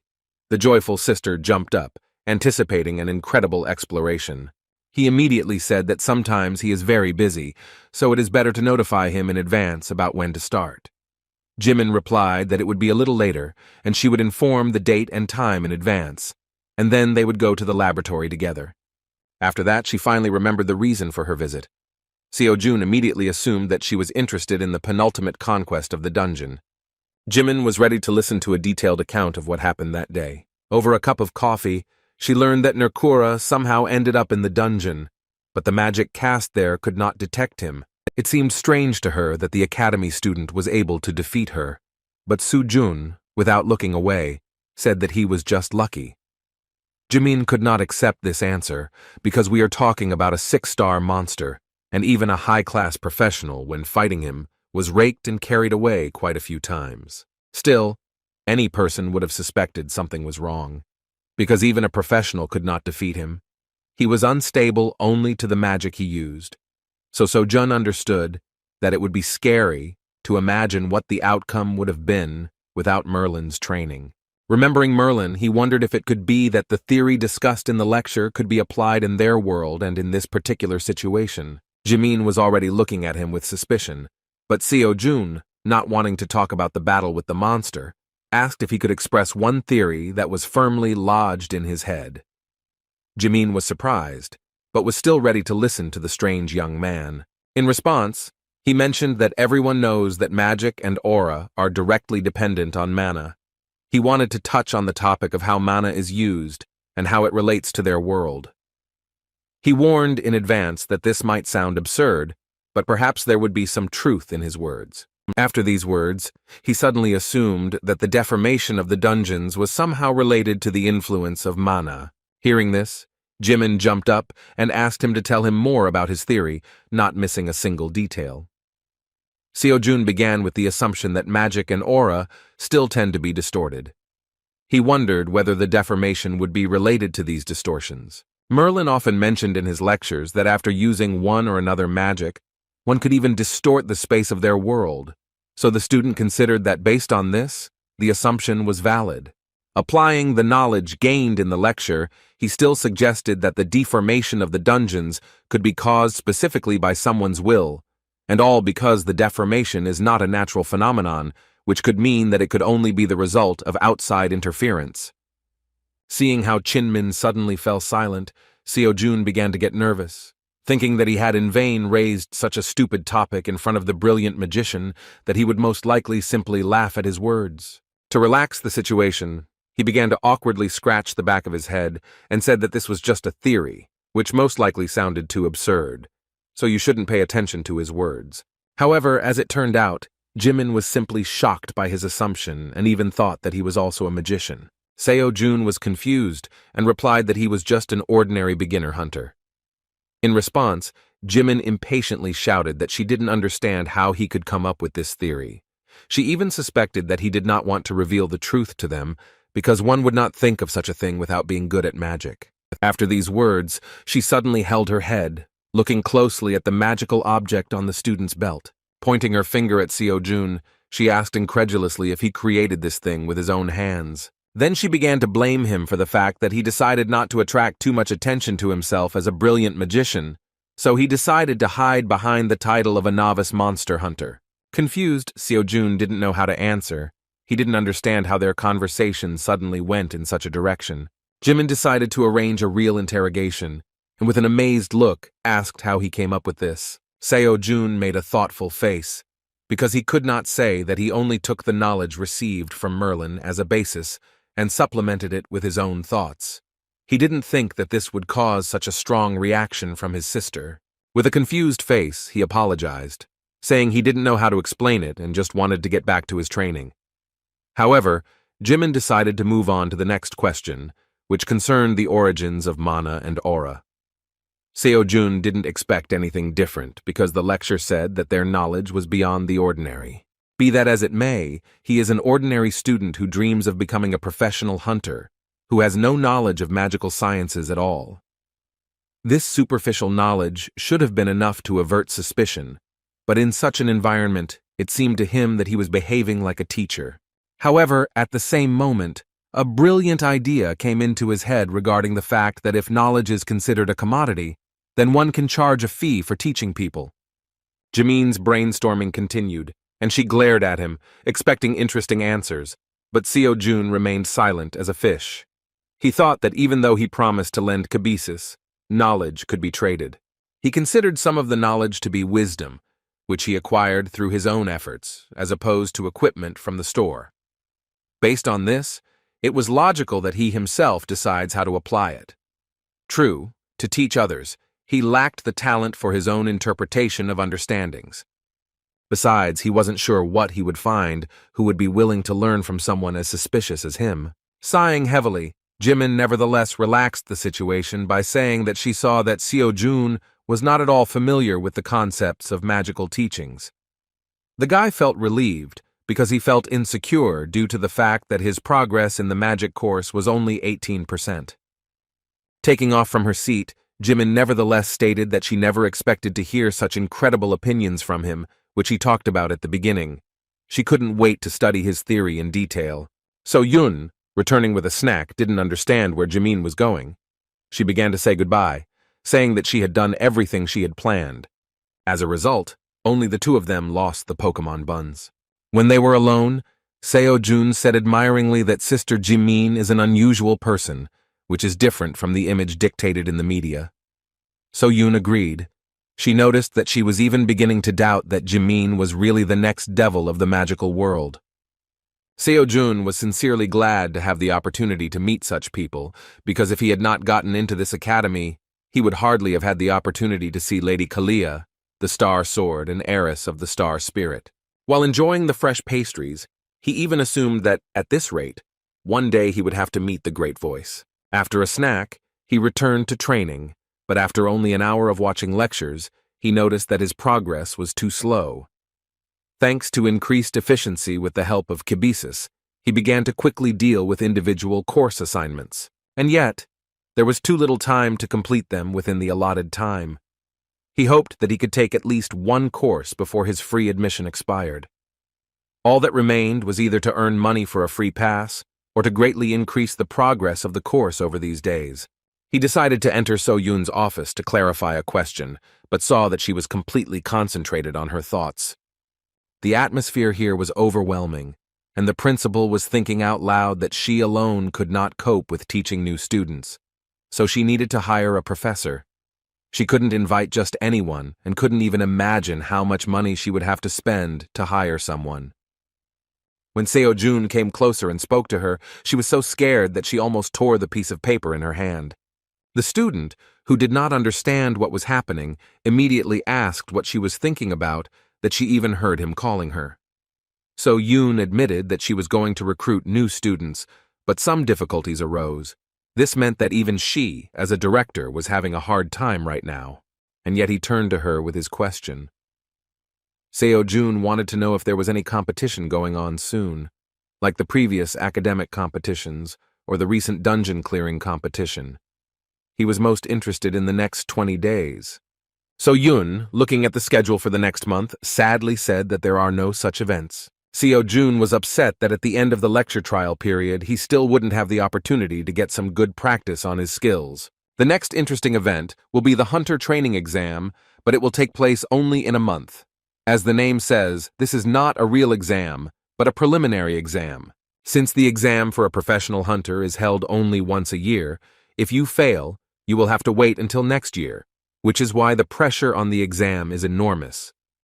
Therefore, every educational institution has introduced mock exams to prepare students in advance. Among these institutions, 3 academies stand out: Hunter Mill, Ile, and Kaon, which are included in the top 3 rankings.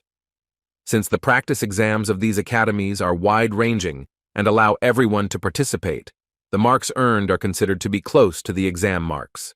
Seo-jun was confident that all students superior to Lee Ju-hwan would participate and would give a huge amount of money as a grant. He could not miss this chance, because in this way his money issue and the problem of course progress would be solved at once. It was a shame that the practice exam would take place next month, because that's when the free period ended. But first of all, it was worth trying anyway. Returning home, Seo-jun continued to study Chiron's lecture, where he talked about how witchcraft is not perfect, and it can be distorted and misfire at any moment. Because under the influence of sudden changes in the situation, witchcraft also changes. Chiron said that at such moments fighters will need intuition. He asked them to remember that intuition itself can exist as a pattern. Seo-jun, listening to his words, said out loud that transcendents are simply amazing. Unexpectedly for the student, the lecturer said that he knew that the date of the transcendental practice exam was approaching. The only thing he wanted to advise was not to focus on the grades, because anyway, this is just a preliminary exam. Seo-jun didn't even expect that the transcendent exam also had a preliminary test in which you could try your hand. This was a unique innovation of their academy, which was accompanied by a thorough analysis of exam questions in each subject. In fact, previously, he did not even believe that such an exam existed and that one could even get a license for it. It turned out that, like the Hunter exam, they had their own standards, and someone evaluated the student's work.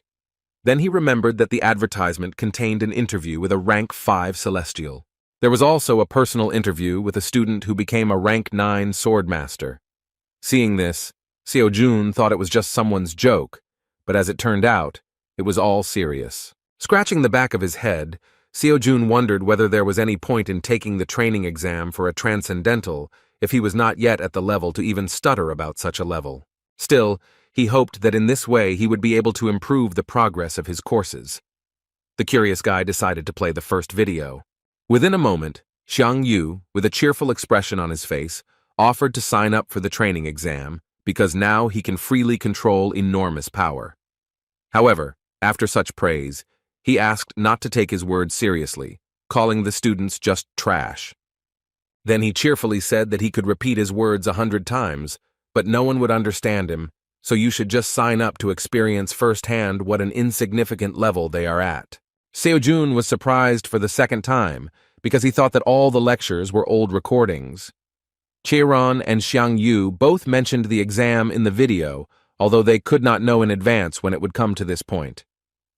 To test his theory, he attended lecture courses by Shakyamuni and the magician Merlin. Like the previous lecturers, they also talked about the upcoming exam. Putting down the phone, Seo-jun, leaning on the bed, sighed heavily, saying that there were more than enough oddities at the Academy of Transcendence. This kind of attention in lectures made him wonder if this practice exam was really that important. To find out more, Seo-jun decided to see the reaction of the Academy community. The situation turned out to be similar, and as expected, everyone advised to raise your level first.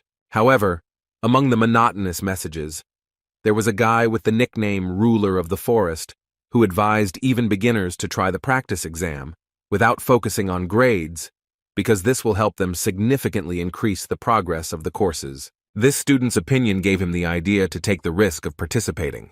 Luckily, the first try was completely free. Although he was sorry to waste a free chance, he still decided to take such a risk, thinking that he would still be able to earn money. But the lectures were worth studying before the end of the trial period. Having chosen the skill of the 9th rank sword as his theme, he received his first task regarding combat power. The first question asked to find the correct answer to a task consisting of 15 stages. Within a moment, he received a message that the first stage had begun to form. Seo-jun was confused because he didn't even know how the exam would be conducted and that it would actually happen in the same place. It was said that he would have 15 stages in total. Considering the level of transcendence, he expected that even at the first stage it was worth waiting for a monster of at least 6 stars. In this case, starting with him, by stage 15, he will have to meet at least a monster of 20 stars. Within a moment, his phone began to emit strong energy. Something suddenly jumped out of the phone. It was the monster of the first stage. Seo-jun was determined and looked towards the landing monster, seeing that it was not yet fully formed. While the monster was getting bigger and bigger, Seo-jun couldn't begin the first stage of the training exam. He was simply shocked when he realized that the monster continued to grow, even though it had already far exceeded the size of 6th-level monsters. Within a moment, he saw him in full growth. It was a dragon with terrifyingly powerful magic, making it look like only a small and weak man.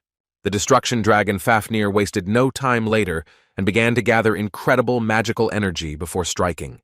Seo-jun didn't even have time to move before this terrifying force headed towards him. As expected, he instantly failed the first stage and only had 29 minutes and 58 seconds to use his free pass. He was crushed with such incredible speed that he grabbed his head and began rolling on the ground, screaming that this was simply madness. This was only the first stage, but he already had to fight a dragon monster whose combat power was simply at an incredible level. Seo-jun was simply in despair. He screamed and beat his fists on the floor, thinking that at stage 15 he would have to fight God. So he had a logical question regarding whether the Transcendence would emerge victorious in the battle with the gods. At that moment he remembered that his lecturers were already demigods. Taking a deep breath and exhaling, he decided to think about how to get out of this situation. Initially, he thought that the building would collapse just from the appearance of such a monster, but it remained intact. This meant that the exam did not affect anything other than itself. At least he was glad that after the first time he still had 10 chances to complete the stages. Although he was afraid that even after these 10 attempts nothing would change, he was still going to see if he could make any progress in such a crazy fight. When he went outside, he spent 4 more attempts, but each of them ended in the same failure, and he could not last even 5 seconds in the battle with Fafnir. He once again blew it dry and again began to roll on the floor, clutching his head, not understanding how to even fight such a monster. Sitting down on a bench, he drooped into himself, thinking that he was still far from being a hunter, and he was trying to take the transcendental exam. Still, he needed to do something to improve the progress of the course. He was losing before he could even move, so he saw no point in continuing. It was already too late to refuse or change my assignment to something else. Suddenly, he heard a message from Transcendence Academy. Looking at the phone, he saw an offer to listen to an explanatory lecture on a relevant issue. If he agrees, points will be deducted from his grade. Seeing such a proposal, Seo-jun immediately grabbed the phone, thinking that they would tell him how to defeat this beast. He had 3 lectures to choose from: the Great Sage, Siegfried, and the Divine Blue Dragon. What he was counting on most was the lecture of the Great Sage equal to heaven. He hoped that his lecture would somehow help him with this battle. Turning on the lecture, he heard that Sun Wukong knew that the task of the first stage of the training exam was the battle with the Dragon of Destruction Fafnir. With a kind smile on his face, he said that in fact this is a task of attentiveness, due to which it causes some difficulties. But if you look deeper, everything will turn out to be much simpler than it seems at first glance. He expected that many students might be stunned by his first installation in the form of a breathing technique, but as it turned out, this is as much the beginning of Fafnir as the end, because there is simply nothing else at his disposal. Seo-jun hadn't seen him for a long time, so he listened carefully to every word to find at least some clue. In the end, The Great Master boiled it all down to the fact that you just have to avoid the breath of this monster, and the matter is in your pocket. After that, he suggested looking at how this is done in practice. His first advice was to not try to cut the breath. He did not say that this was impossible, but he believed that this was simply not necessary, so he should just avoid it. Having dodged the attack, he calmly said that by expelling his breath, Fafnir would not be able to use it again for some time. With a sly, bestial smile, he suggested that at this moment Fafnir was no more dangerous than an ordinary lizard. Naturally, in this case, he suggested simply beating her like an ordinary monster. With these words, he struck with incredible power, which is the first form of his spear technique called meteorite fall. Naturally, Fafnir instantly disappeared under such pressure, and the old man said that in fact everything was quite simple. Such a demonstration was not at all what Seo-jun expected. Calling this an easy stage, the lecturer said that the task was aimed only at testing the ability to understand the situation. Seo-jun couldn't believe that this was actually an expository lecture. He plunged into severe despair and literally lost his own identity from the realization that he was unfamiliar with the concept of clarification used by transcendental-level masters. The second lecture was no less useless, since the divine blue dragon simply stopped Fafnir's attack with lightning breath. Naturally, Seo-jun was not a dragon and had no idea what to do with this information. At that moment, he felt completely disappointed in the lectures and thought that this was the end. There was only one lecture left, but he no longer believed that he would find answers to his questions. Having spent his precious free coupons, he thought it would be a shame to back down right now. The last was Siegfried, a hero who possesses the famous sword Balmung and is the strongest dragon slayer. The dragon that helped him gain such a title was none other than the dragon of destruction named Fafnir. The title of the lecture mentioned the characteristics of this dragon, which was not strange, because Siegfried really is the most knowledgeable about this. Seo-jun hoped that he was the compiler of the first stage, because in this case he would have at least some chance of a decent explanation. Siegfried began his lecture by saying that the key to defeating Fafnir depends on whether you can dodge his breath or not. He said that a student just needs to be able to dodge the flames to achieve the goal. As soon as Seo-jun heard these words, he immediately lost hope and decided to stop the lecture. However, he immediately changed his mind when Siegfried said that he was probably watching this lecture, because for him, dodging the dragon's breath was not so easy. As it turned out, he was the only one who could understand the features of Fafnir and show the second way to achieve the goal. First of all, he clarified that Fafnir spews out his breath where he is summoned, so if you call him and quickly jump away, the breath will rush in that direction. It was pure trickery, but knowing this, inexperienced students might have a chance to evade the breath. Still, Siegfried took into account that there would be students who would find it difficult to cope with the speed of the dragon. Therefore, he said that for such students, he has an additional method. As it turned out, for this it was necessary to prepare a gold bar. Siegfried admitted that Fafnir became the dragon of destruction precisely because of the gold, which blurred his vision. In fact, it does not have to be a solid gold bar, because something similar could do. After calling Fafnir, he offered to throw gold right under his nose. In this case, the brat will not immediately use his breath because he will be afraid that the gold may melt and mix with dust. When asked whether this was a violation of the rules, he replied that it makes no difference whether the student uses a trick or his own skills, because the main thing is to find the right solution and way out of the situation. That was all he could say about this stage. The information turned out to be quite valuable, and he even said that if anyone is interested in how to defeat other dragons, then it is worth attending his lectures on fencing that defeats dragons. Sighing heavily, Seo-jun resigned himself to the fact that he had to spend money on the bar. Now he had some knowledge of how to fight against this dragon, so with some hope he began the first stage again. As expected, the dragon immediately began to prepare its fiery breath towards the student. At the same moment, Seo-jun threw a gold bar towards the dragon. The dragon was already a moment away from turning everything around into dust. However, as Siegfried said, as soon as he saw the shine of the gold bar, he immediately stopped, for fear of losing it due to the high temperature of the fiery breath. Within a moment, he turned into an obedient pet, whose gaze was aimed at the ingot flying past him. Seo-jun was already extremely happy that he was able to escape the dragon's breath. However, he had to hurry, because as soon as Fafnir received the ingot, he learned that it was not completely gold, but only covered with gilding. Realizing the student's cunning, he rushed towards him with a furious look. He still couldn't use his breath, but his huge claws were enough to tear the confused poor fellow to pieces. Finding himself under a huge wave of destruction, Seo-jun shouted that the great sage was a scoundrel, because he said that after his breath, Fafnir turns into a useless lizard. After making an incredible fuss, Seo-jun was still able to hold out for just over a minute, which was already something incredible.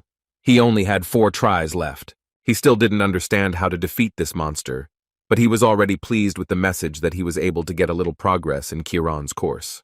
There was little time left, so he decided to use his attempts to the end. The second time, he managed to avoid breathing even without the fire ingot. Despite this, a powerful blow from the dragon's tail caused him to lose his balance. It was extremely difficult to dodge, not to mention the opportunity to strike. The speed of the dragon's tail greatly exceeded the speed at which Seo-jun moved around it. A moment before the collision, he, realizing that it was too late to dodge, decided to avoid the blow in a cunning way. Once again, a gold bar was used, which distracted the attention of the greedy dragon. Thanks to this, Seo-jun gained seconds of peace by dodging the blow. However, this trick did not work for long because within a moment the dragon rushed to attack again, this time even with a furious cry. Seo-jun understood that his rage was because he was angry again because the bar was gold-plated. A moment before Fafnir struck, Seo-jun reached into his pocket again. This time the cunning guy threw up as many as 5 bars. The dragon, seeing this shine in the air, again turned into an obedient pet.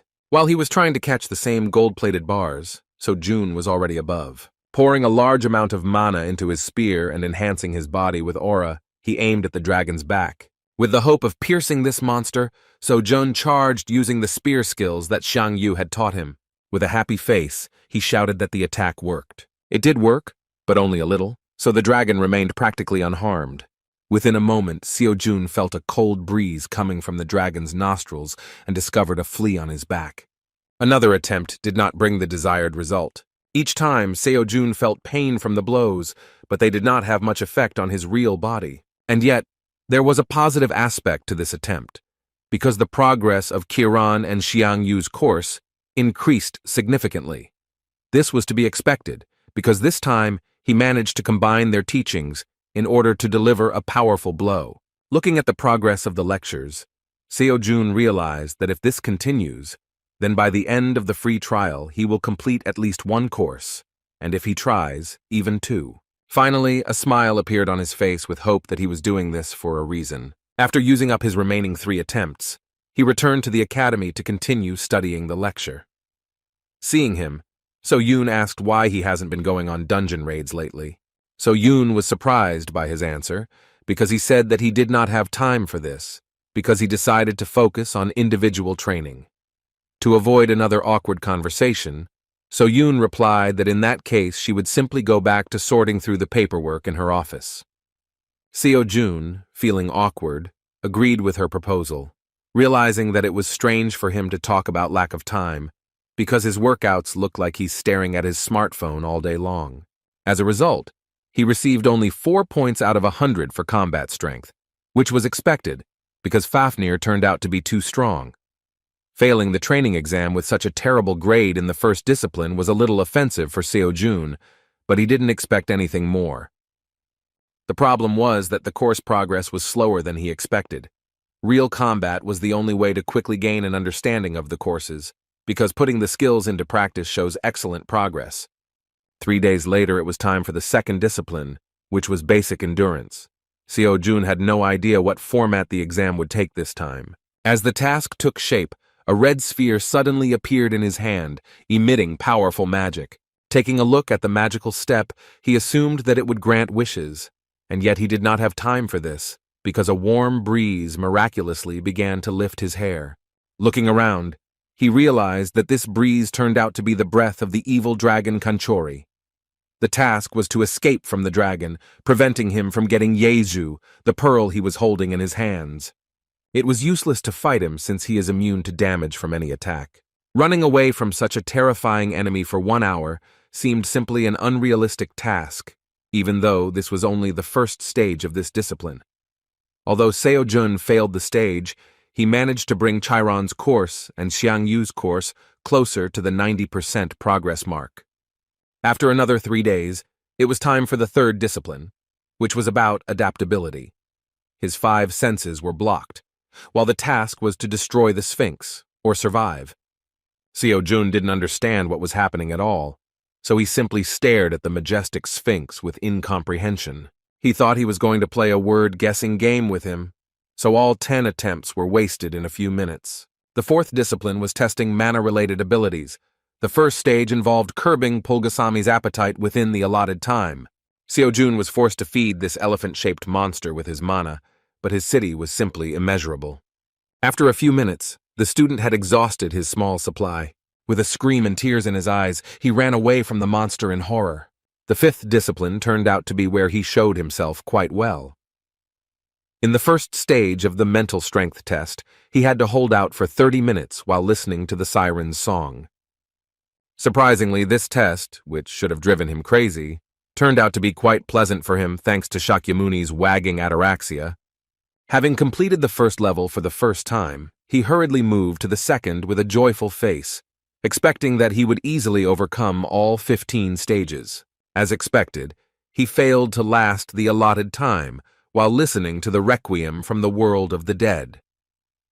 Despite this, he was able to make minor progress in the Buddha course, the percentage of understanding of which reached 15%. As a result, Chiron's course and Xiangyu's course exceeded the 95% mark, and Seo-jun was already close to their complete mastery. He was glad, knowing that if he continued like this, he would be able to complete them completely during the next 2 disciplines.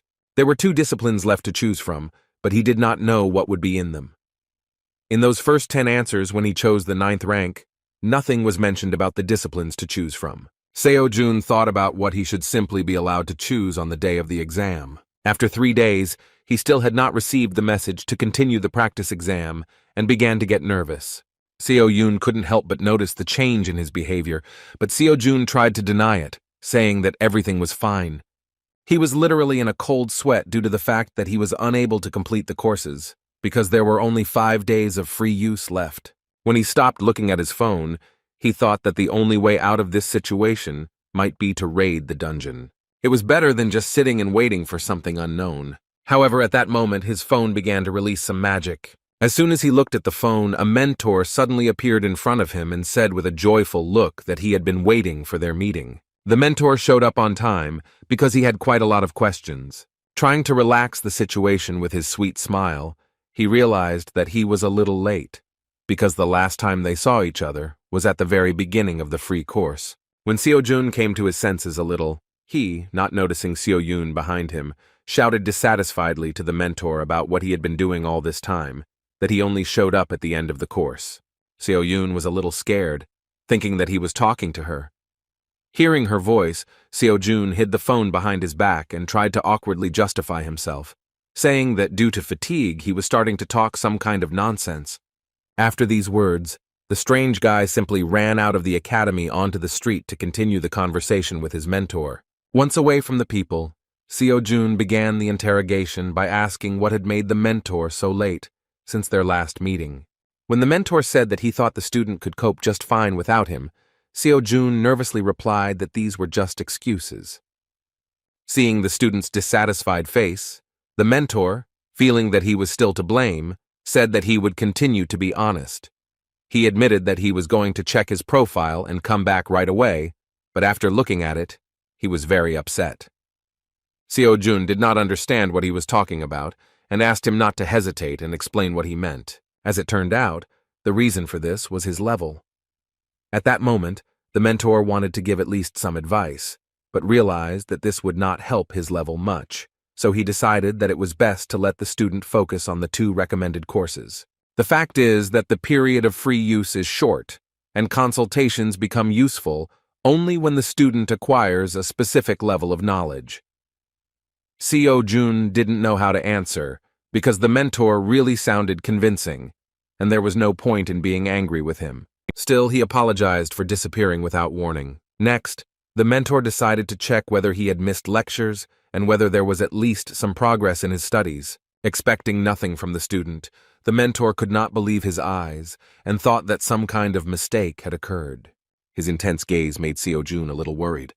When asked if there were any questions, the excited mentor answered hesitantly that it was nothing special, but he didn't understand why the system showed as many as 4 courses being studied and what generally happened to their progress. Seo-jun only confirmed that this is current information and that he actually teaches all 4 courses. The mentor could not believe his ears and hastily began to verify the information, thinking that perhaps there had been an error in karma.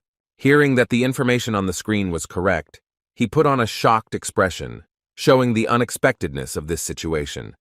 The fact is that Seo-jun's level was previously terribly low, and the mentor could not believe that in just 3 months it was possible to achieve such progress, because even if these are just introductory courses, they usually take 4 times as long. He was no less surprised the moment he heard that Seo-jun had already started studying for the Transcendence Training exam, which greatly helped him in his progress. With a kind smile, the mentor admitted that his presence was indeed not required, although not for the reason he expected. Taking the opportunity, Seo-jun said that since they were talking about increasing the level, he would like to ask a question about the exam. He was interested in the elective disciplines and how they should be chosen. Looking at the screen, the mentor was surprised, because even though the training exam was in full swing, for some reason Seo-jun was displaying that no disciplines had been selected. The student assumed that this was due to the fact that he did not have a Transcendence Academy ID. The mentor could not understand how this was even possible, since it is usually created during registration. In response, Seo-jun said that he simply missed this stage. To confirm his words, the student simply showed a screen on which it was written that he could not create topics for discussion in the Academy community without having his personal ID. Nothing like this had ever happened before, so the mentor didn't even know what to answer. Nothing came to mind, so he decided that he needed to address this question directly to the director of the Academy. When he said that he needed to go away for a while, Seo-jun fearfully said that he would probably disappear again for several months. In response, the mentor promised that he would just leave a request and return immediately. Returning the phone, he said that he had already solved the problem with the elective disciplines, and now Seo-jun could calmly choose to continue the practice exam.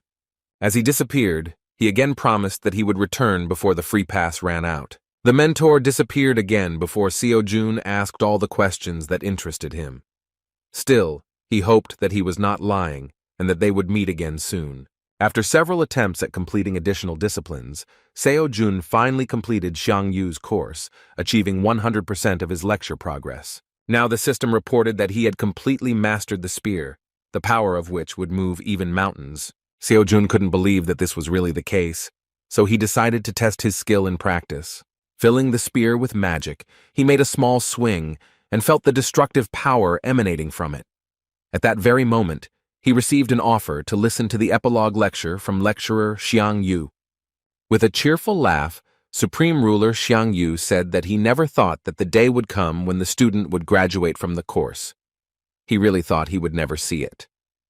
Xiang Yu was sincerely confident that the students who completed the course had undergone strong changes and could now freely use limitless power that would move even mountains. However, he asked that it was stupid to become proud over such a trifle, because this is only the basis for learning, which gives the right to move on. To encourage the students a little, he said that they had now moved from the status of ordinary garbage to the status of recyclables, which still does not change the truth that they are worthless masters, far from transcendence. Despite these words, the congratulations actually brought a smile to the student's face. Finally, he warned that this path would be extremely thorny, and students would probably still want to give up and doubt whether this was the right choice. He asked to remember that in transcendence, there is no one right answer, as in everything in this world. Therefore, he advised them to trust that they had made the right decision in order to confidently follow this path to the end, regardless of the speed of progress. Xiang Yu's course was completed, and Seo-jun fully mastered the power that moved mountains. When he returned to the academy, So-yun was already waiting for him with an interesting offer. She had previously mentioned the hunter training exam, and this time she said that applications were just beginning to be accepted and would last a week. Seo-jun was just about to ask about this, so he agreed that he wanted to participate.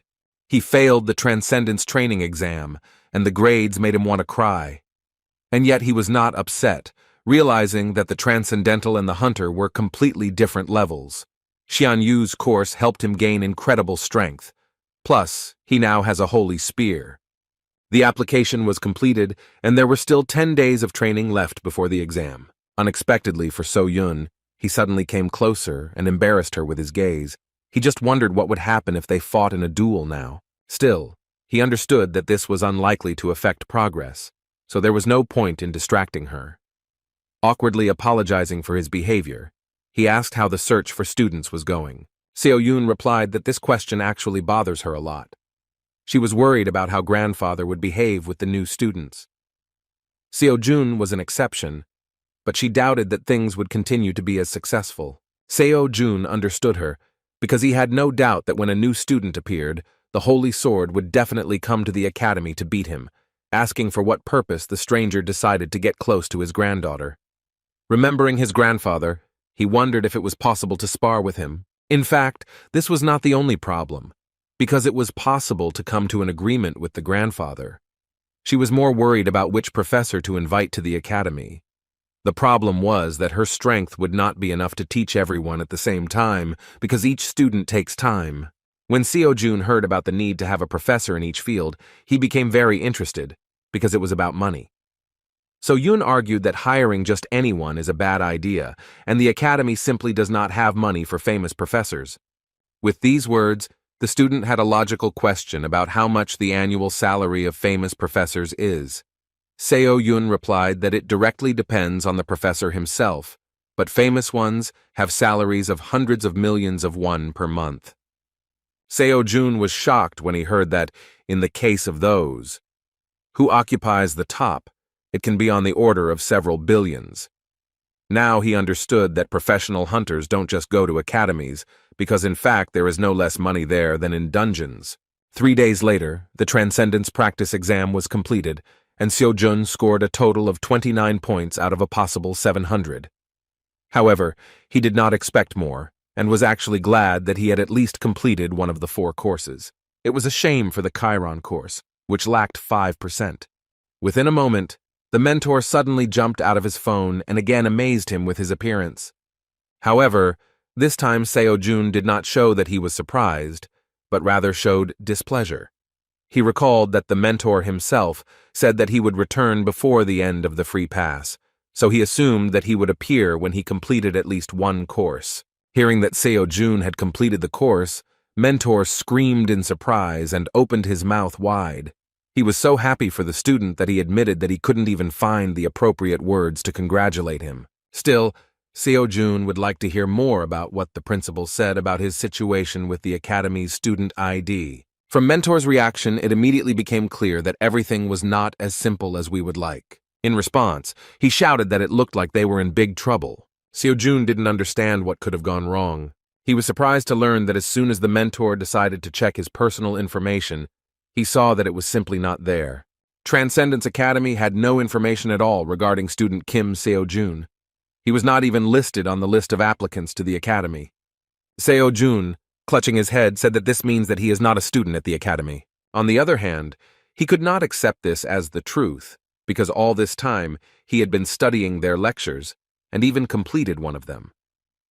The mentor actually shared his feelings, because in his entire career, he had seen something like this for the first time. The Transcendental Academy strictly controls membership, and if one is not a student, then one will not be able to listen to lectures and will not be able to contact a mentor. When asked how the director of the academy reacted to this, the mentor said that he also did not understand how it happened. Although So-Jun did not know the director of the academy, it was easy to assume that he was someone very impressive. Even if the director doesn't understand what's going on, then it's hard to imagine who will explain the situation to them. So-Jun suggested that perhaps this was a system error, but the mentor replied that this does not happen unless karma is changed. However, karma remains the same no matter what happens. Still, the director noticed that there were some traces of someone else's intervention, but they could not even guess who did it. The only question that worried the student was what would happen to him next. He was afraid that because of this news, he would be forced to leave the academy altogether. Noticing his excitement, Mentor quickly asked him not to worry, because one way or another it was just a misunderstanding. The problem arose from their side, and the student had nothing to do with it. Ironically, he really had nothing to do with this, therefore, when he spoke about problems, they concerned only the academy itself, because, as mentioned earlier, the one who became a member of the academy will always remain one. And yet, the words that the lack of ID was not a simple system error made him think. Signs of someone's interference meant that his membership in the academy was completely intentional and even had its own purposes. But Seo-jun had no idea why his life was affected specifically. Still, he believed that there was nothing special about him, because he was a simple, hard worker who dreamed of becoming a professional hunter. The mentor assured him that this situation would not affect his further studies in any way, so he could safely do what he had done before. Returning to equally exciting questions, Seo-jun asked what he should do next, since the free pass was almost over. The mentor decided to explain a certain feature of their curriculum, namely that it can be divided into 4 stages. Seo-jun had just completed the entrance exam. As it turned out, even having overcome the last stage, he will not become transcendental. Having completed the advanced stage, he will simply stop needing their advice and will continue to train independently, in accordance with his characteristics. The true beginning will be the advanced stage.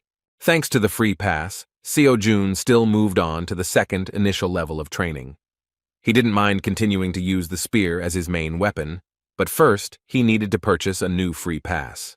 The mentor advised him to immediately take individual courses. Most of all, he advised him to pay attention to the lectures of Hercules and Zhang Sanfeng, which would teach him incredible physical strength and walking in the air. As it turned out, the techniques of concentrating mana and wielding a spear were not taught here, because they are included in the intermediate level program, but Seo-jun could still study them. The mentor recommended that you first master the basics, so that later you would not have any difficulties with more advanced lectures. Seo-jun agreed with his proposal, as he was sure that he had a reason to insist on it. As it turned out, the cost of the free pass was very impressive, and Seo-jun couldn't even count the number of zeros of this amount the first time. The mentor just laughed and clarified that this is why he must diligently accumulate karma. Hearing about karma, Seo-jun was a little confused and still asked what it was. The mentor explained that for the academy, this is a reason, but for the students, it is a consequence that can be influenced.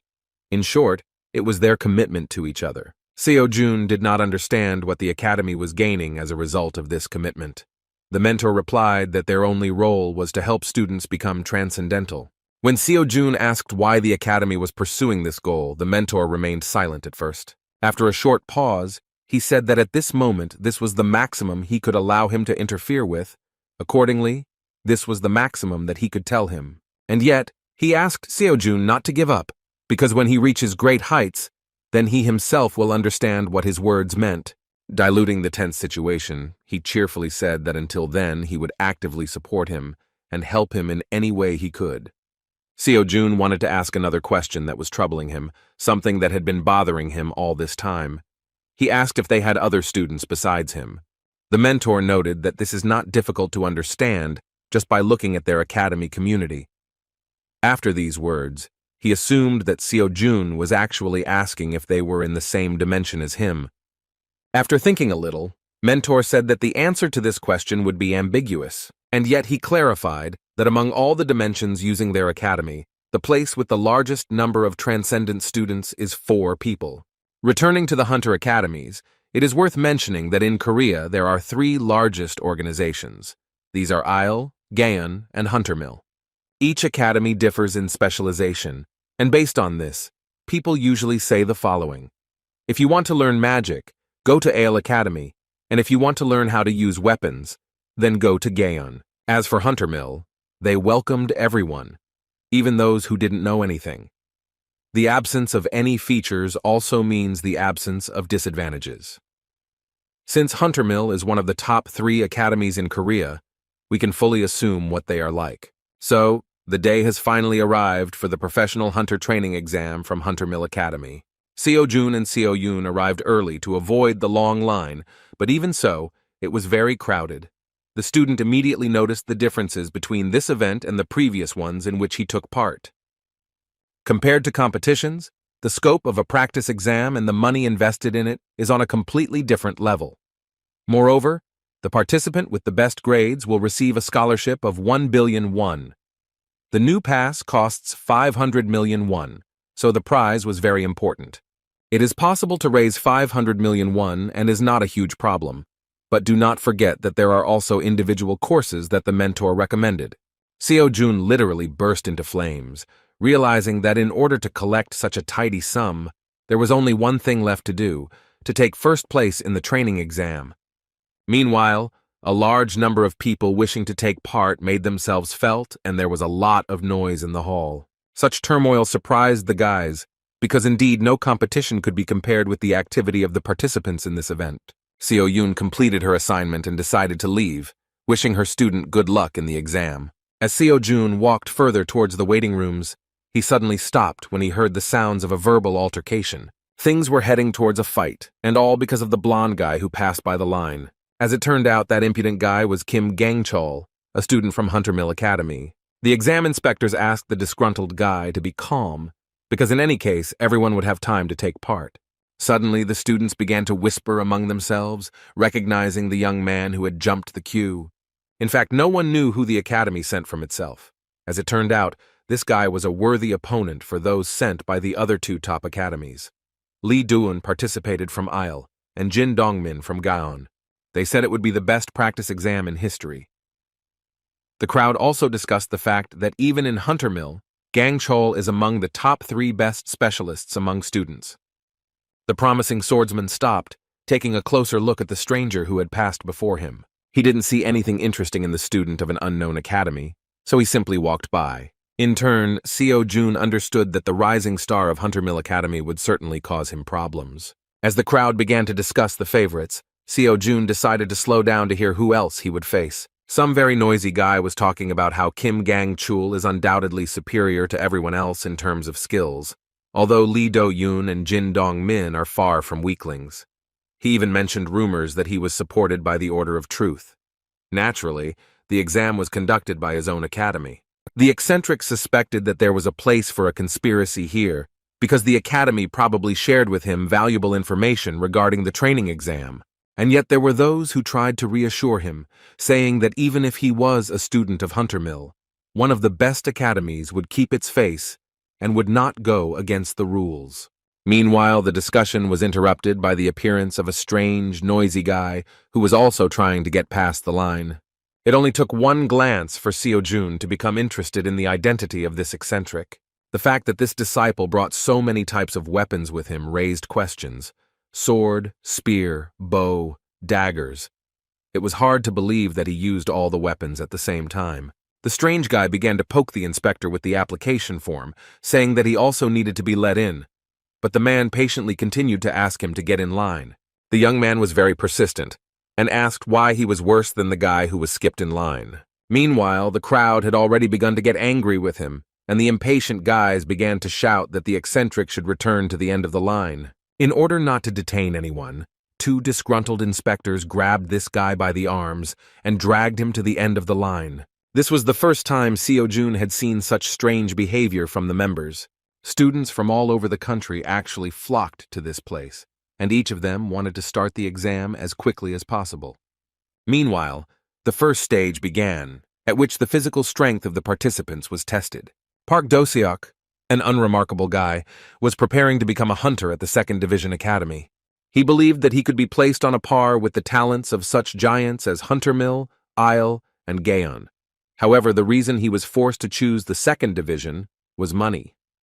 The annual payment for one of the top 3 academies in Korea more than exceeds 100 million. Therefore, he could only go to a 2nd Division Academy, where he could receive a scholarship. People consoled him that it was better to become the head of a snake than the tail of a dragon, but he did not agree with them. After all, becoming the tail of a dragon, he would have the opportunity to compete with dragons, but becoming the head of a snake, he would have to compete with other snakes that would be no match for him. With such problems, this guy took part in the practice exam, plunging into the world of real professionals, being completely satisfied with his own choice. The Hunter Meal training exam, excluding the test portion, includes the 5 disciplines of a professional hunter, including basic stamina, mana usage, fighting monsters, and dungeon raids. Basic endurance was measured by a simple and straightforward task in which you need to run 3 kilometers in 5 minutes, repeating this several times. After successfully running 3 kilometers in 5 minutes, you must run 3 kilometers again, and if suddenly you fail, then the assessment will be completed. To put it simply, the main criterion for assessing endurance is how many times you have run the standard. At first, Park Do-seok did not see any competitors, and so June seemed to him like a stupid weakling, but in the end, they were already running the 15th lap, and there was no one left except them. From the very beginning, the guy with red hair put himself on par with the best students of the 3 academies.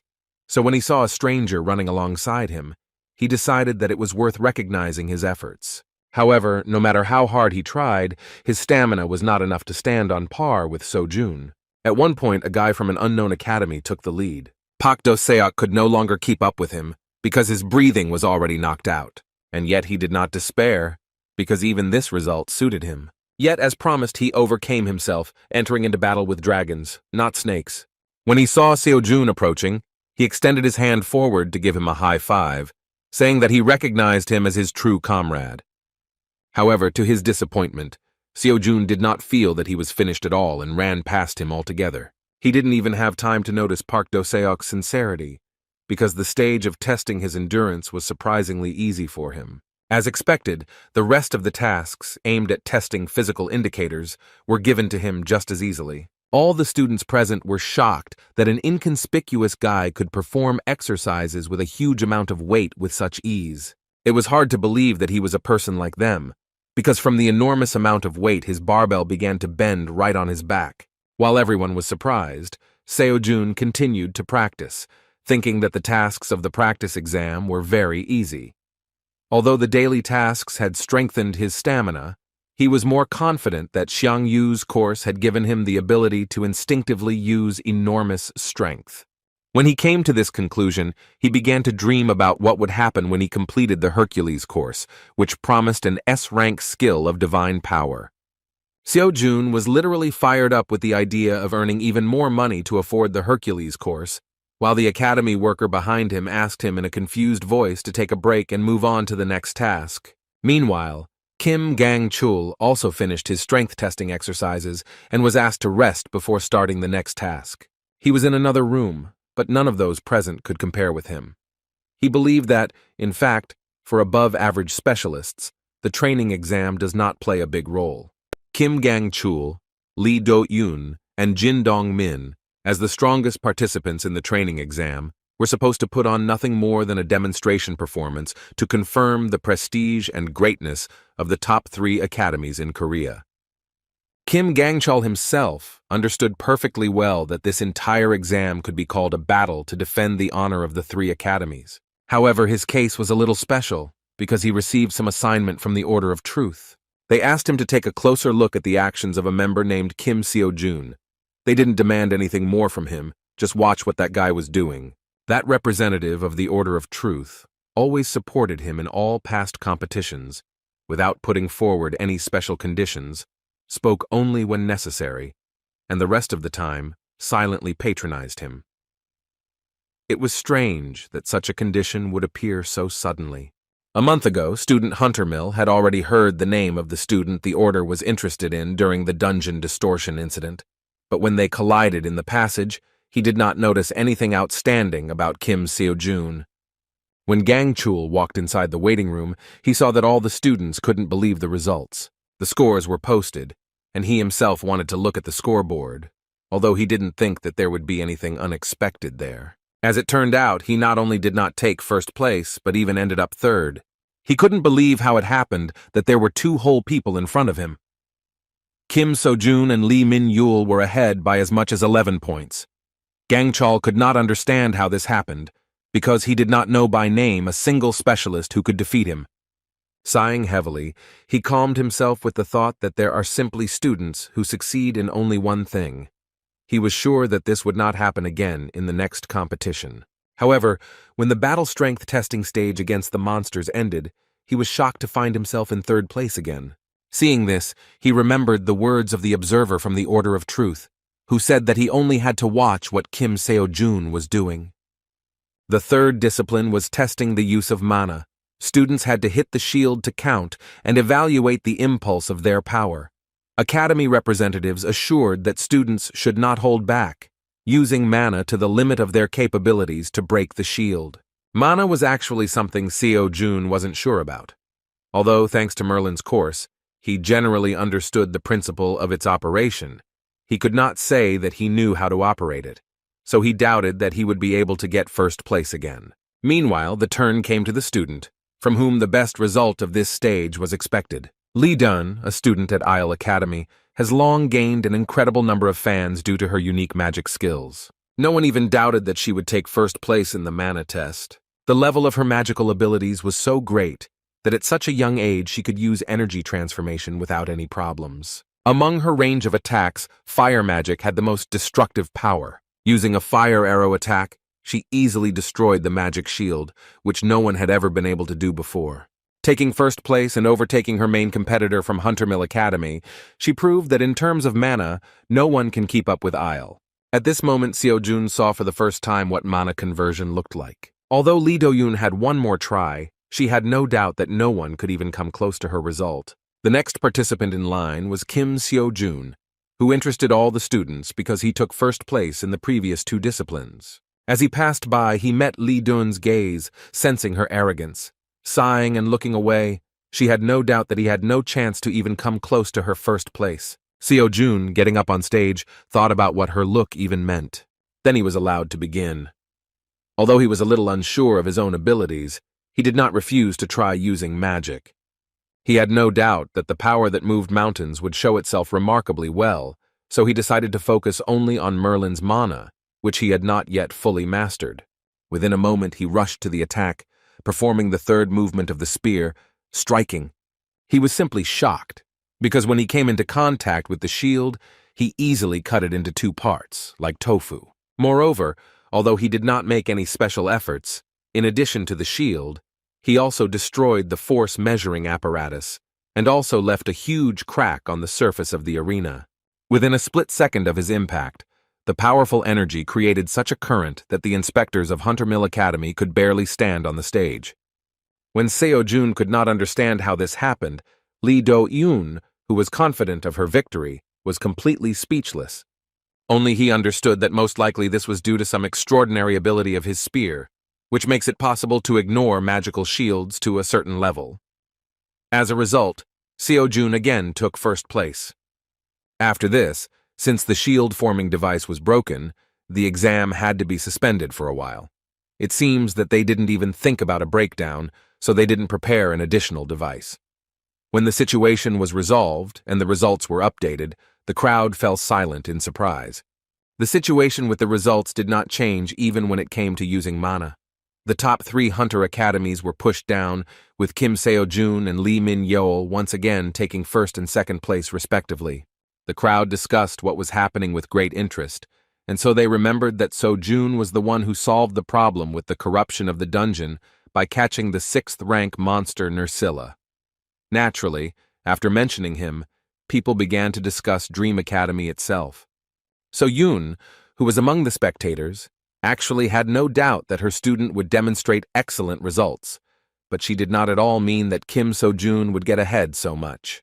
She was sure that with such success, he could be predicted to take first place not only in the training exam, but also in the main exam for a professional hunter. Thanks to him, no one could now predict how the upcoming exam for a professional hunter would turn out. Representatives of major organizations overseeing the Huntermill practice exam suggested that the difficulty level and grading system would have to be revised this year. It was also surprising that Kim Gang-chul was pushed down so much, also in the Huntermill exam. The audience speculated that if they had known this would be the case, they would have sent Lee Ha-yoon, whom the Huntermills had raised with extreme care, as their strongest weapon instead. Previously, no one doubted Miss Lee Ha-yoon's superiority, but this training exam made it clear to everyone that even beyond the 3 strongest academies, there were educational institutions where incredible future hunters were studying.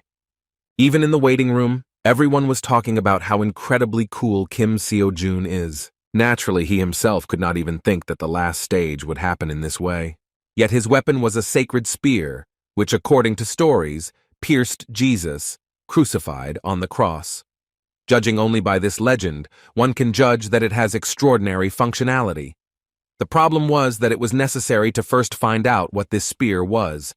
All he knew was the legend passed down without any explanation of the weapon's properties.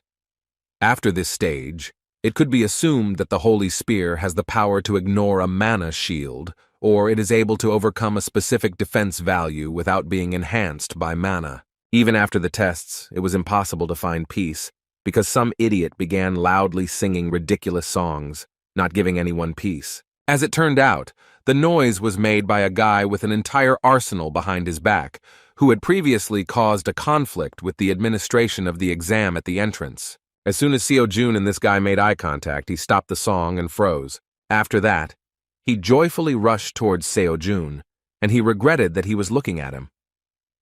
This guy, like all the other exam participants, was well aware that in front of him was the superstar of the training exam, Kim Seo-jun, from Dream Academy.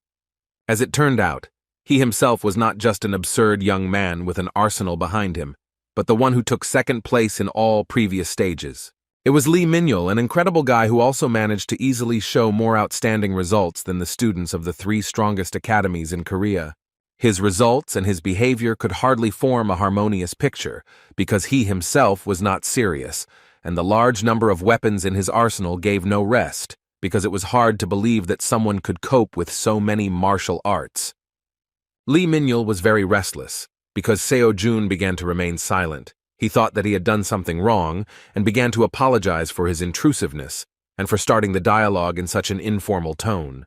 In response, a kind smile appeared on Seo-jun's face, because in fact he was not against his company, because he did not come to swear or make any claims against him. A few minutes after they met, the raid on the dungeon began. The surprising thing was that it was almost no different from the real thing, even though it was created by augmented reality. The main criterion for assessing the 4th discipline of the Huntermill training exam was the time spent in the raid.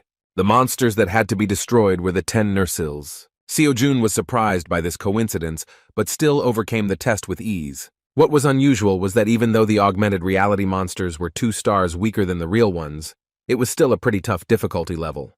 This time, everything was different. With an incredible weapon in his hands and enough experience behind him, Seo-jun easily destroyed them one by one.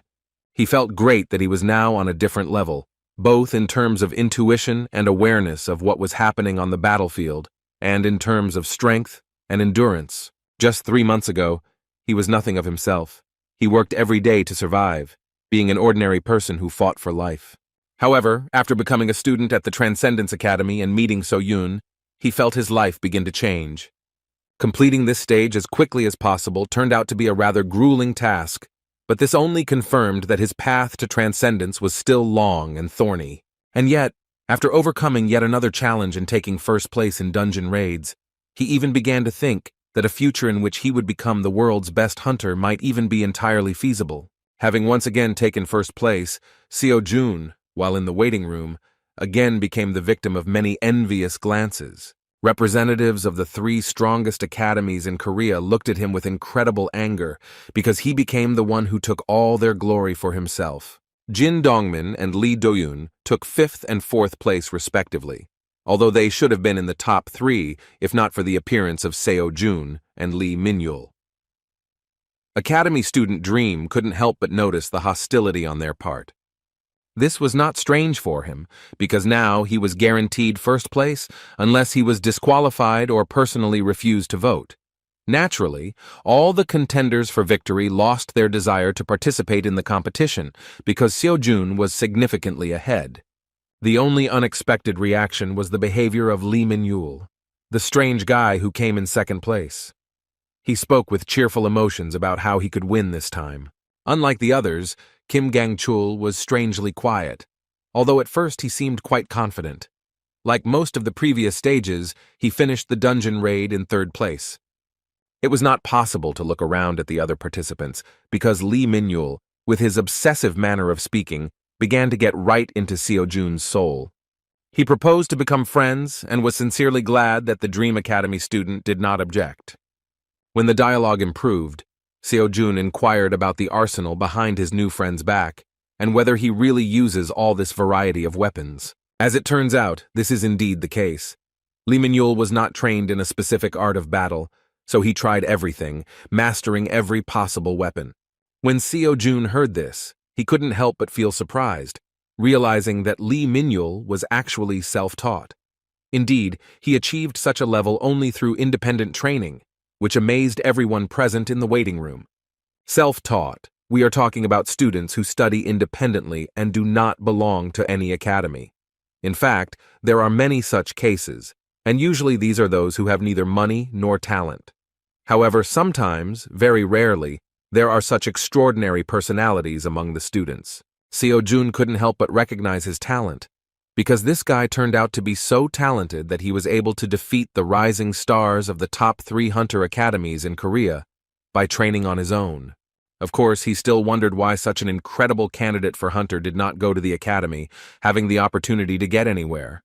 Lee Min-yul replied that he actually didn't want to get involved with anyone himself. As it turned out, he did not consider himself literally self-taught.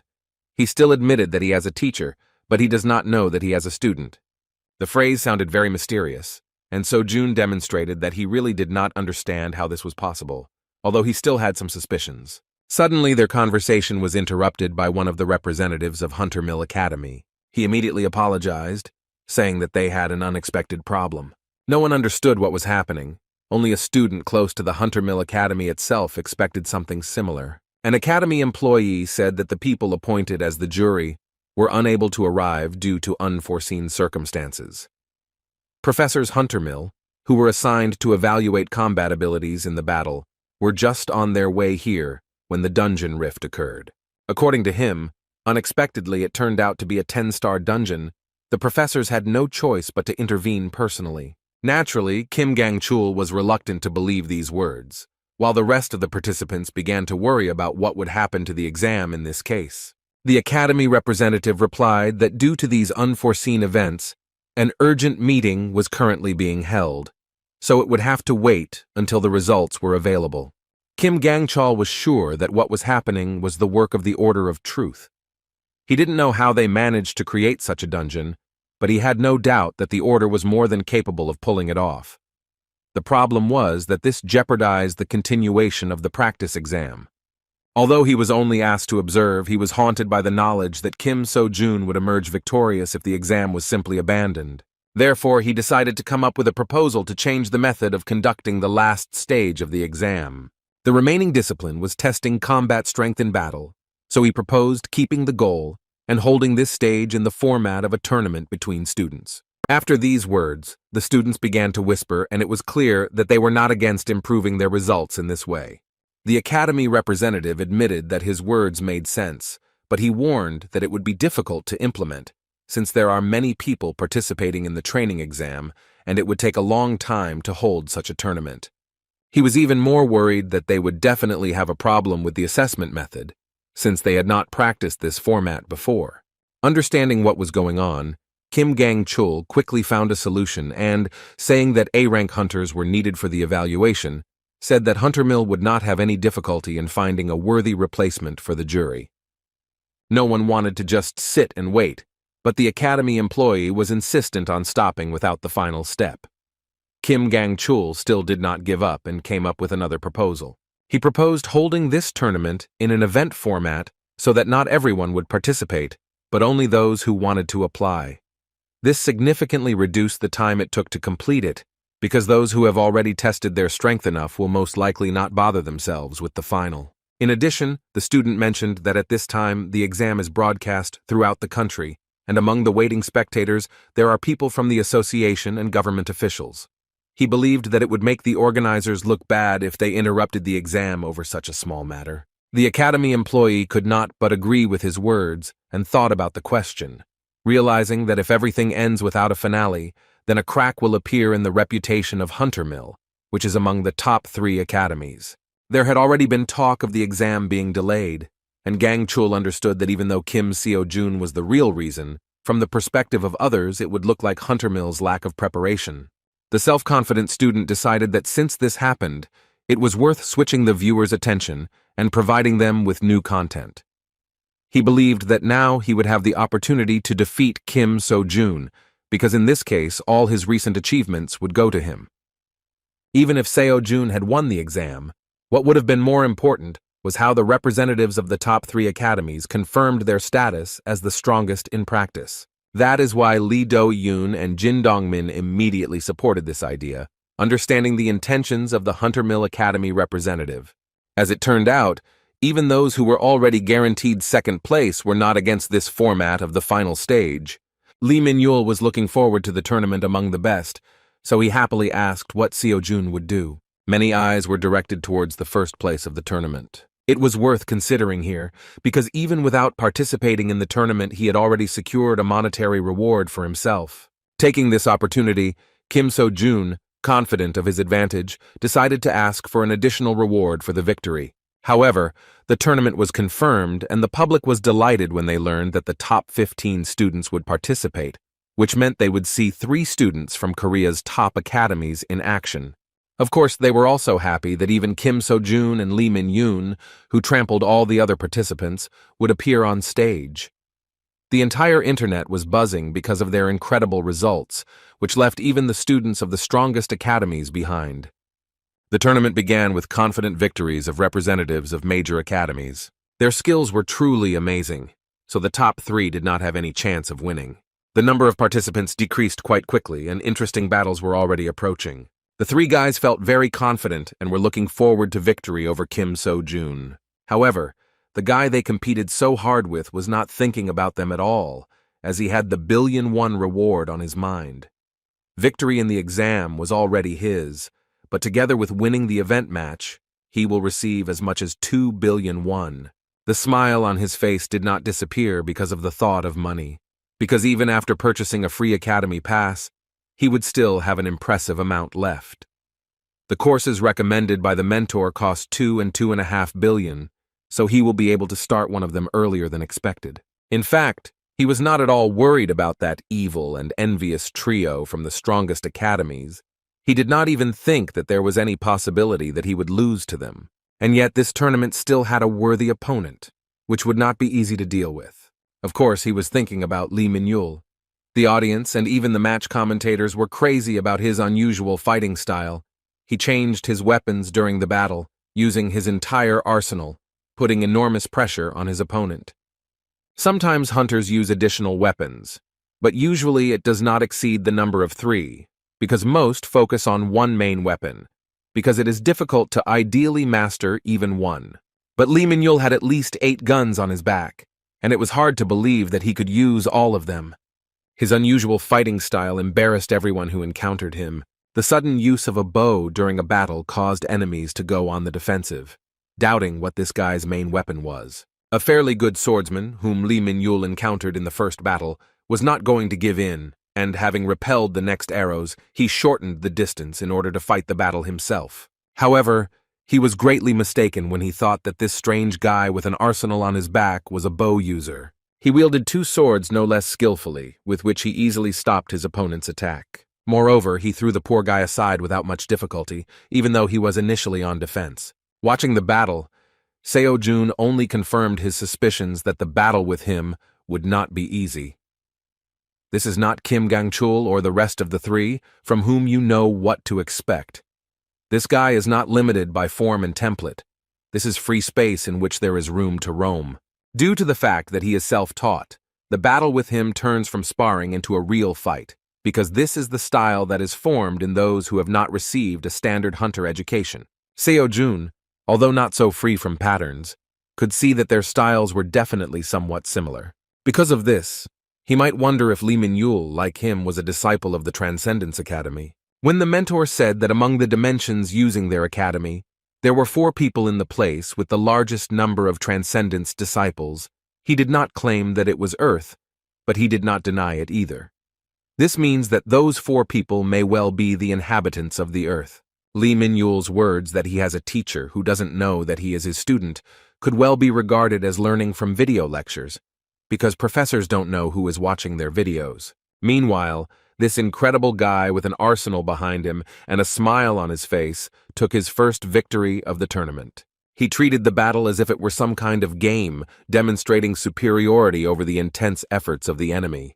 Seo-jun had enough reasons to doubt, but since there was a possibility that this guy was also a Transcendence disciple, it was worth checking. Meanwhile, the host of the additional event summed up the recent battle as an invigorating and crushing fight, after which he moved on to announce the next fight. Looking at the list, he paused for a moment, saying that everyone had been waiting for this moment for a long time.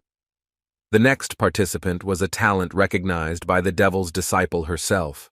The world of magic was anticipating that she would be the one to usher in a new era.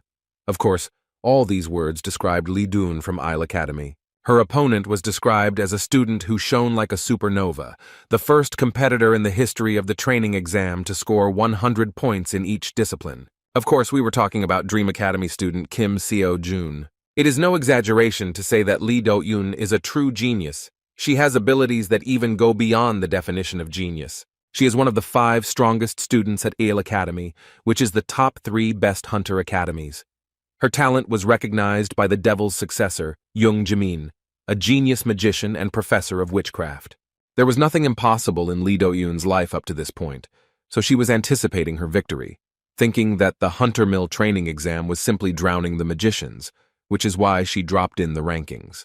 Starting the battle with her powerful fire magic, she thought that if this was a training or professional exam for the Isle Academy, the results would be different, and she would have no equal. However, her confident smirk soon disappeared from her face as she aimed her attack at her opponent. She was simply shocked by what happened, because she was anticipating a quick victory in an instant. It was hard to believe that Seo-jun, whom she considered overrated by some miracle, without even taking an extra step, was able to dispel her technique with one light swing of his spear. Of course, he didn't even feel any danger from her magic after fighting the Dragon of Destruction Fanfur 10 times. Seeing her reaction, he was a little confused, realizing that he shouldn't have dealt with her attack so easily. With her whole body trembling and her eyes wide open, Lee Do-yoon shouted that this was simply impossible. As it turned out, in her understanding, it was impossible to simply cut the magic. Studying with the best magicians, she learned that magic can be destroyed in 2 ways. This is done with the help of overwhelming mana, but if he has stepped over the law itself, embodied by the magician. Another option was to study the ideal law of the corresponding magician and destroy his attack with a reverse spell. However, looking at this guy, she thought that he was not even a magician and was not capable of understanding magic, and even if he understood, he would not be able to cast a reverse spell in such a short moment. Naturally, Seo-jun dealt with her attack with the help of a spear, because he was interested in its properties. He acted like he didn't understand what was going on, while a stunned Lee Do-yoon tried to figure out how he did it. Realizing that the spear still had some special effect that he could not accurately determine, Seo-jun decided that it was worth buying an additional weapon with 1.5 billion in order to conduct a comparative experiment. Within a moment, Lee Do-yoon distracted him from his reasoning by sending her most formidable arsenal of magical weapons, consisting of fire arrows, at him. She poured most of her mana into this attack with incredible fury so as not to give her opponent any chance to counter. However, even in this situation, Seo-jun did not feel much danger and reacted to the magic with a calm and cool mind. Again, without even moving, he spun his spear and began to parry each of the attacks with ease. Lee Do-yoon, filled with anger, directed subsequent attacks at him even more furiously, hoping that at least some of them would hit the target. No matter how much she screamed, Seo-jun did not experience any difficulties at all and calmly cut through all the magic arrows. Mana was running low, and the powerful fire form of magic that Lee Do-yoon was famous for did not bring any results at all. Shocked by what was happening, she let go of her magic cane and fell to her knees. She was completely overcome with fear and despair because of how terrible Seo-jun was in her eyes. She understood that there was no way she could defeat such an opponent. As he approached, he pointed his staff at her. With a kind smile on his face, he asked if this was his first victory in the tournament. Confused that she could not break through his defense, Lee Do-yoon shouted that he was a real monster. Next up was an equally interesting duel between Lee Min-yul and Jin Dong-min. Unexpectedly for everyone, at first the battle was on equal terms. The fight was fierce, and Lee Min-yul even agreed to play by his opponent's rules, using a heavy weapon in the form of a huge axe. The self-confident Dongmin believed that the advantage was on his side, and he would soon be able to break the enemy. However, from Lee Min-yul's smile, it was easy to understand that in fact he was just playing around, trying to assess the level of his opponent. Within a moment, he reached for his leg, making his opponent nervous. As it turned out, he wanted to change the distance of their battle, and by throwing his dagger, he was able to throw the enemy further away. Dong Min was seriously angry, because he barely had time to react to this unexpected attack. However, at the moment when he thought about when his opponent managed to take out the dagger, Lee Min-yul had already managed to close the distance and was right above him. With a cheerful laugh, he struck with his sharp claws. His opponent barely had time to cope with such incredible speed, and in defense shouted that Lee Min-yul was using dirty tricks. He could not predict his actions and felt uncomfortable, because all this time he had to be on defense. Dong Min hoped that soon his opponent would exhaust his supply of variety of attacks, and he would have the opportunity to find a gap in his defense without fear of missing a blow, because if the match continued in the same spirit, the advantage would be on the opponent's side. However, he did not have time to cope with how quickly his opponent changed his fighting style, distance, and weapons. Under constant pressure, he relaxed his guard for a moment because he thought he had gotten enough distance, but Lee Min-yul quickly closed the distance and dealt him a heavy blow to the stomach. The representative of the Gaon Academy dropped his weapon a moment later and, grimacing in pain, knelt down. The judge thought that this was the end, so he declared Lee Min-yul the winner. Dong Min's self-confidence was shattered, and he began to scream in dismay that his opponent was fighting against the rules. He did not understand who would even fight in this way, so he said that he was not going to admit it, calling the fight invalid. Hearing his cry, the opinions of the spectators were divided, but no one could deny that in a real battle there is only a winner and a loser. Young Doman was ready to explode and continued to shout that it was all because of his opponent's cowardly tricks. Seo-jun, being in the waiting room, watched the broadcast with some pity, realizing that no matter how hard that guy tried, he would still have blown it.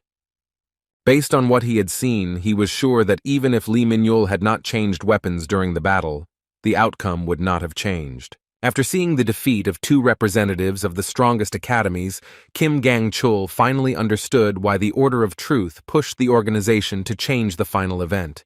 They were not only watching Kim So-jun, the Order also had its eye on Lee Min-yul. That's why they asked Gang-chul to stay back and just watch.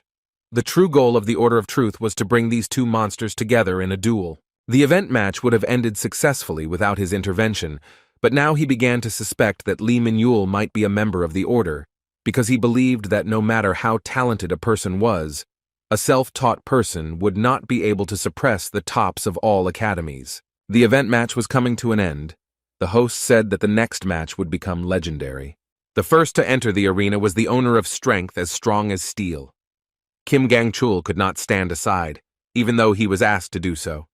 His opponent was the one whom the presenter described as the main character, going ahead, demolishing all obstacles along the way. Seeing Seo-jun in front of him, Kim Gang-chul, feeling deep resentment due to the results of the previous stages, wanted to tear him to shreds. He was determined, and did not intend to obediently follow the plans of the Order of Truth, because from the very beginning, they planned to use him as a witness. From the very beginning, he was not going to give in and put mana into his weapon. Seo-jun was also serious and rushed to attack. Although he did not use magic, he had to use a spear with both hands to stop the furious blow of the enemy's blade. A powerful burst of energy created a shock wave that destroyed the surface of the arena under their feet. Crossing their weapons for the first time, they jumped back before the next attack. For the first time since the beginning of this final tournament, the arena suffered under the pressure of destructive techniques, although these were only the first minutes of their battle. Taking a closer look at the enemy, Gan-chul began to analyze his features. He immediately noticed that his weapon did not contain the power of the aura sword, but somehow blocked his aura sword with ease. Taking a closer look, he felt that his opponent's spear was not just blocking, but not allowing this force to pass through at all, as if ignoring it. Even from the outside, all of Kim Se-jun's battles looked unusual to him. Now Gang-chul was sure that the reason for such a high score in the training exam was due to the fact that this guy possessed a special and very powerful weapon. Furiously rushing to the attack, he decided that if he avoided this spear, then the difference in abilities would practically be erased and he would easily defeat a newcomer from an unknown academy. With great effort, he tried to put pressure on Seo-jun, but he could not see that he was still getting acquainted with his strength. Kim Gang-chul continued to press, not giving his opponent a moment's rest. It was hard to believe that a two-handed sword, inferior in efficiency in high-speed battles, could deliver such a swift attack with great destructive power. Even though Seo-jun was able to block this attack without using any mana, he still recognized his talent, and that this guy was superior to all the participants he had fought with. Kim Gang-chul didn't give him time to think. With his next blow with incredible destructive power, he hoped to gain victory, however. This time Seo-jun managed to block and hold back. Seeing the rage and high-level skills on the opponent's side, Seo-jun recognized his strength, realizing that he was not called one of Hunter Mill's 3 most capable students for nothing.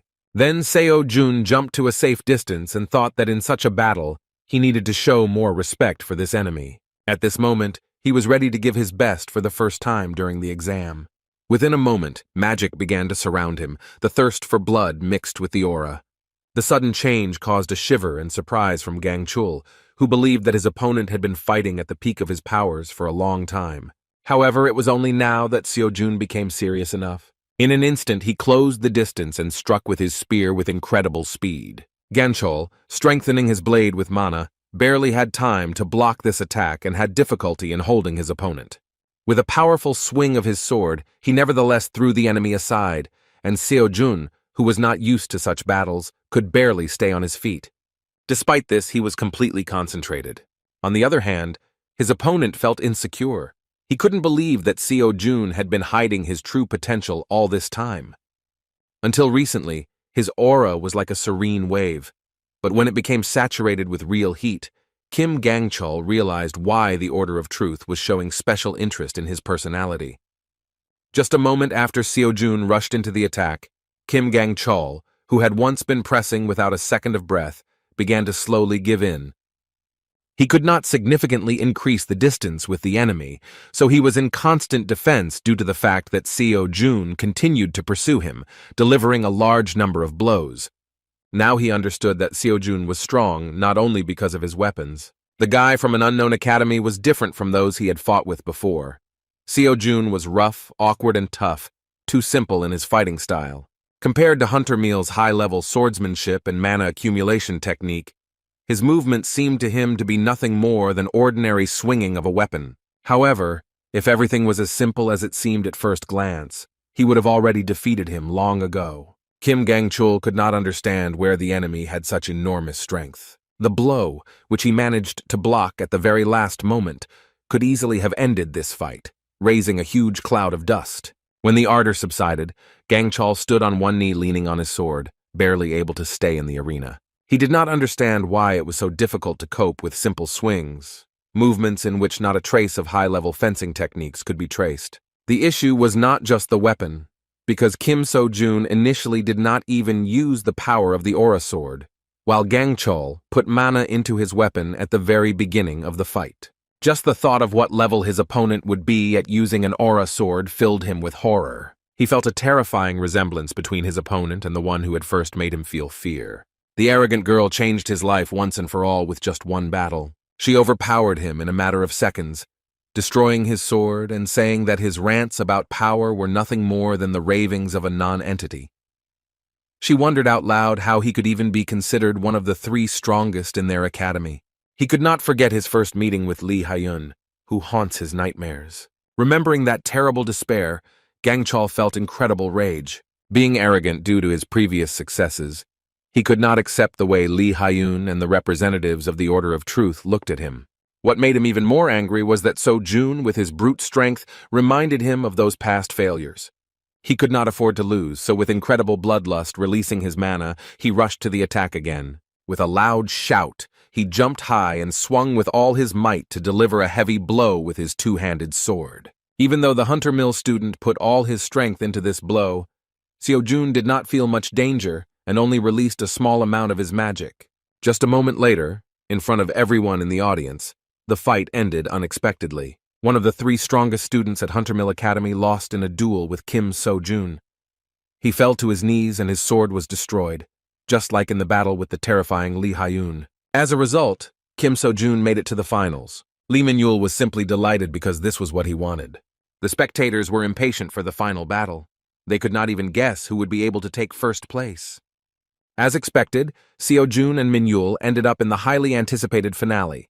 These two took the lead, leaving Hunter Mill, Gaon, and Isle behind. Having met in the arena, Lee Min-yul said with a sincere smile that he wanted to fight with him at all costs. Seeing his opponent's gaze, he assumed that Seo-jun had a lot of questions for him.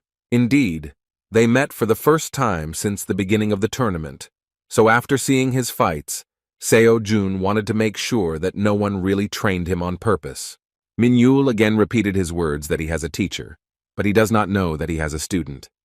When Seo-jun asked who his teacher was, he suddenly became more serious. With a predatory look, he asked why he needed to know. Seo-jun spread his hands to the sides, saying that he had a guess that he already knew who he was talking about. When Min-yul nervously shouted that he was lying, Seo-jun only winked in response. He wondered if it would be better to directly mention the Transcendent Academy right away. Nevertheless, he immediately rejected this option, because if Lee Min-yul is not a student of the academy, then everything will end in a simple misunderstanding, and if he is a student, then the conversation will immediately become different. Moreover, Seo-jun understood that this would not make them comrades, but most likely on the contrary, it would be more correct to call them rivals. In such a situation, he could not predict how Lee Min-yul would react, so it was more logical not to put his cards on the table first. In that case, he decided to ask around for some clues, and immediately made Min-yul excited with the idea that if his teacher was who he thought he was, then he must be a transcendental strongman. Lee Min-yul was shocked by such an accurate guess and confusedly asked who Seo-jun really was. The provocation worked perfectly, so he replied that he had the same question.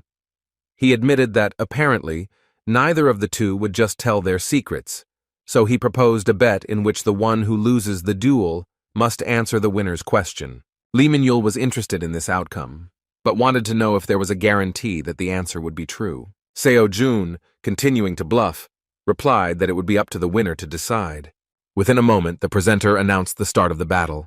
However, even after a few seconds, the guys continued to stand silently as before the start of the battle. There was dead silence in the arena, and the audience began to whisper about what was happening and why the fighters did not move, but only stood and glared at each other. Seo-jun understood that at this moment his opponent was in great confusion. They both tried to feel each other out but didn't notice any obvious weaknesses. Lee Min-yul, having a huge number of attack options, decided to go on the attack first.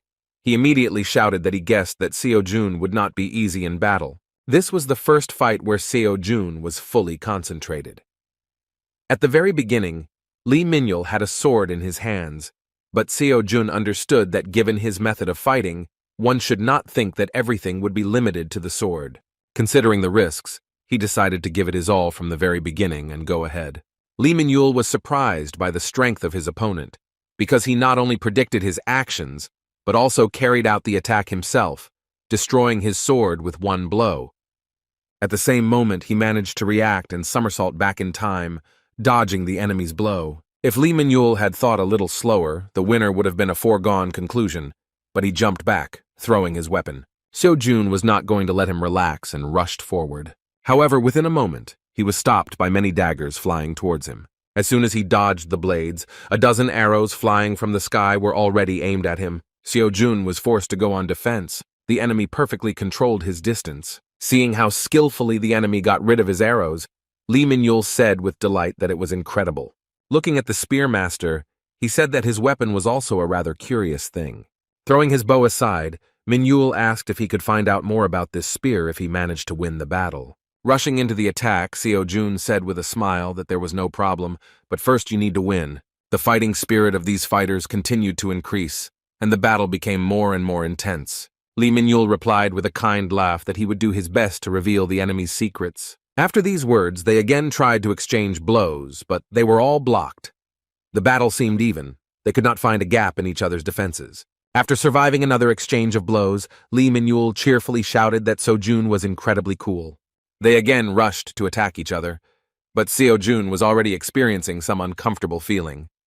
Although he was in control of the fight, he still could not fully understand his opponent. Not only did Lee Min-yul without hesitation use techniques that could be considered a violation of the rules, but he also acted as if he was not trying to win at all. In addition, he was not at all bothered by the chuckles that sometimes floated from the stands, nor by the fact that all his tricks were easily reflected. After another unsuccessful series of attacks from both sides, the guys stopped.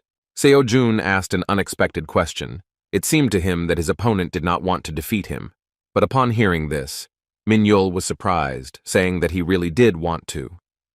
He was caught off guard by Seo-jun's question about why he didn't feel the urge to win. Waving his hands in confusion, Lee Min-yul said that he did not understand what he was talking about, because he, like no one else, wanted to defeat such an opponent. Everything fell into place when he said that he fights this way because he won't be upset if he loses. Seo-jun did not understand his motives, so he nervously asked why, in this case, he was using all means and methods to win. Lee Min-yul simply did the best he could to win. He really gave it his all, and when asked how others would react to his methods, he curtly replied that he didn't care. Pointing his finger at himself, he said with a sincere smile that his importance would not decrease because others scold him. These words clarified the situation, and Seo-jun rethought everything that happened earlier. The amazing attitude towards the situation on the part of the enemy amazed him so much that it made him smile. After that, he suddenly pulled his hand towards his pocket, and Min-yul wondered what kind of cunning trick his opponent was going to use. However, Seo-jun decided to take out his old spear, hiding the sacred weapon, and then said that he hoped that Min-yul would not view his actions as if he was looking down on him. This fight gave him the opportunity to rethink some of the Buddha's teachings. Then he mentioned the struggle for existence, how the strong devour the weak. Even the laws of nature force you to drop out if you do not have the necessary strength. Because of such a life, we are all forced to constantly adjust ourselves to a competing level in order to keep up with others. Lee Min-yul's words made him remember this lecture by Shakyamuni. Now the words about freeing the mind from these thoughts sounded different. The Buddha wondered if the student had ever left his thoughts behind, looking at the world from a different angle. Then he told a story that happened during his difficult service in a dimension called Earth. The story happened at a time when Shakyamuni still bore the human name Siddhartha Gautama, when he had not yet received the title of Buddha and served as a simple monk. One day Shakyamuni saw children having a running race. Like all children, they looked extremely carefree and were enjoying what they were doing. For some unknown reason, they started the competition over and over again. And all the time the same child took last place. But for some reason, the smile never left the child's face. Shakyamuni was interested in this. He approached the boy with a question. He asked why he was running, to which the child sincerely and joyfully replied that he liked it. It was still difficult for him to run, but he was not upset, because it would not take long for me to go to a walk. However, what was surprising was the way he answered the question of what would happen if others overtook him during his rest. Hearing this, the child said displeasedly that his finish was different from the finish of others, so no one could overtake him. At first, Buddha thought that he had misunderstood him, so he decided to ask what about the finish line, which was visible ahead, where all the children were running. In response, the child said that he was not sure, but for others this was really the end. For him, it was just a passing point. After these words, the guy ran away again with the same kind smile on his face. According to Shakyamuni, this boy continued to run last. But many years later, the news reached the monk that he had achieved the best result in the largest running competition in the country. At that time, this monk thought that life was a tower built with difficulty. I thought that by accumulating efforts, grain by grain, you build your own life for yourself. Therefore, this monk went through hard service again and again, trying with all his might to build an ideal life. However, after silently listening to this child, the monk suddenly thought that in fact it was not necessary for this tower life to be ideal. It was hard for him to understand why he himself had never thought about this in his life. Long ago, a little boy gave Buddhism the insight that our society is filled with competition. If you don't get better day by day, you will be eliminated, and if you fall behind, you will disappear altogether. This is natural selection. The strong devour the weak. Seo-jun understood this like others who started their journey from the very bottom. That's why he worked hard every day.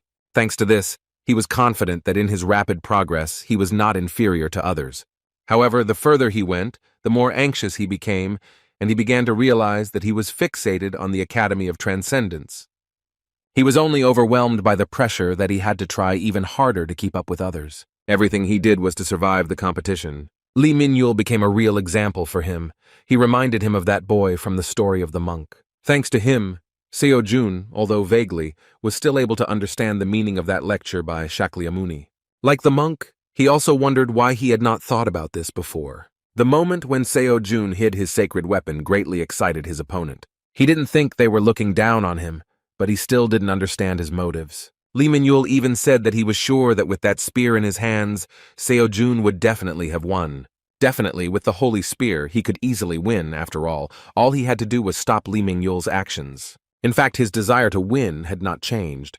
He also knew that winning with equipment was also a skill.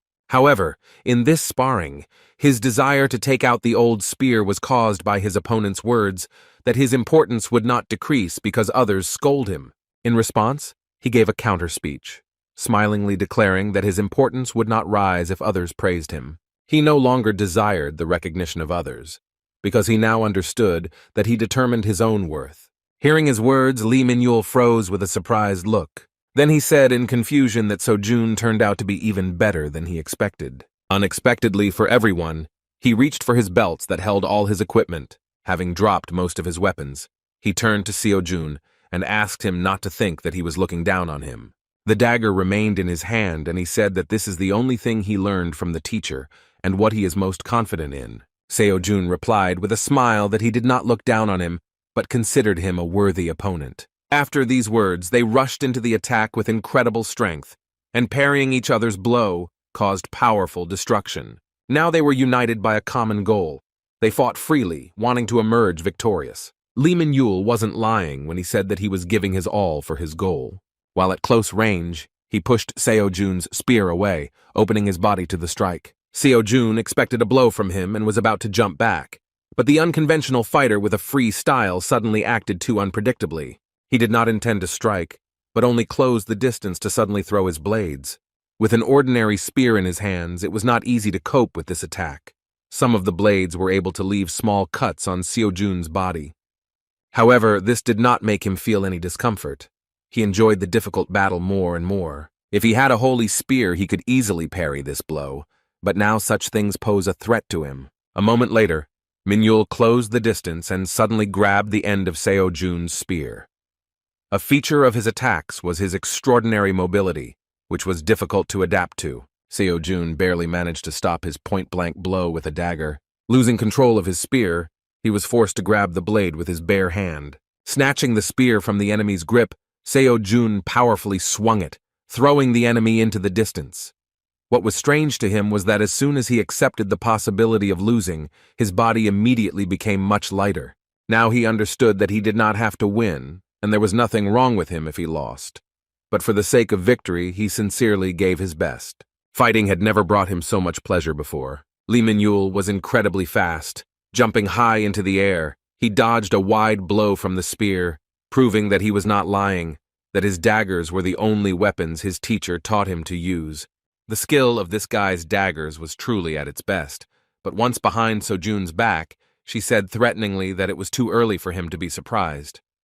After that, Lee Min-yul tried to strike him while in the air, but the experienced guy with a spear managed to dodge. As it turned out, this is exactly what his opponent was waiting for, and the blow was a distraction.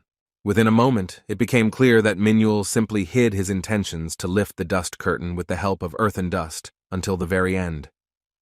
After that, Lee Min-yul's silhouette began to disappear from view. Seo-jun was extremely wary, realizing that the enemy had created the opportunity for himself to carry out a series of unexpected attacks. This was surely a concealment technique. Seo-jun couldn't believe that this young guy was even capable of such a high-level technique. Still, he did not perfect it, and sometimes one could notice his rapid movements around the perimeter of the arena. And yet, even Seo-jun, without proper concentration, could not follow his movements for long. Although Lee Min-yul had such an ace up his sleeve, one could safely assume that this was his last winning move.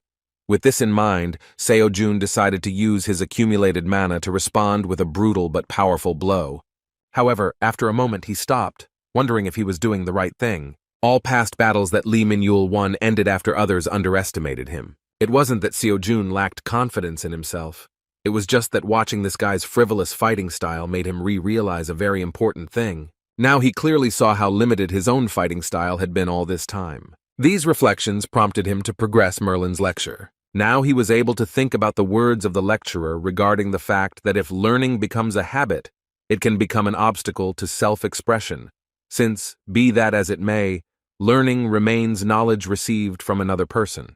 It became clear that it would not be possible to fight well using only the knowledge acquired by other people forever. Concentrating on his energy flow, Seo-jun realized that the moment had come when learning alone was not enough. Now, using Merlin's knowledge and Kiran's sense of touch, Xiang Yu's enormous strength and Shakyamuni's ataraxia, he finally managed to bring his own method into reality. Having created his own, his body began to release an incredibly powerful magical aura.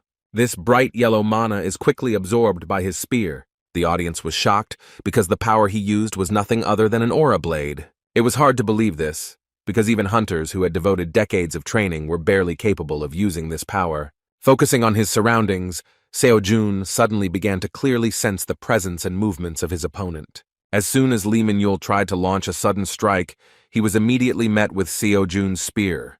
The powerful energy dispelled all the ardor, and Lee Min-yul stopped. His dagger was destroyed, and the blade of the spear was right at his neck. With a cold sweat on his face and an admiring smile, he admitted that he had lost this battle. The Order of Truth, observing this event, soon reported Kim So-jun's victory to the heir of the apostle. Mrs. Kalia tried not to show surprise. In response, she asked the follower whether they were able to detect the distortion. The man replied that he saw the distortion, but did not believe that it could be called such. It was about something they couldn't even imagine. Kalia was seriously wary when she heard that Kim Seo-jun suddenly changed his weapon and used an aura blade during the battle, enhancing an ordinary spear. Taking into account this unexpected information, Lady Kalia ordered to continue to keep an eye on the target, while she herself reported this to the apostle.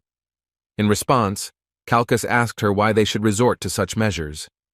Miss Kalia did not understand what they were talking about, so the confused follower explained his words by saying that although he understands that Kim So-jun is worth taking a closer look at, this has now become an obstacle to the plan they had devoted all this time to preparing. When he said that he did not understand why Mrs. Kalia was doing this for the sake of one particular student and asked what the apostle of abstinence had said, the heiress of the apostle could not stand it and nervously shouted his name. Seeing her stern look, Calchas suddenly fell silent, realizing that he had allowed himself too much. After that, he apologized and left the mistress's chambers. What was happening haunted her, and the situation became even more tense after the last meeting with the apostle. During that visit, she confirmed information that a very large distortion had been detected in Korea. The Apostle of Temperance also heard that the distortion was quickly dealt with. In response, Kalia confirmed this information and reported that the person who dealt with the distortion was a student named Kim Seo-jun. It seemed very strange to her that even though the apostle knew the news about the elimination of the distortion, he still called her to find out what had happened. It was also strange why he asked who exactly solved this problem. Suddenly, the apostle ordered her to keep an eye on what Kim Seo-jun, who had dealt with the incident, was doing. Not understanding the reason, she politely asked why to do this. The apostle reacted very nervously to her words and unleashed his terrifying power of bloodlust on her. After that, he said in a threatening tone that he knew very well that the young mistress had the strongest position of all the successors of the Apostle of Chastity. Using incredible pressure, he forced her to apologize after saying that she sometimes forgot that her position as heir did not make her the next apostle. His actions indicated that he was warning her that she was not in a position to ask unnecessary questions. However, after releasing the pressure, he still said that this order was not his own will. Turning around, Mrs. Kalia panicked and asked how this was possible. The Apostle of Temperance not only occupies the most important place in the Order of Truth, for the whole world he is one of the 7 apostles, whom no one dares to contradict. In response, he said that he knew that Kalia had been forced to solve matters alone all this time without the support of the elders. He asked that it be considered a kind of favor, given her title as successor. All he asked now was to report on everything related to Kim Seo-jun. Kalia thought for a long time about how it was possible that the Apostle of Temperance, one of the most influential people in the world, was used as a messenger to convey the order. In the whole world, there are only a few people capable of this. However, there was obviously a man standing at the head of the entire order of truth, whom few people saw alive. Of course, we are talking about the Great Voice. The training exam was over, and people began to return home. They were all amazed by the results and how good Kim Seo-jun turned out to be. Seeing the incredible strength of the students, the public became increasingly interested in purchasing spectator seats for the professional hunter exam in advance. Seo-jun had not yet left the building, because he had to resolve some organizational issues, including receiving the reward. When So-yun saw him, she nervously asked how it happened that her student was turning more and more into some kind of monster. When Seo-jun replied that it was a bit harsh, Seo-yun impatiently replied that her words were absolutely consistent with his progress, because anyone who looked at his results would think the same thing. What was especially amazing was his sudden ability to use the aura blade. When she asked the student where he even learned this complex technique, he absurdly replied that he was just lucky. These words caused a nervous outburst on the part of So-yun. She began to boil, saying that the student was again trying to make an excuse. Sighing heavily, she decided to again miss another strange moment, and simply asked if the student was going to go home. Seo-jun replied that he would indeed go straight home this evening, but he had one thing to finish before doing so. He said that he needed to meet someone. Immediately after these words, a noise arose behind So-yun because of the awkward situation surrounding Seo-jun's new comrade. Many representatives of academies aggressively attacked the promising guy who took second place in the tournament. Lee Min-yul was self-taught, and this attracted organizations because in this case, they had a chance to get him, but he ran away from them saying that he did not care about them. Still, it was to be expected that he would be glued to him immediately after the end of the training exam. Even though he lost in the finals, he attracted enough attention. And considering that he is self-taught and does not belong to any academy, all educational institutions were already drooling over him. Lee Min-yul was completely surrounded, and Seo-jun began to doubt that with such a huge line, they would be able to talk calmly. However, as soon as the fast travel master saw Seo-jun, he immediately stood behind him and shouted that he was going to go to Dream Academy. Everyone present was simply shocked, especially Seo-jun and Seo-yun, who heard this news for the first time. The representatives of the academies that tried to recruit him still had questions, so the guys had to run away from them. Thanks to their skills as hunters, they managed to break away from the pursuit, and Min-yul began to laugh awkwardly, realizing that he had caused trouble for the others. Seo-jun actually attacked him with a nervous question about what he was thinking when he said something like that. As it turned out, he was simply forced to say something like that, because they were not lagging behind. In his defense, he said that this was not an unfounded statement. Hearing this, Kim Seo-jun was surprised, because his friend had previously said that he was not going to the academy. He replied that he also didn't say that he wasn't going to the same academy as Seo-jun. These words confused the situation a little. Seo-jun didn't understand how to react to this at all. He could not express his opinion about his desire to join the academy. Besides, he himself was only a student. However, he also could not refuse, because then So-yun would not accept him, and it would turn out as if he was pressing on her like Grandpa's star sword. To keep this conversation simple, Seo-jun suggested we return to this topic a little later. He further recalled that there was a promise between them. With a smile on his face, Min-yul replied that he remembered it. It was time to clear up the earlier questions, so Seo-jun immediately asked who the person Min-yul called teacher was. Lee Min-yul expected this question, but at first he paused as if it was too difficult for him to reveal such a secret. However, after a moment he absurdly replied that he himself did not know who his teacher was. This sincere but stupid answer put the guys in an awkward position, and they began to look at him as if he were an idiot. Seo-jun immediately got angry, so he began to walk towards him with a threatening look and even a thirst for blood, saying that now was not the time for such stupid jokes. When he said that in this case he himself would force Min-yul to speak, he began to shout that this was not a lie at all. The dissatisfied winner of the argument could not believe his words, and reminded him that he himself had recently said that he had learned from his teacher only the use of a dagger. Moreover, he also claimed that his teacher was a strong man beyond imagination, which meant that he was still familiar with him. In response, Lee Min-yul asked to understand him correctly, after which he said that he was observing the teacher because he did not teach him personally. It was hard to believe, and words still did not answer the questions. Lee Min-yul is truly self-taught. Having incredible talent and wealth and money, he still chose this path because he did not want to get involved with anyone. According to him, he trained in the mountains alone. No one taught him, but he still liked that he did not have to adapt to the tedious academy program. And then one day, as usual, he was going to practice, but suddenly he felt someone's presence. Looking around, he saw a man in dark clothes and gray hair lying on the ground. Fearing for his condition, he immediately rushed to his aid, but he did not respond.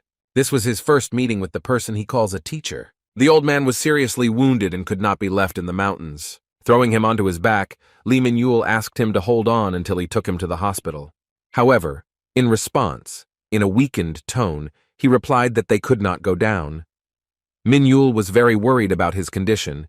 He thought that he was just delusional, so he worriedly repeated that if they didn't get to the hospital, he would die. When the old man said this phrase again, the guy realized that he had no other choice. These words smacked of desperate obsession, and ultimately he had to give up the idea of taking him to the hospital. For lack of anything better, he treated the man in an abandoned house in the mountains. At first, he was in a deplorable state and could die at any moment. But over time, he slowly began to gain strength. So a month passed, and one day, when Lee Min-yul was walking towards him again with the hope that he would finally open his eyes, something unexpected happened. He was forced to stop near an abandoned house after hearing unfamiliar voices. Someone was discussing the old man with words of surprise that he managed to get out of such a state.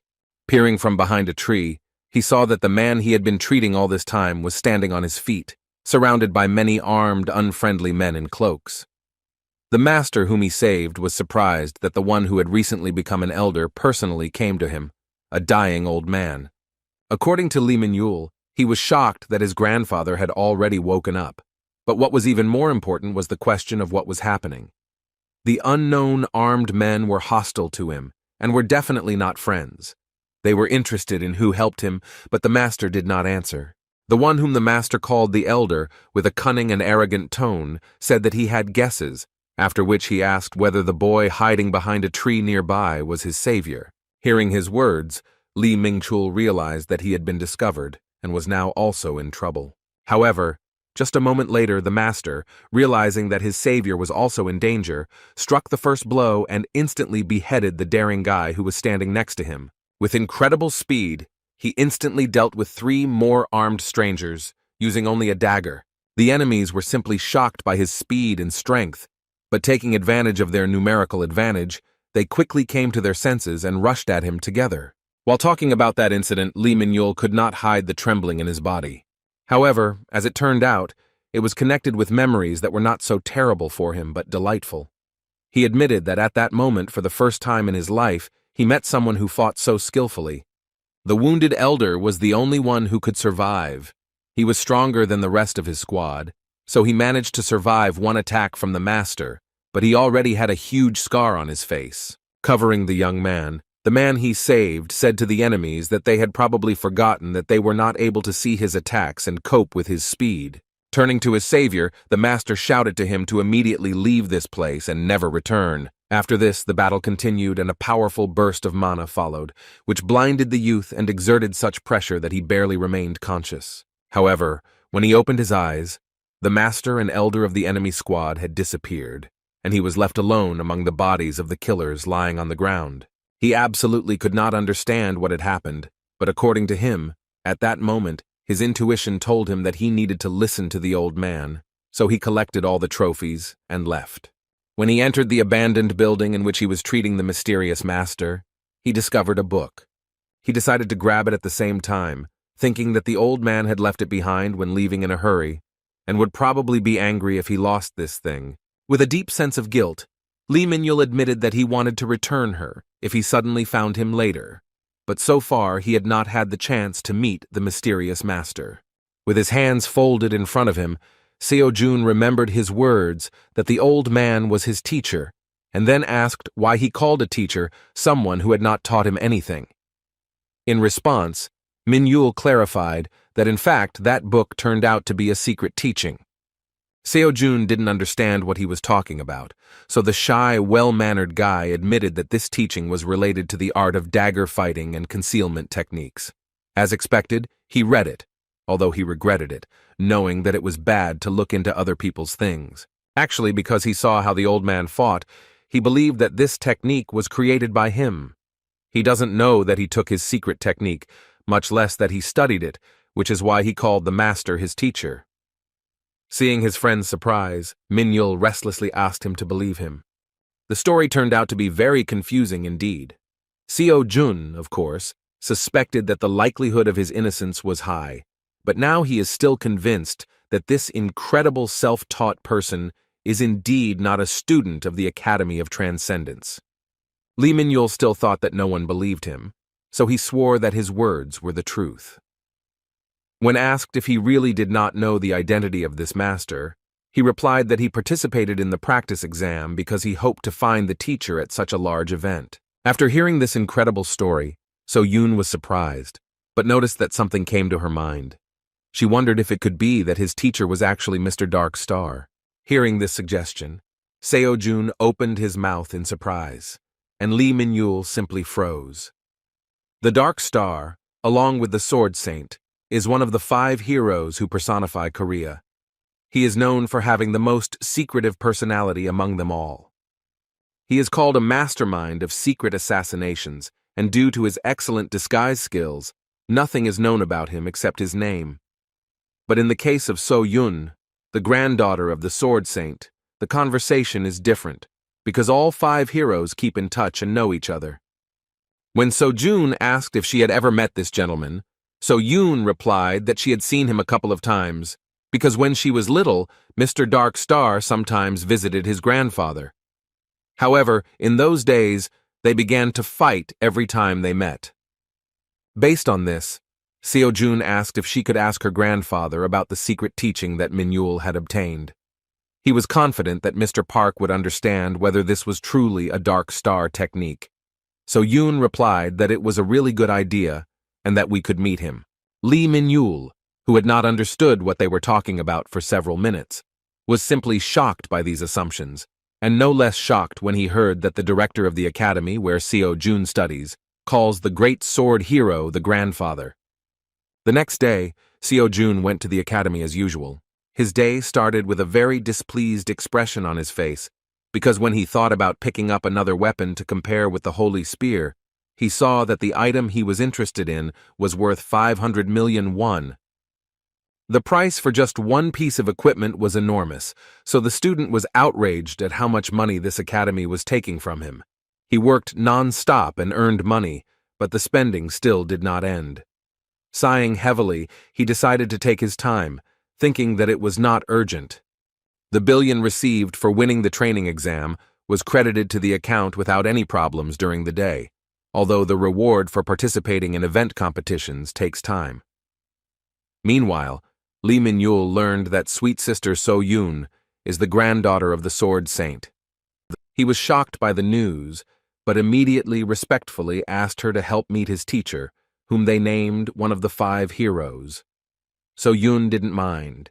She excitedly asked him to skip the formalities and promised that she would turn to her grandfather for help. At first, Lee Min-yul was hesitant to show someone else's secret teaching to another person, but he agreed to personally demonstrate his technique to the Sword Saint, so he was going to come to the academy. At that moment, Seo-jun didn't understand why Min-yul addressed So-yoon as you. Returning to his interaction with the Transcendence Academy portal, Seo-jun decided to buy a free pass, but at that moment he was surprised by the message that several of his lectures had received progress, and Chiron's course was completely completed.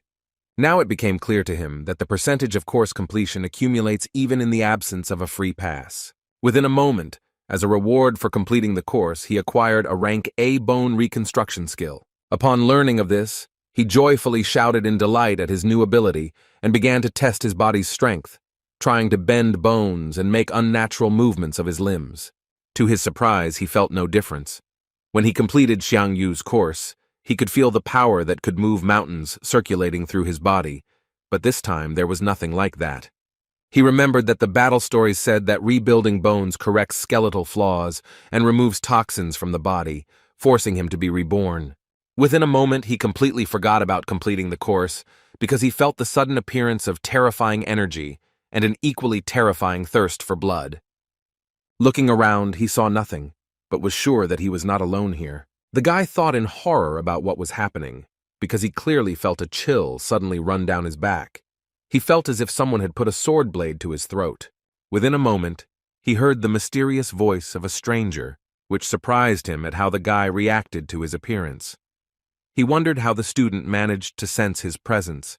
He understood that the guy with the spear did not see him, but most likely just felt him. Seeing the tension on Seo Jun's part, the mysterious stranger said that there was no need to take him hostilely, because he was not here to kill him. When Seo Jun asked who he was, the stranger said that the disciple of the granddaughter of the Sword Saint was surprisingly too strong an opponent for the boy. Seo Jun realized which boy he was talking about, and then wondered if the stranger was Mr. Nightstar. After these words, an old man appeared in front of him, who was one of the 5 great heroes, as well as Li Minyul's teacher. Before him was indeed someone he knew to be a genius in secret murder and a master of concealment techniques. The old man with a scar on his left eye and a snake-like gaze admitted that Seo Jun was quite smart, after which he admitted that no matter how much he thought, he could not be amazed at how he even recognized his presence. Seo Jun once again surprised a professional hunter, being just a student. As usual, he didn't know how to justify himself, although this time he himself had no idea how it happened. He only guessed that this might be related to the skill of rebuilding bones that he received from Chiron's course. Based on this assumption, he could also think about whether this is an additional characteristic of this skill and extrasensory perception, and perhaps even something else that he does not yet know about. Returning to the conversation, he suggested that the visit of the great master was connected with his student. In part, this was true, and Seo Jun said thoughtfully that he knew that the master had left him his teachings on purpose. Sighing heavily, the Dark Star said that it would be better if his ridiculous student talked less, but after that he found out that he didn't know Minyul at all. Seo Jun said that he had no idea about his identity or that he left the book on purpose. Coming back to the matter, Seo Jun mentioned that Minyul is already on his way to the academy. However, the old man did not intend to meet him and was not very happy that he did not have much time. When Seo Jun asked what he was talking about when he said he had little time, the old man replied that if he wanted to meet the student, he would have done it a long time ago. Now they cannot intersect, and that is why the master initially came to Seo Jun for this reason. He said that there was no time, so it was worth getting straight to the point. Then he asked an unexpected question regarding how Seo Jun is connected with the Order of Truth. The student was surprised by the question, but without hesitation said that he denied any connection with them, even though he had to meet with Kalia once. Hearing about the successor of the Apostle of Chastity, the old man said thoughtfully that he now understood what was going on. He explained that in fact all this time he has been acting especially secretly, since he is monitoring what the Order of Truth is doing. When Seo Jun asked why he was doing this, the old man said with a serious look that he did not trust them. Most people in the world know the Order of Truth as the heroes of humanity, and the organization that stopped the great disaster, but the master knew that this was not all. After that, he suddenly mentioned a tragedy from the past, asking if Seo Jun knew about the giant berserker monster that was slain by the Order of Truth. Then he shared a shocking statement that only a few people know about. In fact, the berserker was not defeated, despite the claims of the Order of Truth. Seo Jun didn't understand how this could be true. It is known that the berserker is a powerful monster, which can be called the second great disaster. It is said that at that time he was struck down by the Great Voice and the 7 apostles. thereby marking the end of the great calamity. The master of stealth and assassination techniques explained that then the berserker was impossible to defeat. He also said that it was at least strange that there was no corpse left from the defeated monster, because there is not a single material regarding this. Even with the chaos that was happening at that time, it is too unnatural. Seo-jun was even more amazed by the words that in fact the berserker had suddenly disappeared.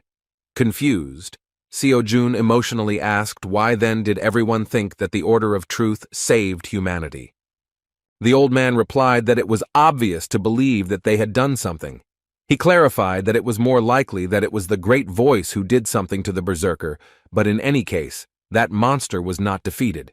Turning his back to the student, the master remembered that at first it was only a small grain of doubt, but an incident that happened several years ago made him convinced that he was right. He clarified that it is difficult to actually name those events. To get to that topic, he first asked if Seo-jun had ever thought about why the place of the Apostle of Chastity was empty. In response, Seo-jun remembered that the Order of Truth stated that he died of old age.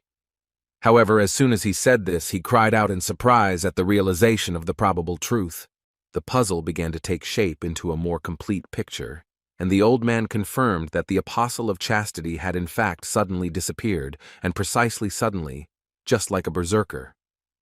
With displeased mockery, he said that natural death sounds ridiculous, because the 7 apostles were together even before the time of the great disaster. It was foolish to believe that the Apostle of Chastity was the only one who died of old age. This statement on the part of the Order of Truth was meaningless. The information from the hero became more and more amazing. He thought that the two were somehow connected, and so he began to monitor the Order and learn 2 things. Firstly, the Order of Truth planned to kill him for this, and secondly, the rift of the 10-star dungeon is a trick of the Order, and the reason for it is Seo-jun himself. Naturally, the guy did not understand what he had to do with them. The old man himself did not know the exact reason, but he was sure that the Order was closely monitoring the personality of the young man. When Seo-jun asked why Mr. Darkstar was telling him such secrets, he said with a serious look that he had come to him with a personal request. He wanted Seo-jun, whom he had only known for a few minutes, to take care of the boy for him. It was about Li Ming-yul, and the assassin admitted that if he could, he would look after him himself. But this is impossible while he is being persecuted by the Order of Truth. They have their own unique way of tracking objects, and this turned out to be quite scary news. The old man wasn't sure, but it seemed like the Order could see the consequences of their target's actions, so they called it visioning. He too came under their surveillance and leaves his mark on everyone he approaches. Seo-jun didn't understand why he had to act as a mediator, since information about the vision of the Order of Truth probably also meant that he himself was subject to this ability. Unexpectedly for him, the master replied that he was an exception. The apprentice is already the object of observation of the Order, however. Like the master, they cannot see him. So even if they meet, the Order will not sense anything unusual. At the same time, if he acts on behalf of Seo-jun, then they will believe that this is the work of a Dream Academy student. When the guy, dumbfounded by the situation, asked why the Order of Truth could not see him, the master disappointed him with his answer, saying that he himself did not understand how this was possible.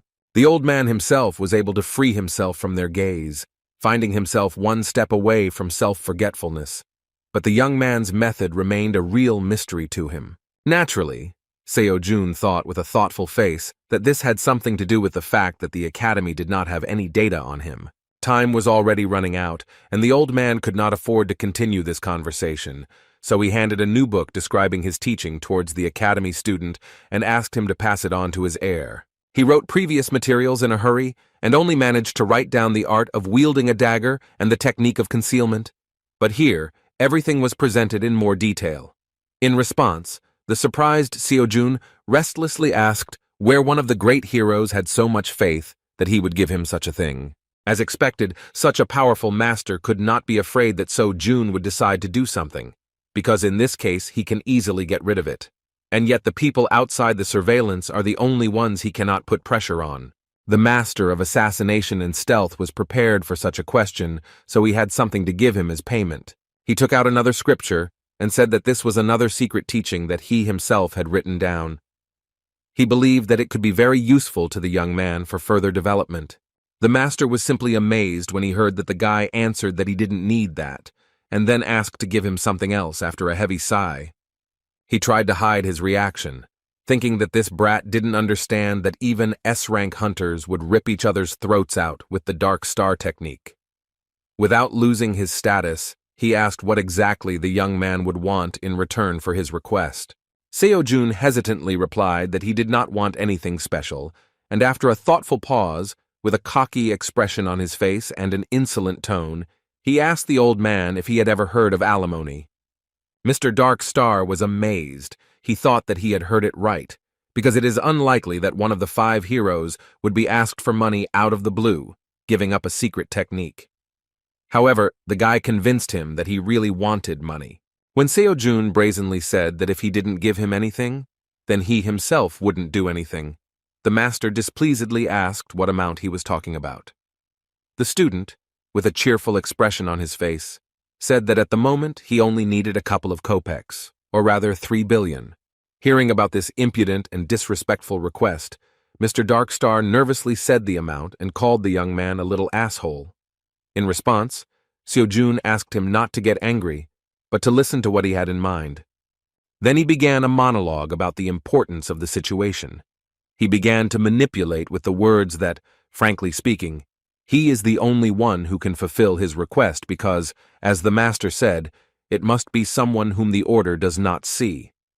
The balance of importance continued to shift to the young man's side after he said that it must be a person who is friendly with Minhyul, because if some stranger comes and says that the teacher gave him something and throws teachings at him, then Minhyul will not accept it with joy, but still begins to doubt. Then he said that maybe it would work once, but it wouldn't be possible to do something like this again, even though the matter needs to be taken seriously, because this is his student who saved his life.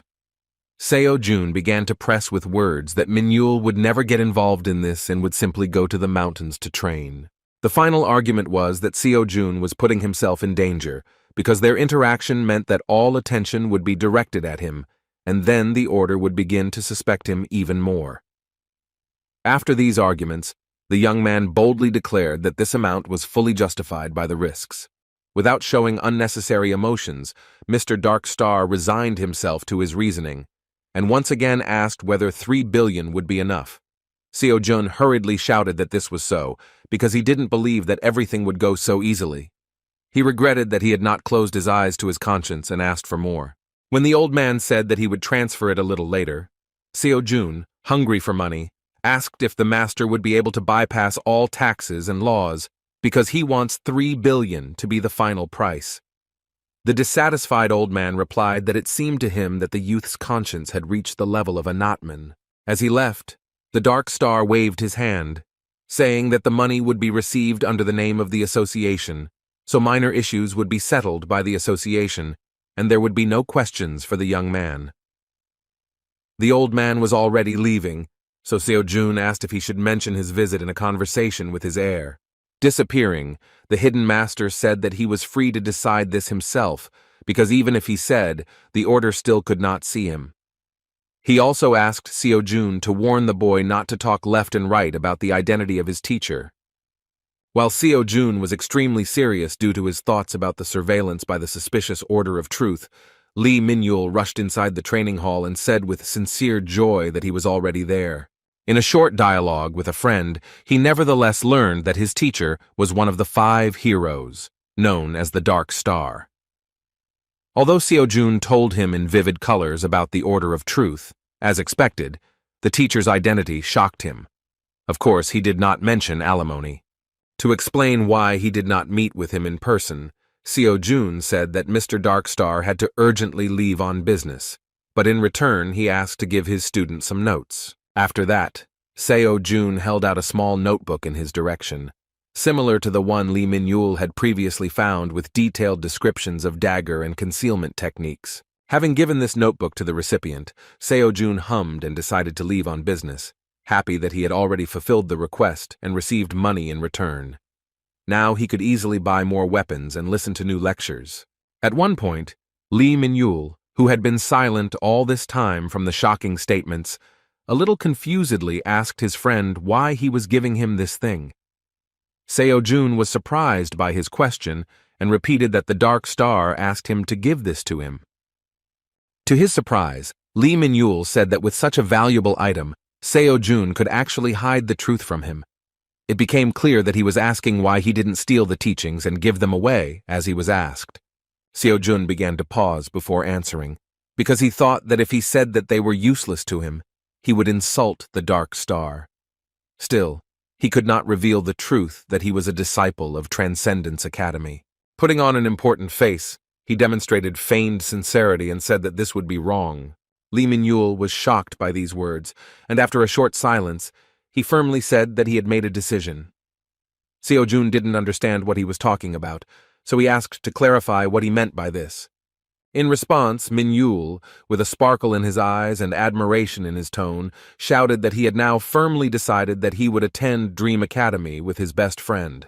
He stated that he would start that day because he was touched by how nice a guy Seo-jun was. The glow of boundless trust began to blind the academy student, and he himself began to think anxiously that there was some misunderstanding that he could not explain. When they met with So-yun, Lee Min-yul leaned on his friend's shoulder and said that from that day on he would study at the Dream Academy. In fact, Madam Director was not against the fact that she was simply presented with a fact. She didn't mind, and even admitted that she would be happy about it. So-jun, trying to free himself from the embrace of his obsessive friend, only confirmed his guesses that So-yun would also not resist his action. In fact, at first it seemed stupid to him that he would actually be able to extract any benefit from this whole situation. However, it has now become clear that Min-yul will train himself according to the secret teachings that the Dark Star will provide him with. So Seo-jun will not frantically search for this troublesome guy every time the Dark Star gives him an assignment. He was very much cheered up by the mere realization that, on the contrary, if he carried him everywhere with him, then the Dark Star would have more reasons to give him a large sum. Looking at this troubled boy from the other side, he himself began to joyfully hug him and support the idea of him joining the academy, realizing that this was a real goose laying golden eggs.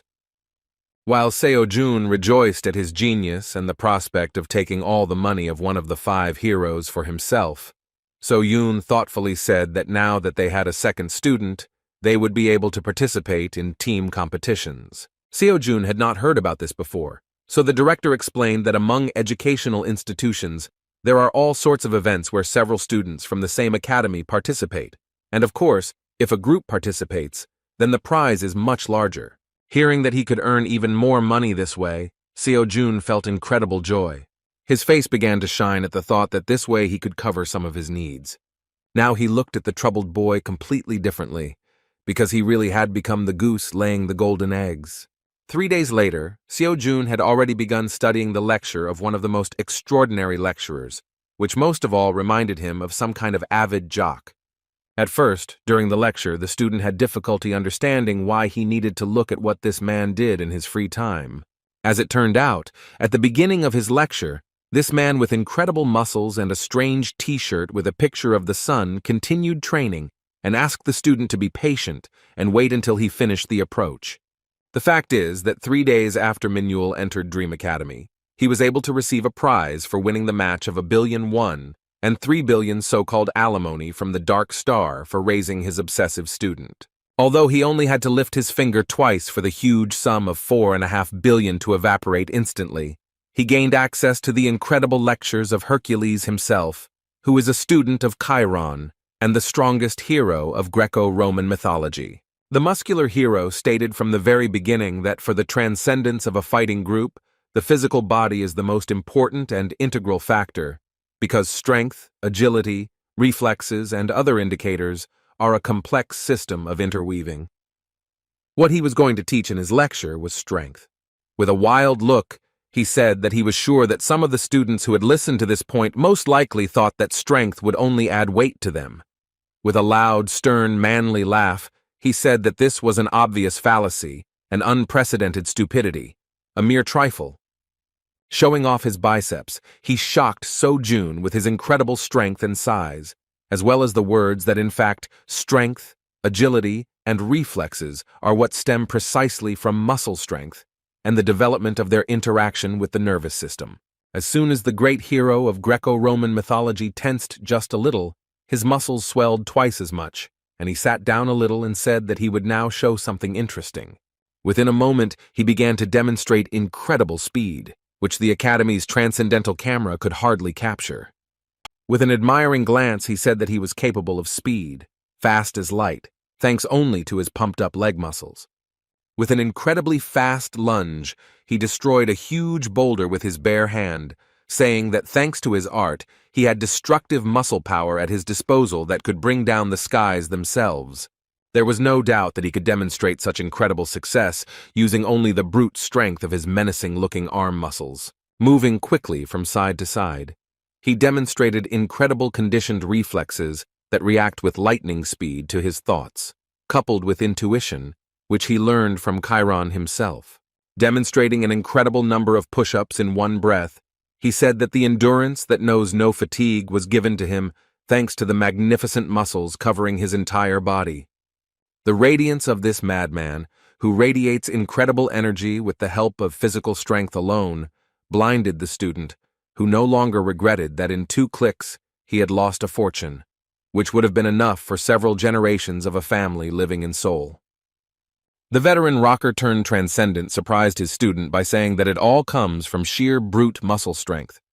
After the introductory lecture of the Hercules course, Seo-jun received a message about a new daily task, which only confirmed to him that this hero is a student of Chiron. At first glance, it seemed that the tasks were the same as Chiron's, just with an increased number of repetitions. But as it turned out, everything was not so simple, because the fine print indicated that all this should be done with a weight of at least 1 ton. Seo-jun couldn't believe what was written there, so he decided to rub his eyes, but even after that, the crazy inscription about extra weight did not disappear. Looking at the phone again, Seo-jun shouted in panic that the title of the lecture about 500 tons was not a joke at all. He really hoped that Zhang Sanfeng wouldn't have such crap in his course. With this thought in mind, he opened the second lecture on gait. Usually, gait refers to the movement of the legs in sports. Roughly speaking, this is the mastery of the legs. But the old man clarified that when they strive to master not only the movement of the legs, but to put the movements together, this is called practicing technique. Seo-jun hoped for a detailed and clear explanation of Zhang Xiaofeng's heavenly march, relying on the fact that he was the founder of the Wudang clan and Taoist, famous for creating several of the highest arts of movement. His interest only increased when he saw this celestial being's skills on display. The old man skillfully ascended into the air with incredible ease and began to walk as if on the ground. Then he said that in this lecture, he would teach students the so-called walking on air, in which the master, relying on Nigong, with the help of acupuncture points of his energy, can step on anything, even air. The principle of the lecture was taught during the course, so the old man asked to work on the daily assignment. Seo-jun was delighted with the mere thought that if he could soar freely in the sky, then restrictions in the air would disappear for him. As soon as he received the daily task, a deeply thoughtful expression appeared on his face, because it mentioned maintaining a speed of 300 kilometers per hour for 30 seconds, as well as falling from a height of 30 meters. Despite the madness of the task, for him it seemed more real than the one given to him by Mr. Hercules. Sighing heavily, he considered that it was not so scary as for advanced courses, because at first glance it seemed very doable. Then he was distracted by some girl who hesitantly entered the academy and, apologizing, said that she heard that Seo-jun was studying at this place. As it turned out, it was his close friend Suyeon, who called him Oppa. Seo-jun immediately invited her to go to the lounge and offered her coffee, inquiring about her fate at the academy and how she found out that he was here. As it turned out, she is Uncle Manchil's daughter, so she already knew where her brother was all the time. First of all, with an uncertain tone, she asked if he had seen her dad lately. Sitting down opposite, Seo-jun replied that they had been in touch by phone and talked for the last time when he participated in the practice exam. Seeing Seo-yeon's worried look, he immediately asked what happened and why she was so sad. She replied that Dad had stopped communicating, and that is why she decided to go to the academy to ask if Seo-jun knew anything about his disappearance. The student was excited by her words, and immediately took off, asking how long it had been since she had been able to contact Uncle Manhwa. Soyeon replied that it had been a day since he had been in touch since he left for some extra unscheduled part-time work. Seo-jun reassured her a little, saying that since only a day had passed, there was no need to worry too much, because it had already happened that her uncle drank and fell asleep somewhere nearby, perhaps in one of the 24-hour bars or visiting friends from the enterprise. Even after these words, although Seo-yeon took it as an option, she did not stop looking so worried. Seo-jun realized that there might be some other problem bothering her, so he asked if something else had happened. As it turned out, she was worried about a conflict with her father after she said that she wanted to become a professional hunter. Seo-jun was simply shocked by her words, and remembering that she was not awakened, asked if she was going to do it artificially. The Dream Academy student was even more stunned by the news that she had actually awakened about a month ago. That is why she said that she no longer wants to go to university, but instead will choose an option among hunter academies. As expected, her excitement was due to the fact that Dad was categorically against it. After these words, she thanked him for his words of support. Seo-jun understood her perfectly, because he knew that at this time the hunter's earnings were much better than in a prestigious job after a good university.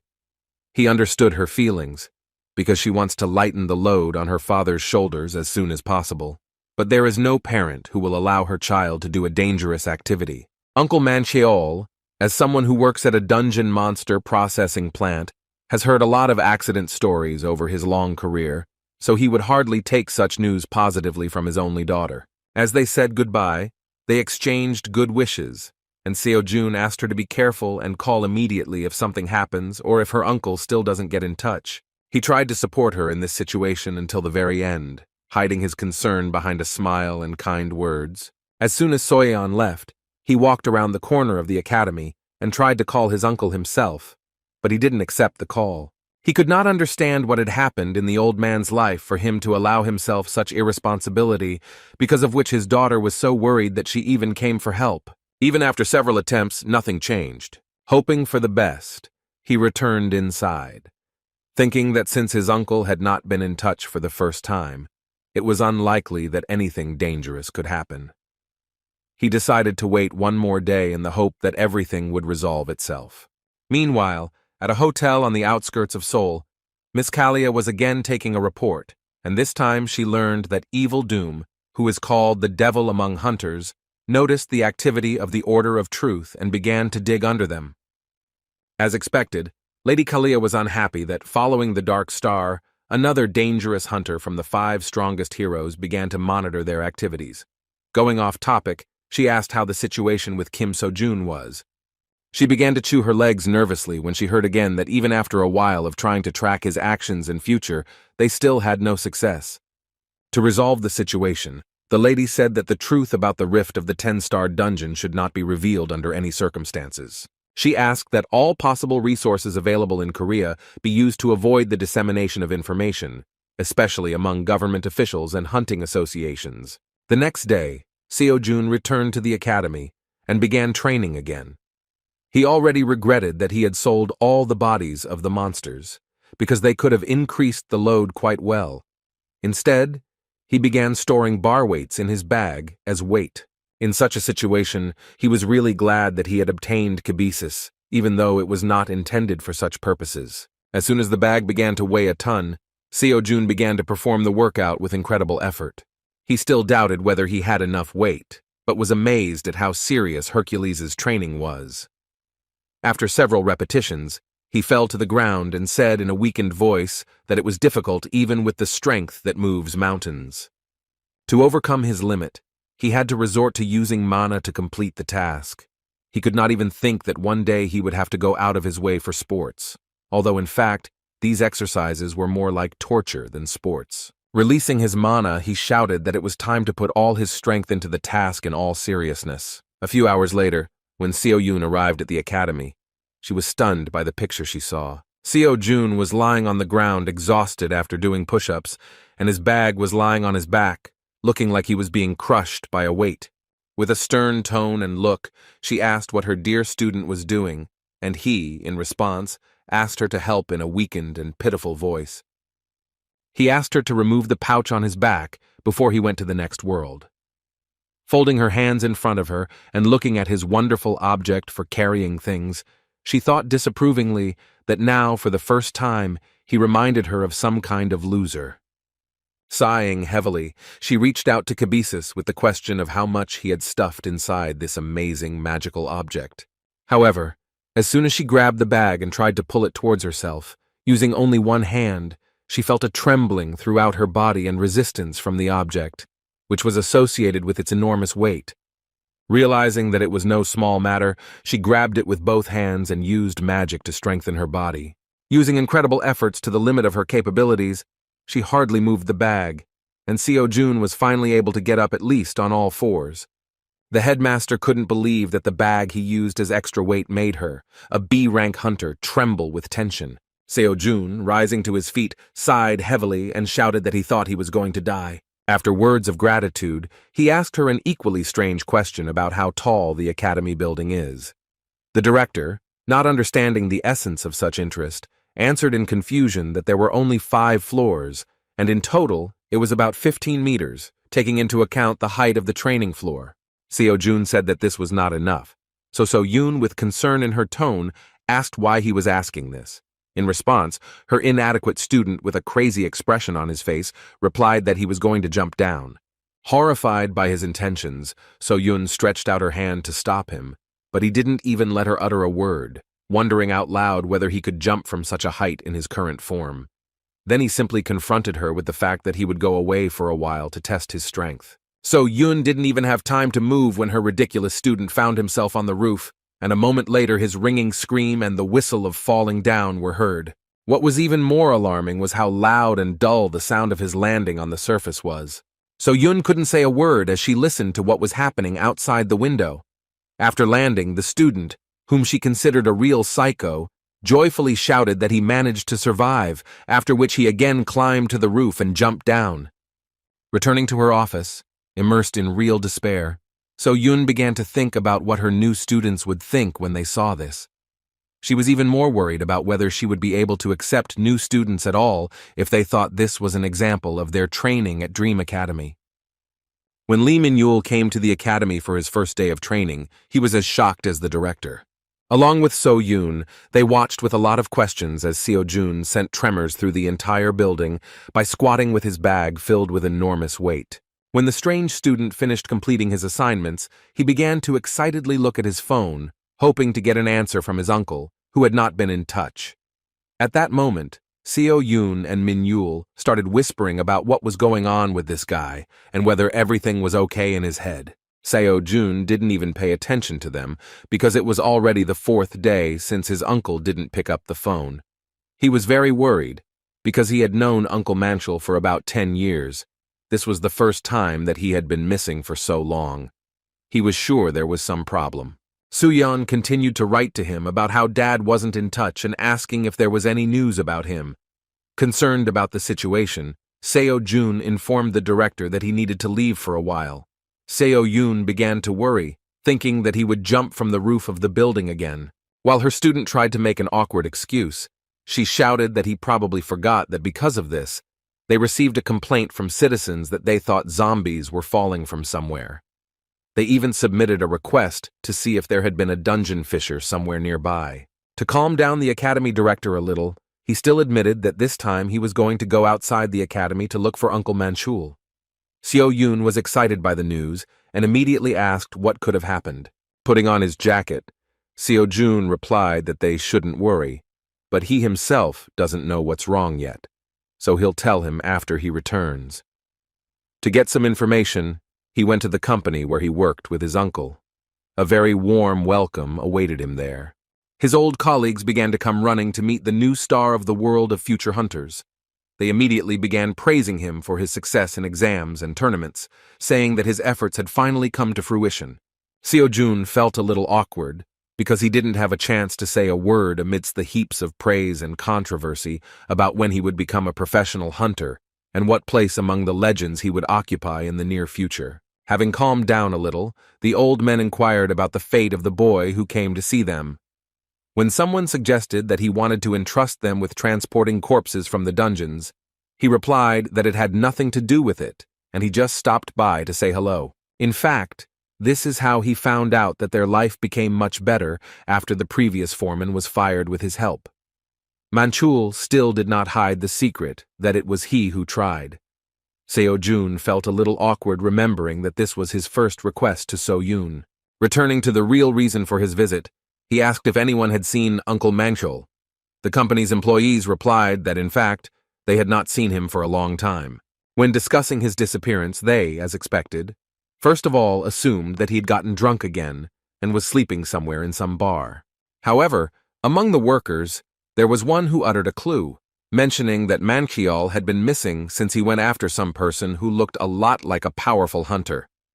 Hearing this, Seo-jun excitedly asked for more details about that incident. The elderly worker said that this happened about 4 days ago, when some strange man came and said that he was looking for labor to transport monsters. It was then that Manchul left with him, and after that, no one saw him. As it turned out, Manchul was not the only one who thought about this, because that strange man promised to pay an indecently large amount and many were tempted, but they lacked determination, so he went himself. Seo-jun asked why his uncle was the only one who followed the stranger. The guys mentioned that the man seemed confused, because he did not order through the company, but contacted him directly. The matter seemed unclean, because such money is something dangerous. Everything fell into place when the guys mentioned their uncle's words, that he needed such risky and big money to send his daughter to the Hunter Academy. When asked if they knew which dungeon their uncle and their unknown hunter went to, the guys replied that they had not been told anything about it. Discussing this situation, the guys began to behave restlessly, realizing that Manchul's disappearance was probably connected with his risky task. It seemed that Seo-jun was at a dead end, but one of the workers gave him a good idea, saying that the Hunters Association could probably tell him something, because they always report there about all sorts of raids and transportation. After that, Seo-jun hurriedly ran to the association, thanking the guys for the valuable information. When he arrived at the Hunters Association and reported his problem, a representative of the organization replied that this was personal information and they did not have the right to disclose it to third parties.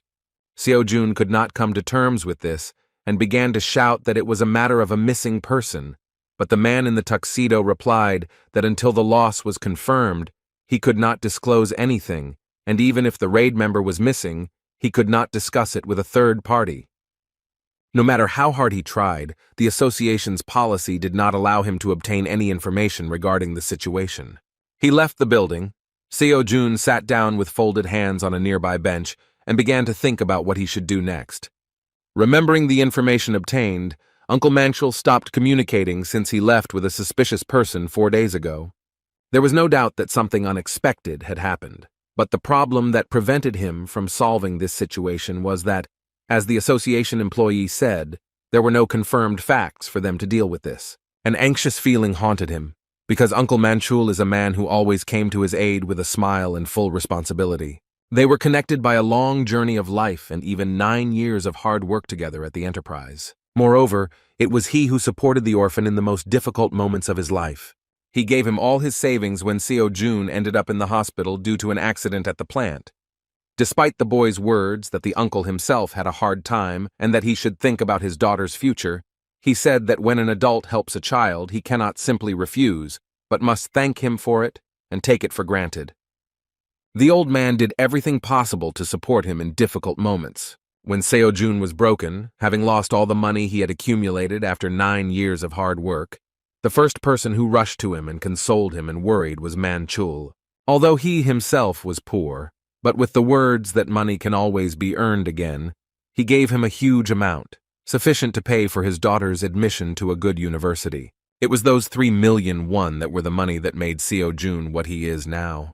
Therefore, the boy could not just sit and do nothing in a situation where Uncle Manchul was in danger. He needed to find any way to somehow influence the situation. It was because of this that he was forced to approach So-yoon to ask her for a favor by arranging a personal meeting with her grandfather, the sword saint of the 5 heroes of Korea. Relations between them were far from the warmest. The old man was still very prejudiced towards him, but despite this, he agreed to a personal meeting because his only granddaughter asked for it. In general, he was already familiar with the situation, so he assumed that the young man wanted to ask for his help. But he said that the purpose of his meeting would sound a little different.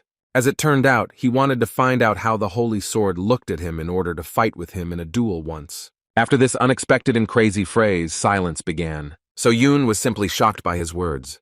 The Sword Saint's chief assistant was speechless, as it was the first time he had seen someone who was not even a hunter above S rank even think about fighting the strongest among the swordsmen. Mr. Park himself at first thought that he had misunderstood the impudent young man, so he asked him to repeat it. Seo Jun explained that he wants to arrange a duel with conditions, and if he wins, then Mr. Park will not only help him, but will even take an active part in this matter. More sudden was the second condition, which concerned Seo Jun's loss. He stated that if he loses, he will leave Dream Academy. Naturally, he did not even dare to imagine that he would defeat such a formidable opponent. That is why he asked to take into account the condition that his victory should be counted as at least a small wound on the body of the Holy Sword. The situation required such crazy measures because Uncle Manchel went after a suspicious person and something happened, but the association did not disclose details, citing the confidentiality of this information. However, the conversation will be different if the request is made by one of the 5 heroes of South Korea, the Sword Saint. Although this is a game of roulette, he really had no other way to save Uncle Manchel.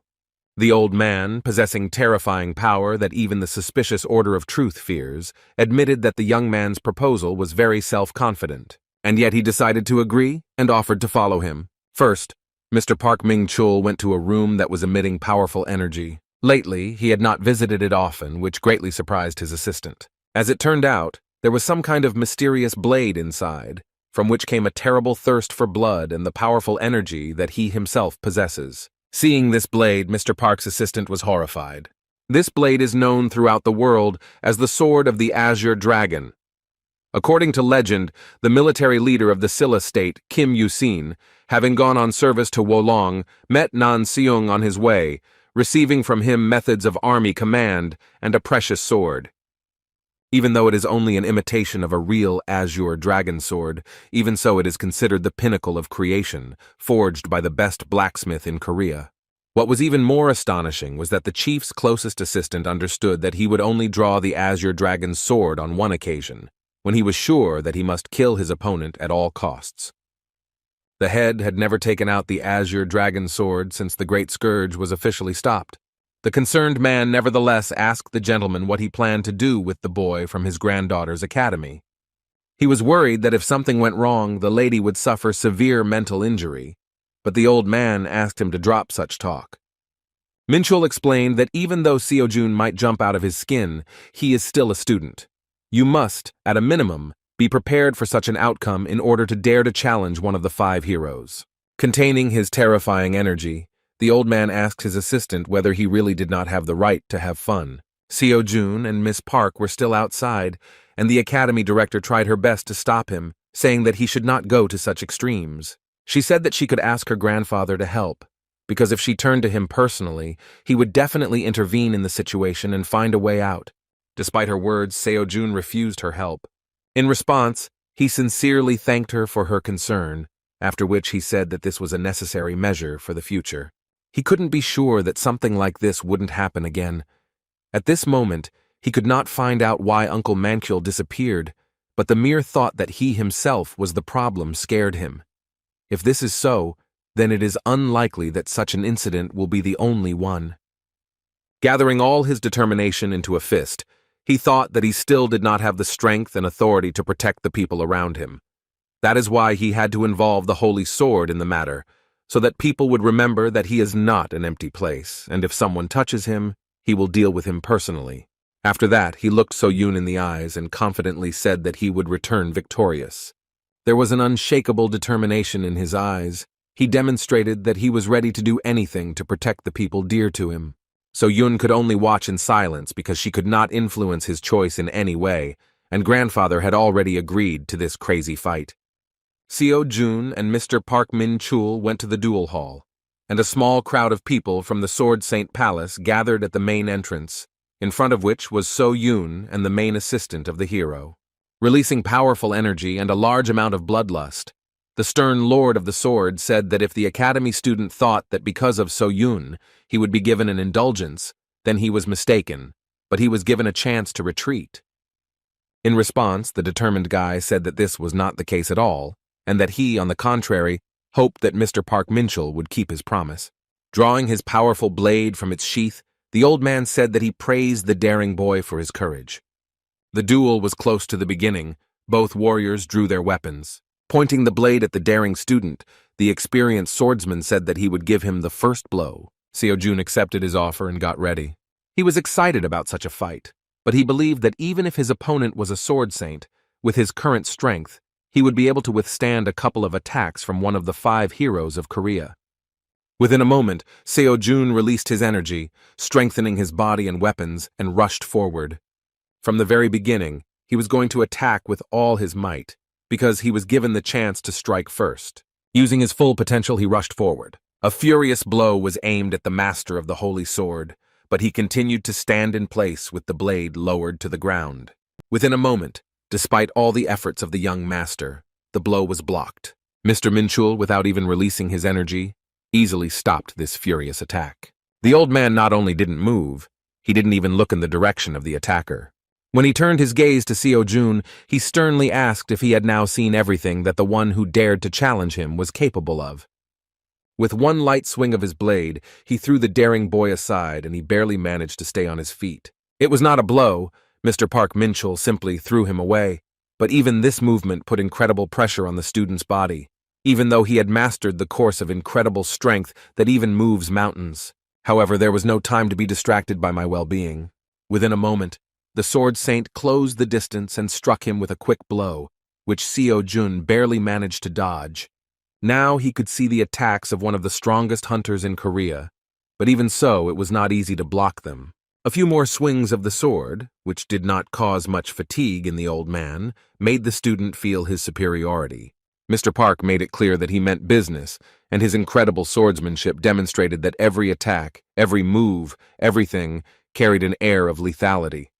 The style that the old man used was called sword dancing, and it seemed that its fluidity was taken to the greatest possible limit. Now that he had used a small portion of his mana to strike, a powerful surge of power made the entire building, which was originally intended for Mr. Minchul's duels and training, tremble. Seo-yoon and Moon-chul could barely stand on their feet from the gust of wind from just one wave of their grandfather. Seo-jun, trying to resist the terrifying force, continued to resist. This fight was the most serious test of strength in his entire life, because his opponent was the hero of the great disaster, S-Rank, which towers above the rest. It would not be an exaggeration to call it the level of the sky above the heavens, such as the Holy Sword of Korea. After this blow, the old man continued to apply incredible pressure with his endless attacks, which were deadly, but clearly not particularly serious considering the potential of the Holy Sword. Continuing to throw blows, which the young man either dodged or barely blocked, Mr. Park Minchul admitted that he was still a brat.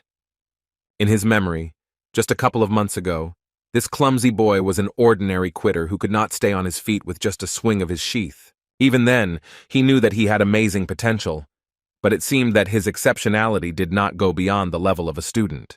However, now Seo-jun, who had survived several minutes of battle with the strongest swordsman, looked different in his eyes. Even at this very moment, he continued to grow. Although he lacked experience, even at the moment when Mr. Park Minchul caught his spear, he was not at a loss. He put in even more energy to break free and even gain an advantage in the situation by throwing a punch. Despite this, he failed to carry out his plan, because the holy sword suddenly managed to interrupt his attack, knocking down the spear with the help of the hilt of his azure dragon sword. Having knocked down the attack of the academy student, Mr. Park Minchul was at the ideal distance for the sword attack, so within a moment, Seo-jun was surrounded by powerful energy. With a light swing, he delivered a strong blow that there was no time to block. And yet Seo-jun resisted. Mr. Park had noticed the unusual appearance of his weapon before, but it was difficult for him to understand how it was that it could even suppress the energy of his sword, one of the most powerful imitations in the entire world.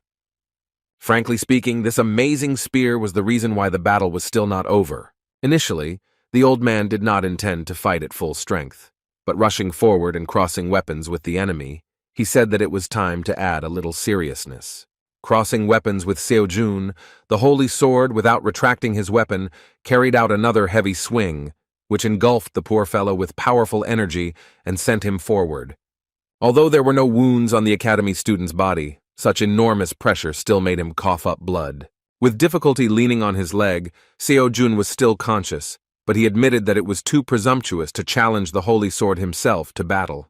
Having encountered students like himself during this time and some of the stars of the academies, he admitted that he vaguely began to hope that no one would be better than him. But as they said, a student is a student. These were only youths who did not know the world. After such a fierce battle, he realized an important truth about what one of humanity's strongest hunters is. Even though he had completed 2 beginner transcendence courses, he was still not even able to consider, to see, this huge difference between the holy sword and himself. Even at this moment, Seojun felt disheartened by the knowledge that the sword saint was still not fighting at full strength, but was holding back so as not to upset his granddaughter. Seojun understood that he could not win this battle, but even despite this, he prevailed as best he could. Having dodged the attack of Mr. Park Mingchul, he, using the remnants of his strength, with incredible speed avoided the second blow and struck a blow himself, which was easily parried by the greatest swordsman. Blocking another attempt to inflict injury, the old man with a calm tone asked if the student really decided to seriously challenge him with his low level of skill. Even so, in this unequal battle, Seojun did everything to achieve such self-confidence, strength, so that having heard only his name, others did not even dare to touch his people. And yet he understood that all he could do was acknowledge his position in comparison with this monster, bow to the saint of the sword. He would sincerely wish to become like him out of great respect for his strength. He doesn't just admire strength, he deeply admires the journey he has taken to reach this level. Exchanging blows and receiving more serious ones in return, he had no doubt that he had acted too arrogantly. Due to the dire situation, he regretted that he was forced to unknowingly show arrogance towards the sword saint by being fooled by his false reputation as a transcendental. The old man, without much difficulty, continued to rain down very impressive blows on him, from the energy of which those present in the duel hall barely remained conscious. It was obvious that at that moment he was immeasurably weaker than the holy sword, but persistence alone was worth it.